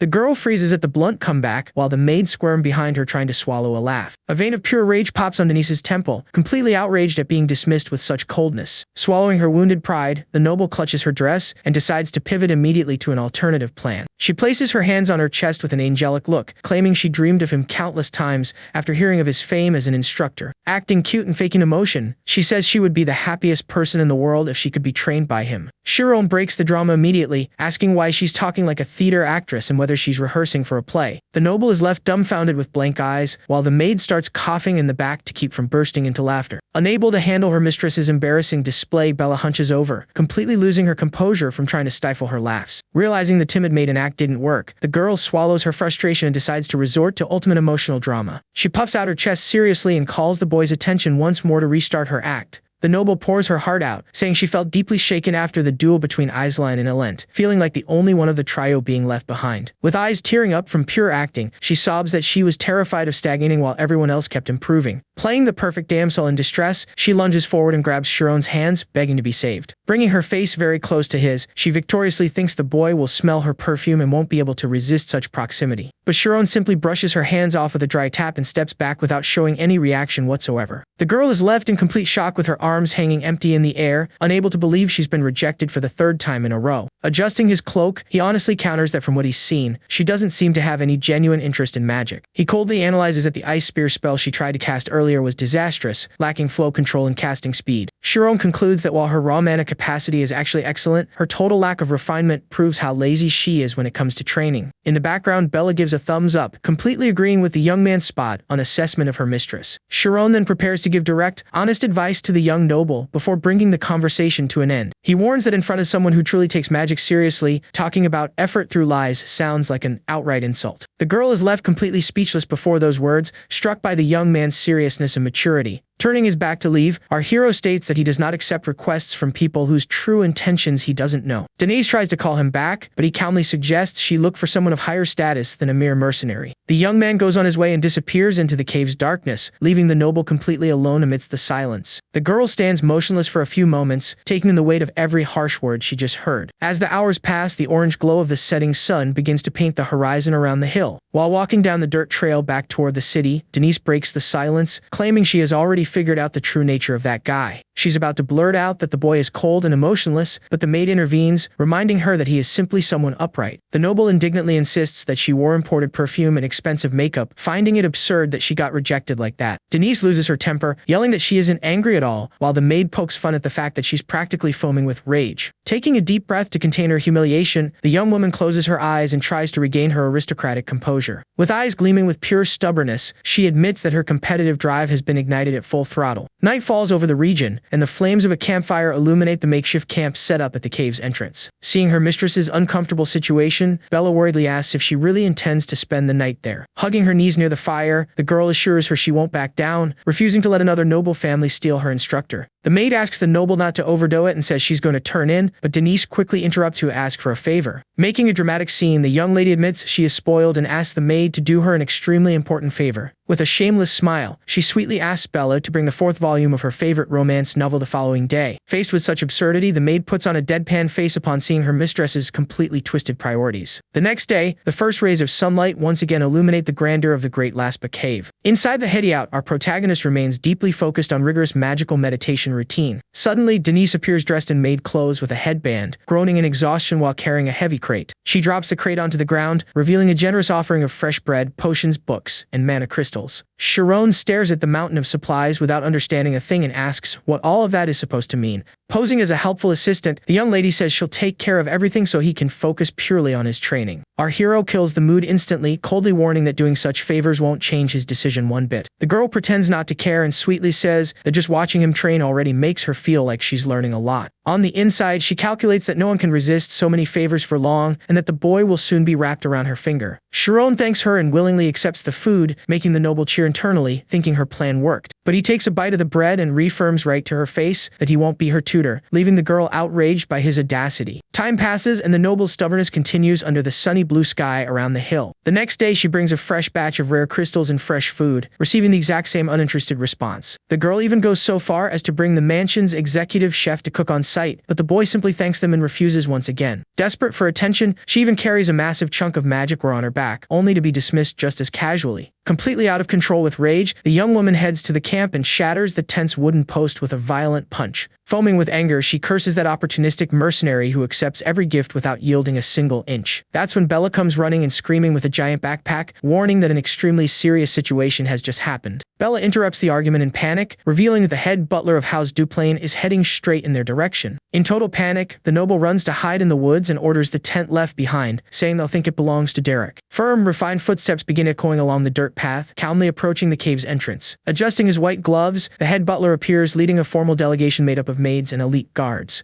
Peeking from behind a rock with her maid, Denise is left stunned by that escort, wondering if they're marching off to war. Inside the cave, the emissaries of the prestigious Duplain family introduce themselves and hand an official letter to Chiron. Reading the invitation to become Lady Azelane's private instructor, the young man politely comments that it would be an honor. Hiding right behind the entrance, the girl's eyes widen in shock, fearing that her plan has been ruined for good. Seeing the boy accept her rival's offer, Denise nearly screams in despair and has to be hastily silenced by her own maid. The head butler then formally asks if the young man can pack his belongings to depart with them immediately. However, to the surprise of everyone present, our protagonist responds with a resounding, categorical no. The young noble is left utterly confused behind the rock, unable to understand the reason behind that sudden refusal. Chiron calmly clarifies that he will only take on any position after completing his training, though he doesn't know when that will be. The emissary immediately tries to negotiate, asking if higher compensation would be enough to make him change his mind. Denise holds her breath as she watches closely, anxious to see if the boy will give in to greed. Chiron apologizes and says that at his current level, he wouldn't be of any help to the young noble, making it clear he refuses to teach half-baked magic. The disarming sincerity and integrity of those words leave the girl silent, deeply reflecting on her own behavior. Meanwhile, the scene shifts under the morning light to the grand and imposing mansion of the Duplain family. In her luxurious quarters, the beautiful Azeline breaks into a radiant smile upon being informed that they finally located the mercenaries' whereabouts. The maid explains that the butler went to the cave in person, and the young lady regrets not being notified so she could make the invitation herself. Excited, she orders the fastest soldiers assembled to set off immediately, regardless of how rough the trail might be. Azeline proudly insists that this is about welcoming her future instructor, and a true student must go greet the master in person. The story returns to the hill at nightfall, where Denise and Bella remain huddled next to the campfire at the camp. Wrapped in a heavy blanket, the girl tries to warm up as she feels the mountain's freezing wind bite against her skin. The late night chill makes the young lady sneeze, suffering firsthand the discomfort of a life far from aristocratic luxuries. Worn down by exhaustion, the noble finally admits defeat and quietly announces that the two of them will return home the next day. Bella remarks in an ironic tone that she gives up far too quickly for someone who considers herself so clever. The noble merely stares at the ground in silence, showing no energy to fire back at the maid's jab. Denise then sincerely asks if the maid truly considers her a fool, catching Bella off guard with such candidness. The girl vents, saying she always got her way through sheer stubbornness, but this time she doesn't even feel like trying. Huddled under her cloak, she confesses she feels completely drained and empty inside after everything she witnessed. Gazing into the darkness, Denise acknowledges that that boy will never be swayed by anyone's influence or material wealth. Looking up at the stars, the maid agrees and observes that the young mercenary seems to follow a much higher, nobler value. The noble lowers her head thoughtfully, confronted by the weight of her own shallowness in the face of the boy's earnestness. She recalls Chiron's honest words, refusing to take a job just to avoid teaching magic without full dedication. The image of Ellen fighting bravely with sweat and grit in the duel comes back to her mind, showing how much Rapier gave her all in battle. Next, she remembers Azeline's fierce determination while casting her flames, proving the true passion she held for magic. Hugging her knees on the dirt ground, Denise sadly wonders why everyone else seems to take their goals so seriously. Under the quiet glow of the full moon, the young lady somberly reflects on what it truly means to have sincerity in one's heart. Meanwhile, in the dead of night inside the cave, Chiron's training continues with several boulders floating under his magical command. While meditating focused on the stone floor, the young man makes mana flow around him, effortlessly levitating small boulders. But his concentration is suddenly broken when the sound of footsteps echoes through the area, making him open his eyes immediately. Without the mana control keeping them in the air, the rocks lose their support and crash heavily onto the cave floor. A girl slowly approaches and quickly apologizes for arriving unannounced, drawing the calm gaze of the young man seated just ahead. With a peaceful expression, the young woman immediately acknowledges that she ended up interrupting his training session with her sudden visit. She then asks if she can sit next to him for a moment, while our protagonist simply continues watching in silence. As she settles down, he notices she looks different, and while she thinks it's because of the casual tone of the conversation, the young man points out that the change is in her eyes. The girl offers a faint, serene smile in profile, finally seeming relaxed and resigned to the decision she has made. Next, she apologizes for having been such a nuisance all this time and calmly states that she will stop bothering him from now on. Certainly closing his eyes, the boy thanks her for everything she did and says he truly hopes she manages to find a good teacher. The young woman lets out a sarcastic laugh at the word master and confesses with total disdain that deep down, she hates magic with all her heart. He remains silent, paying close attention to the unexpected confession she decided to share at that moment of farewell. She admits that everything was nothing more than pure politics and performance, revealing that she only tried to keep him around because he had become famous in the kingdom. Acknowledging that he is too proud and will end up joining Azeline anyway, she concludes it's best to simply step out of the way. Curious about that sudden venting, the young man directly asks why she came to hate the path of magic so much. The girl hesitates for a moment and begins by saying she even liked it a bit in the past, but quickly corrects herself upon realizing not even that was true. She recalls her childhood when she only used magic because she loved being praised by everyone, using the skill merely as a means to gain attention. As she grew older and continued being hailed as a prodigy, she studied non-stop, until one day an unexpected doubt took over her mind. Sitting alone among stacks of books, she began questioning the real reason for continuing to push herself so hard in it. Finding no sensible reason to keep going, she simply decided to close the books and abandon magic for good. The young man understands completely and comments that anyone gets tired of praise over time, which leaves her visibly surprised by his answer. Impressed, she smiles upon realizing he was actually listening to her story, since she thought she'd end up talking to herself before leaving. With a calm, peaceful expression, our protagonist simply closes his eyes and wishes her a safe and pleasant trip back. Standing up from the ground to prepare for her departure, the girl honestly admits that she is quite envious of him. She confesses to envying those who can dedicate themselves without ever questioning the worth of their own efforts, and asks if he's really going to become a great mage. The young man keeps staring at her in silence, not needing to utter a single word to confirm his unshakable determination. Before turning her back, she good-humoredly asks that if their paths ever cross again somewhere in the future, he at least say hello. Time passes. passes and day soon breaks bright and clear, with the sun shining intensely in the open sky. On a dirt road, Aisline walks with elegance, properly escorted by a group of armed soldiers. From atop a hill, the silver-haired girl and her maid with the luggage watch from afar as the rival's retinue moves away down the path. Gazing at the horizon with a thoughtful look, the girl says goodbye to that scenery before returning to her own duties. Shortly after, the scene cuts straight to the Grand Duchy of Veltus, showing the family's imposing and magnificent mansion. While having her hair carefully brushed by the maid in her room, the young lady is surprised to learn that Aisline was also rejected by him. Reflecting on the news, she ponders that he only didn't accept because his training isn't finished yet, which is very different from a permanent rejection. Walking down the hallway, the maid suggests she forget about this matter, and the young woman scoffs, saying the boy will live in a cave until he turns into a legendary beer. Pouting in annoyance, she wonders if that stubborn guy truly believes he is the only one capable of using magic in the entire world. As they approach the main door, the butler announces that a special guest has just arrived to share the morning meal with her.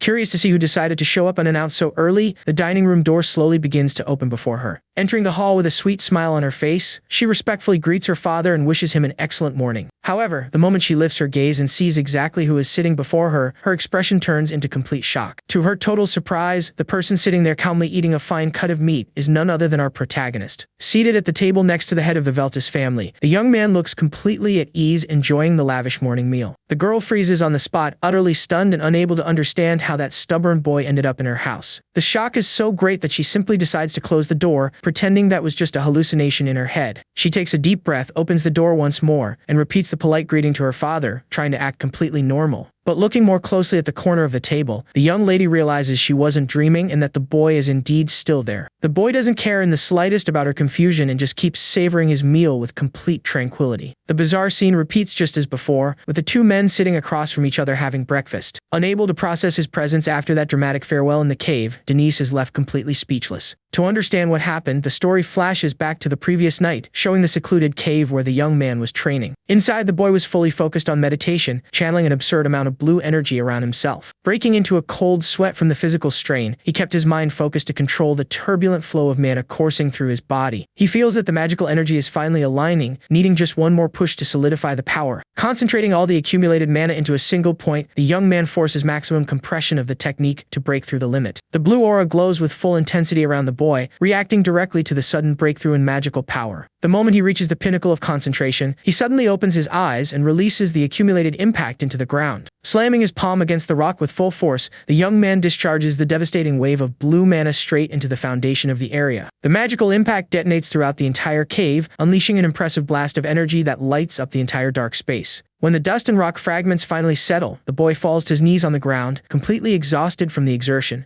Supporting himself on the stone floor while catching his breath, he feels the brutal toll of the grueling training he just completed. It's at that moment that an experienced voice speaks from behind him, warning that continuing at that suicidal pace will only make him pass out. The old master emerges from the shadows and calmly remarks that it would be a huge waste to die right after finally mastering the technique. Looking at the boy seriously, the veteran directly informs him that it's time to pack his things and leave this place. As he catches his breath, the system quickly confirms that the boy has successfully learned the powerful 3-star skill, Tectonic Shift. A little later, the scene shows the two resting around a lit campfire, roasting fresh fish on wooden skewers. Sitting before the fire beside the young man, the master admits he has nothing left to teach him at this stage of training. The elderly man reinforces his earlier warning, reminding him that no one survives in the outside world relying solely on ordinary, mediocre talent. Handing the roasted fish to the boy, he advises his pupil to reflect very calmly on just how high he truly intends to climb in life. Taking the food and seeing the master stand up to leave, the young man finds the sudden movement strange and asks where he's going. Walking slowly toward the darkness of the dense woods, the veteran merely replies coldly that he's going to get some fresh air. The sound of footsteps carries the old mentor further and further from the campfire, leaving a heavy mood of farewell in the forest air. The boy calls the master by the name of Derek, realizing that walk was no ordinary stroll in the middle of the night. Pausing for a brief second in the dim light, the veteran glances sideways and drops a final cryptic warning, telling him to watch out for Kahila. Without giving further explanations, the man simply goes on his way and vanishes into the thick shadows of the night forest. Gazing at the emptiness left by the master, the young man comes to terms with the reality that the old man has truly left for good. Alone next to the fire burning in the night, the boy grows pensive, trying to decipher the grim warning he just received about Kahila. Back to the present at the Veltus mansion, the story resumes the morning conversation between the family head and the young guest of honor. The Grand Duke smiles with immense pride in his daughter, celebrating that her attitude made such a valuable magic instructor come of his own free will. Holding her teacup delicately, Denise thanks her father for the praise, maintaining her refined posture as she says she merely fulfilled her duty. Curious about the young man's decision, the Lord asks why he turned down the Duplain family, promising to grant all possible support if he reveals the reason. The boy calmly explains that he wants nothing beyond the agreed compensation, saying he only accepted the offer because of Denise's attitude. The Lord agrees immediately and begins showering his daughter with praise, proudly stating that no one on the continent could resist teaching her. The excited father recalls the occasion when a maid broke some dishware, and despite panicking, received a general smile from the young noble. Embarrassed to see her father repeat the melodramatic speech in front of the guest, Denise interrupts the story before he can continue. With an awkward, forced smile, she excuses herself from her father so she can discuss the lesson details privately with the new instructor. As soon as the Lord leaves the dining room, a heavy, awkward silence fills the table between the two youths. Denise breaks the ice by asking what he came here to do, growing annoyed when the boy replies that he's just enjoying some fine tea. She demands to know why he showed up, reminding him that the two of them had already permanently severed all ties back at the cave. The young man sincerely admits that he was very grateful for the valuable help he received from her during his time in the cave. Crossing her arms in disdain, the young woman counters that it was all nothing more than political interest, reiterating that she has no desire to learn any magic. The protagonist keeps his composure and openly confesses that he didn't like hearing the girls speak that way at all. He reprimands the young woman for judging and belittling magic without even understanding the true essence and depth of that power. Denise listens to the lecture in silence, maintaining a stern expression as she glares at the boy sitting across the table. She closes her eyes and acknowledges that her opinion might bother a mage, but insists she is under no obligation to like the art. Looking firmly at the noble, the young man makes a disappointed remark about her stubborn and prejudiced attitude. He deeply regrets seeing someone harbor so much aversion and disillusionment toward such a brilliant practice without even properly understanding it. Emanating an intimidating pressure with his eyes glowing red, the boy warns that he will never tolerate such an attitude. The boy's sudden shift in tone sends chills down Denise's spine, leaving the girl frozen in fear by such overwhelming magical presence.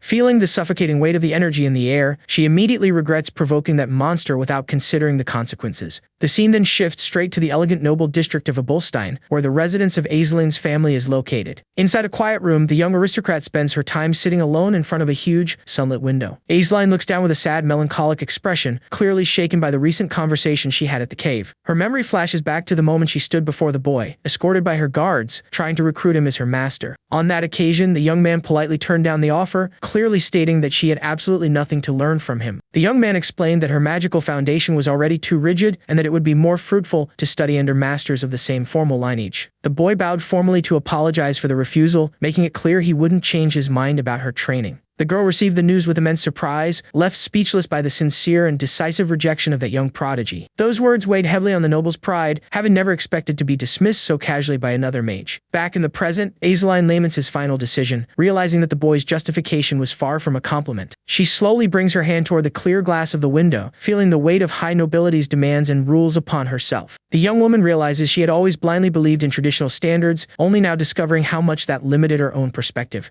Watching the birds fly freely in the open sky, she concludes with bitterness that despite all her prestige, she has never truly been free. Her thoughts are interrupted by knocks on the bedroom door, and she quickly regains her composure to allow whoever knocked to enter. The maid enters the room to deliver an urgent message, informing her that an official letter has just arrived from the main house. The staff member reports that young Master Valerian's departure ceremony will take place the following week, taking the noble by surprise with the haste. Aislinn stands up hurriedly and remarks that she needs to prepare a great farewell gift since it is the young man's first expedition. Deciding to head to the commercial center, she stresses that the dangerous white zone requires any explorer to be thoroughly prepared. But just as she takes her first steps, the wooden chair leg suddenly snaps, crashing heavily onto the bedroom floor. The broken piece of furniture lies, sprawled on the floor in front of the window, leaving a strange and ominous atmosphere hanging in the room. Meanwhile, day gives way to night in the city of Ebelstein, focusing directly on the imposing personal mansion where Denise lives. Lying in her bedroom bed, Denise huffs in anger as she remembers the boy's intimidating glare when he claimed she understood nothing about magic. Sprawled out on the mattress, the girl grumbles that magic only serves his own interests and questions why he insists on shoving it down other people's throats. Her maid Bella seizes the moment with a smile and asks if her mistress will now also stop forcing her to read her trashy novels. Denise sits up indignantly, defending her favorite reads, but the maid quickly scoffs, saying student and teacher are exactly the same. Throwing herself back onto the bed, the young lady complains that the maid knows nothing about good art, though her real problem lies elsewhere. She worries about the instructor's flawless reputation, knowing he resolved the Duplain case and humiliated the favorite Eislein. The maid simply smiles serenely and advises the young noble to stop overthinking and just go to sleep once and for all. Hugging her pillow, the girl fears that failing under the tutelage of such a genius master will make the entire kingdom view her as utterly incompetent. Hiding under the blanket, Denise wishes she could just fire him and go back to her lazy routine of lying down and reading novels. The maid calmly reminds her that letting him go would cut her book allowance, politely saying goodnight before leaving the room. Huddled alone in the massive bed, the young noble broods over the situation, unable to find an easy way out of the problem. Overcome by despair and pent-up rage, she starts thrashing under the covers, letting out muffled screams of pure frustration.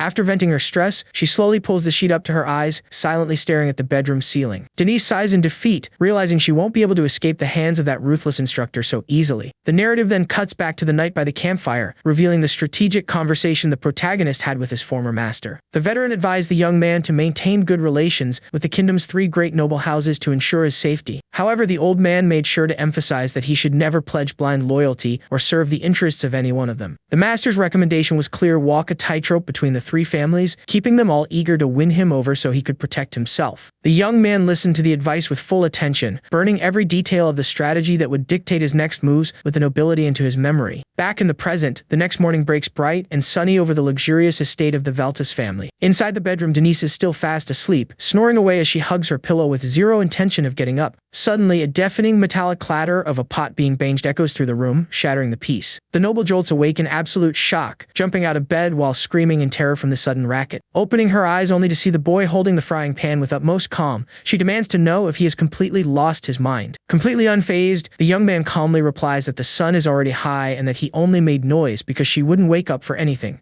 Pulling the blanket against her body with a blushing face, the young lady screams indignantly at him for barging in while she was still in her pajamas. Looking at the scene with indifference, the boy dryly tells her to get dressed quickly and meet him outside in 5 minutes. He simply turns around and firmly shuts the bedroom door, leaving the noble in shock at such a total lack of manners. Sitting on the bed with a scowl, Denise is left speechless at the sheer audacity of her new teacher. Shortly after, on the balcony, the girl storms up to him irritated, complaining about his rudeness and reminding him that weekends were made for resting. Calmly closing his notebook, the young man agrees that one shouldn't overdo things, but makes it clear that doesn't mean abandoning the routine. Sitting at the table, he firmly counters that avoiding excess doesn't mean neglecting discipline and basic training. The boy points out that a prominent member of the noble Rosia salon should maintain a baseline standard of elegance even on days off. Denise crosses her arms in offense, asking who gave the authority to dictate rules to the person who hired him as an employee. In response to the young lady's arrogant protest, our protagonist pulls out an officially stamped document and extends it toward her. Curious about the paper, the girl is caught off guard when he reveals that it's the contract signed directly by the Grand Duke. The young man coldly clarifies that his true employer is the head of the house, who granted him absolute authority over her learning. Leaning in to read the document's clauses, Denise turns pale upon confirming that her own father handed all control over to him. Desperate, she tries to argue that she knew nothing about this, but the boy simply ignores her and begins detailing the study schedule. He announces training in detection magic, elemental combat, and grueling physical conditioning, sending the girl into a panic over the nightmare that awaits her. Denise complains desperately, reminding him that he had just promised he wouldn't go so hard since it's the weekend. The young man maintains a neutral expression and calmly agrees that he truly intended to focus only on the essentials. Staring at the girl with a serious look, he points out that keeping the fundamentals, well, structured is the hardest part of the entire training. The young lady nearly cries in despair as she realizes the boy's disciplinary obsession, mentally calling him a complete lunatic. Shortly after, the maid Bella takes advantage of the sunny day in the backyard to hang clean sheets on the mansion's clothesline. Suddenly, heavy panting catches the servant's attention, and she turns around curiously to see what's happening. She sees the young man running at full sprint while Denise follows, stumbling right behind, completely dead on her feet. Dragging her feet across the courtyard, the noble tries to beg the servant for help to escape that never-ending run. But instead of helping, Bella simply clenches her fists and enthusiastically cheers her on, rooting for her mistress's workout. The young lady weeps in frustration at the maid's betrayal, realizing there is no one willing to save her from that torment. The torture continues in the library, where Denise racks her brain among stacks of books under the watchful eye of her new teacher. In the late afternoon, the boy ruthlessly uses wooden rods to correct the girl's movements and magical posture on the terrace. When night finally falls under the moonlight, the running session continues through the garden without the slightest sign of a break. Later on, the lights of the Grand Veltus mansion illuminate a well-deserved rest after an entire day of pure exhaustion. Relaxing in a bubble-filled bath, Denise vents that she'd rather die just to watch that mercenary pay for his sins. Bella scrubs her mistress's arm and laughs off the threat, listening to the noble complain that she has completely switched sides ever since the boy arrived. The girl throws a tantrum in the water, accusing the maid of turning into an unfeeling person, just like the instructor. The maid responds with cold, mocking logic, making the young lady shudder in terror at the resemblance between the two.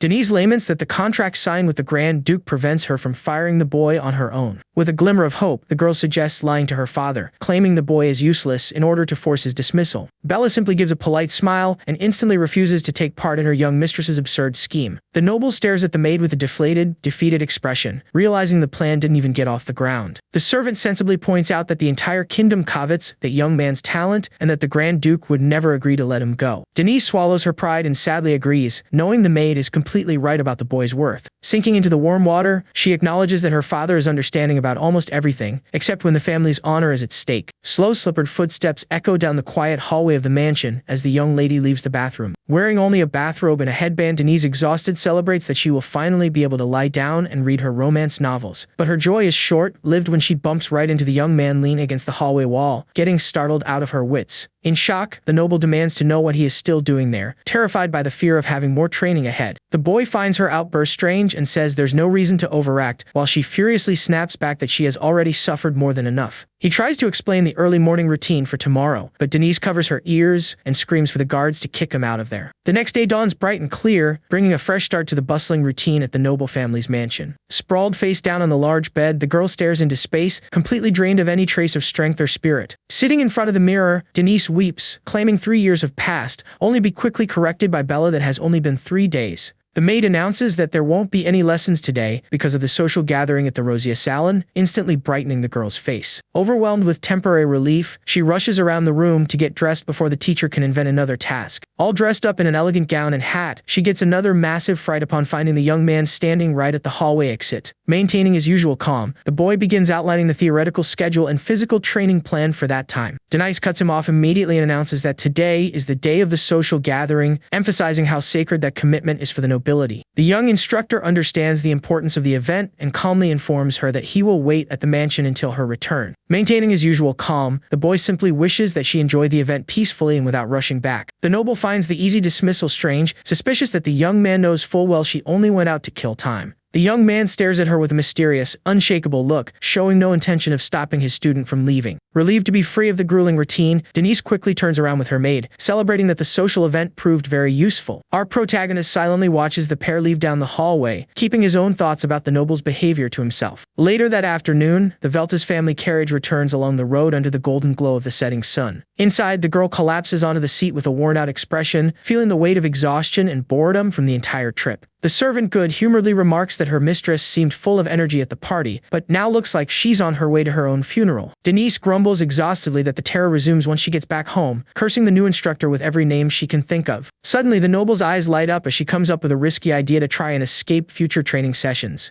Channeling a blue flame of mana in the palm of her hand, she startles the maid, who demands to know what her mistress is planning to pull. With a mischievous smile, Denise reveals the absurd plan of flipping their own carriage and faking an accident to skip class. Bella stares at her young mistress with a look of pure exhaustion and disapproval at such senseless madness. But the scheme gets out of hand, and a violent jolt tosses them both into the air, making the duo scream in terror at the impact. Meanwhile, in the mansion's garden, our protagonist is having a completely relaxed chat with Mr. Feb, the estate's gardener. Upon stepping out of the carriage, Denise is utterly shocked to see the instructor laughing heartily and chatting as if he were close friends with the worker. The two men continue exchanging warm laughs and thoughts, looking like longtime friends of the household. Noticing his mistress approaching, the boy changes his posture and turns with his usual coldness to greet her in the courtyard. He instructs the young lady to head straight to the library, informing her that the evening will be dedicated to individual theoretical book study. The girl is left dumbfounded, unable to understand the sudden shift in behavior from the teacher, who didn't stay on her case. Sitting with her book in the study room, Denise finds the calm odd and wonders if the young man has finally decided to slack off. Curious about the boy's disappearance, she walks over to the library's arched window and looks down at the training grounds below. To her astonishment, the young man is practicing swordsmanship with heavy blades in perfect synchronization with one of the guards. Next, peeking through the kitchen door, she catches the teacher cooking and receiving valuable tips from the mansion's chef. In the garden, the noble peeks from behind a wall and sees the boy using gentle magic to make a potted plant bloom for an elderly maid. Back in her room in light clothing, the girl crosses her arms suspiciously, finding all that friendliness with the servants highly questionable. As she sweeps the floor, Bella asks about her mistress's concern, hearing the noble warn about his conversations with the staff. Denise begs the maid not to fall for the outsider's smooth talk, asking the servant to promise she'll always stay by her side. With an affectionate smile and hands over her chest, the maid sweetly reassures her that she'd rather stand by her mistress above all else. But shortly after, Bella appears all flushed and completely smitten while the boy carries the heavy laundry basket for her. Watching the scene from high up at the window, the young aristocrat widens her eyes in shock upon seeing her most loyal maid completely swayed. The servant makes no effort to hide her silly, infatuated face, sighing in enchantment at the unexpected kindness of that new instructor. The noble instantly panics and screams the worker's name, realizing she has lost even her very last ally in the house. Unable to hold in her suspicion any longer, Denise lets out a furious yell at dusk, demanding to know what that boy is scheming. She storms angrily onto the terrace and rants that the estate is hers and that all the employees belong to her family. Turning the page, the boy counters that this is obvious, while she demands he stop flattering the servants and focus purely on magic. Certainly closing his eyes, the young man confirms he wanted to get closer to the staff, but denies any ill intention behind the act. Still suspicious, the girl asks for the true purpose at bonding, admitting that it makes her uneasy. Calmly standing up from his chair, he explains that he needed to truly understand the real Denise, not just the noble from the rumors. Looking out at the sunlit horizon, our protagonist points out that teaching someone goes far beyond merely passing on theoretical knowledge. The young man concludes that understanding the core of a student is the fundamental key to delivering truly effective teaching. Feeling somewhat bashful, Denise fusses with her hair and asks if the servant said she was prettier than the other noble ladies. The boy pulls no punches and bluntly states that everyone described her as an unmotivated person who finds everything a hassle. But he quickly softens the blow, noting that everyone praised her leadership in critical moments and the secret care she has for the staff. The young man recalls the words of Gardener Feb, who admitted he considers the young noble like a dear, true daughter of the house. He brings up the chef, who admitted he loves the mistress's scoldings, since the very next day she always orders the finest spices. The guards didn't hold back praise either, revealing they've laid down their lives for her after she provided them with medicine when they fell ill. Even Bella poured out affectionate praise, confessing she almost pinched the girl's cheeks because of how cute she was while taking care of her. Back on the terrace, our protagonist quietly watches the girl under the beautiful orange glow covering the entire horizon. Dying of embarrassment, Denise turns her flushed face away and deflects, saying the servants only said all that out of basic politeness. The boy takes a calculated pause and calmly adds that there's still another very important detail he managed to uncover. Staring intently at the young woman, he suddenly brings up having heard about her great secret talent as a writer. Denise instantly freezes, putting on a frozen smile and breaking into a cold sweat while trying to pretend she knows nothing about it. With absolute calm, the boy reveals that he read the story of the arrogant Sir Robin and admits he actually found it an interesting read.